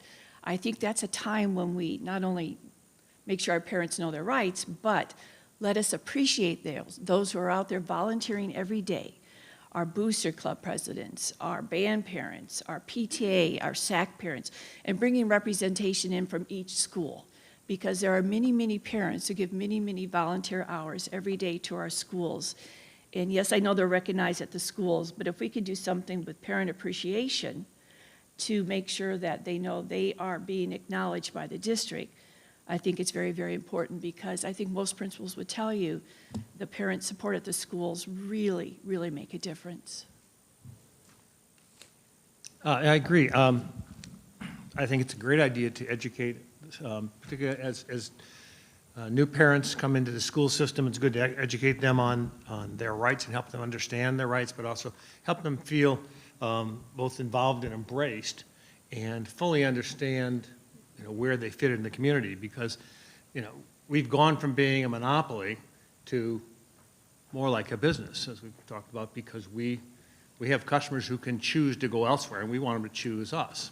So every business I've been in, we've had customer appreciation days and months. I think it's good to help them and us remember that we want to appreciate them, and they're an important part of our organization, not only as customers, but as parents, and how they are involved in their children's lives and education, and also how they're involved in the school. So I think the more we can do to build that relationship through appreciation and recognition, the better our chance of an outcome in terms of how they input to that final outcome. Thank you for bringing this forward. I think it's a great idea, and I'm looking forward to signing it. And I'm glad that we're taking a month to not only remind parents that there are parental rights, and hopefully educate them of what those rights are, but also, like you're saying, to respect them and honor them. So I think it's a great idea. Okay, Dr. Moore, I have a question for you. I'm all for this. The only question I have two. Yeah, two, and a suggestion. October has been typically Vaping Awareness Month. Is it okay to be aware of two things in 1 month? Every month is Has at least several 7, things. 8, Okay. 9, 10 things. I mean, That's today fine. is I mean, donut we day. might have I two don't know. proclamations So, that yes. night. That's what I'm getting at. Yeah, Okay. we've done that before. And then in some aspects, you have parents/guardians, and other aspects, it just says parents. Could we make that kind of the same throughout the proclamation? No, it isn't. I said you're asking for it to be consistent. Yes. I'm asking for consistency on that. And then, it's nice that, another thing I thought of, I like the recognition of parents and things. It was nice at graduation to hear the principal say, students, turn and thank your parents. Yeah. And I think we could do a better job of doing that more often. Top 10 nights, award ceremonies at schools, remind our administrators to tell kids, turn and thank your parents or your guardians, because I think that helps the connection between school and parents, knowing that we're very aware that they have a partnership with us. So those are my suggestions.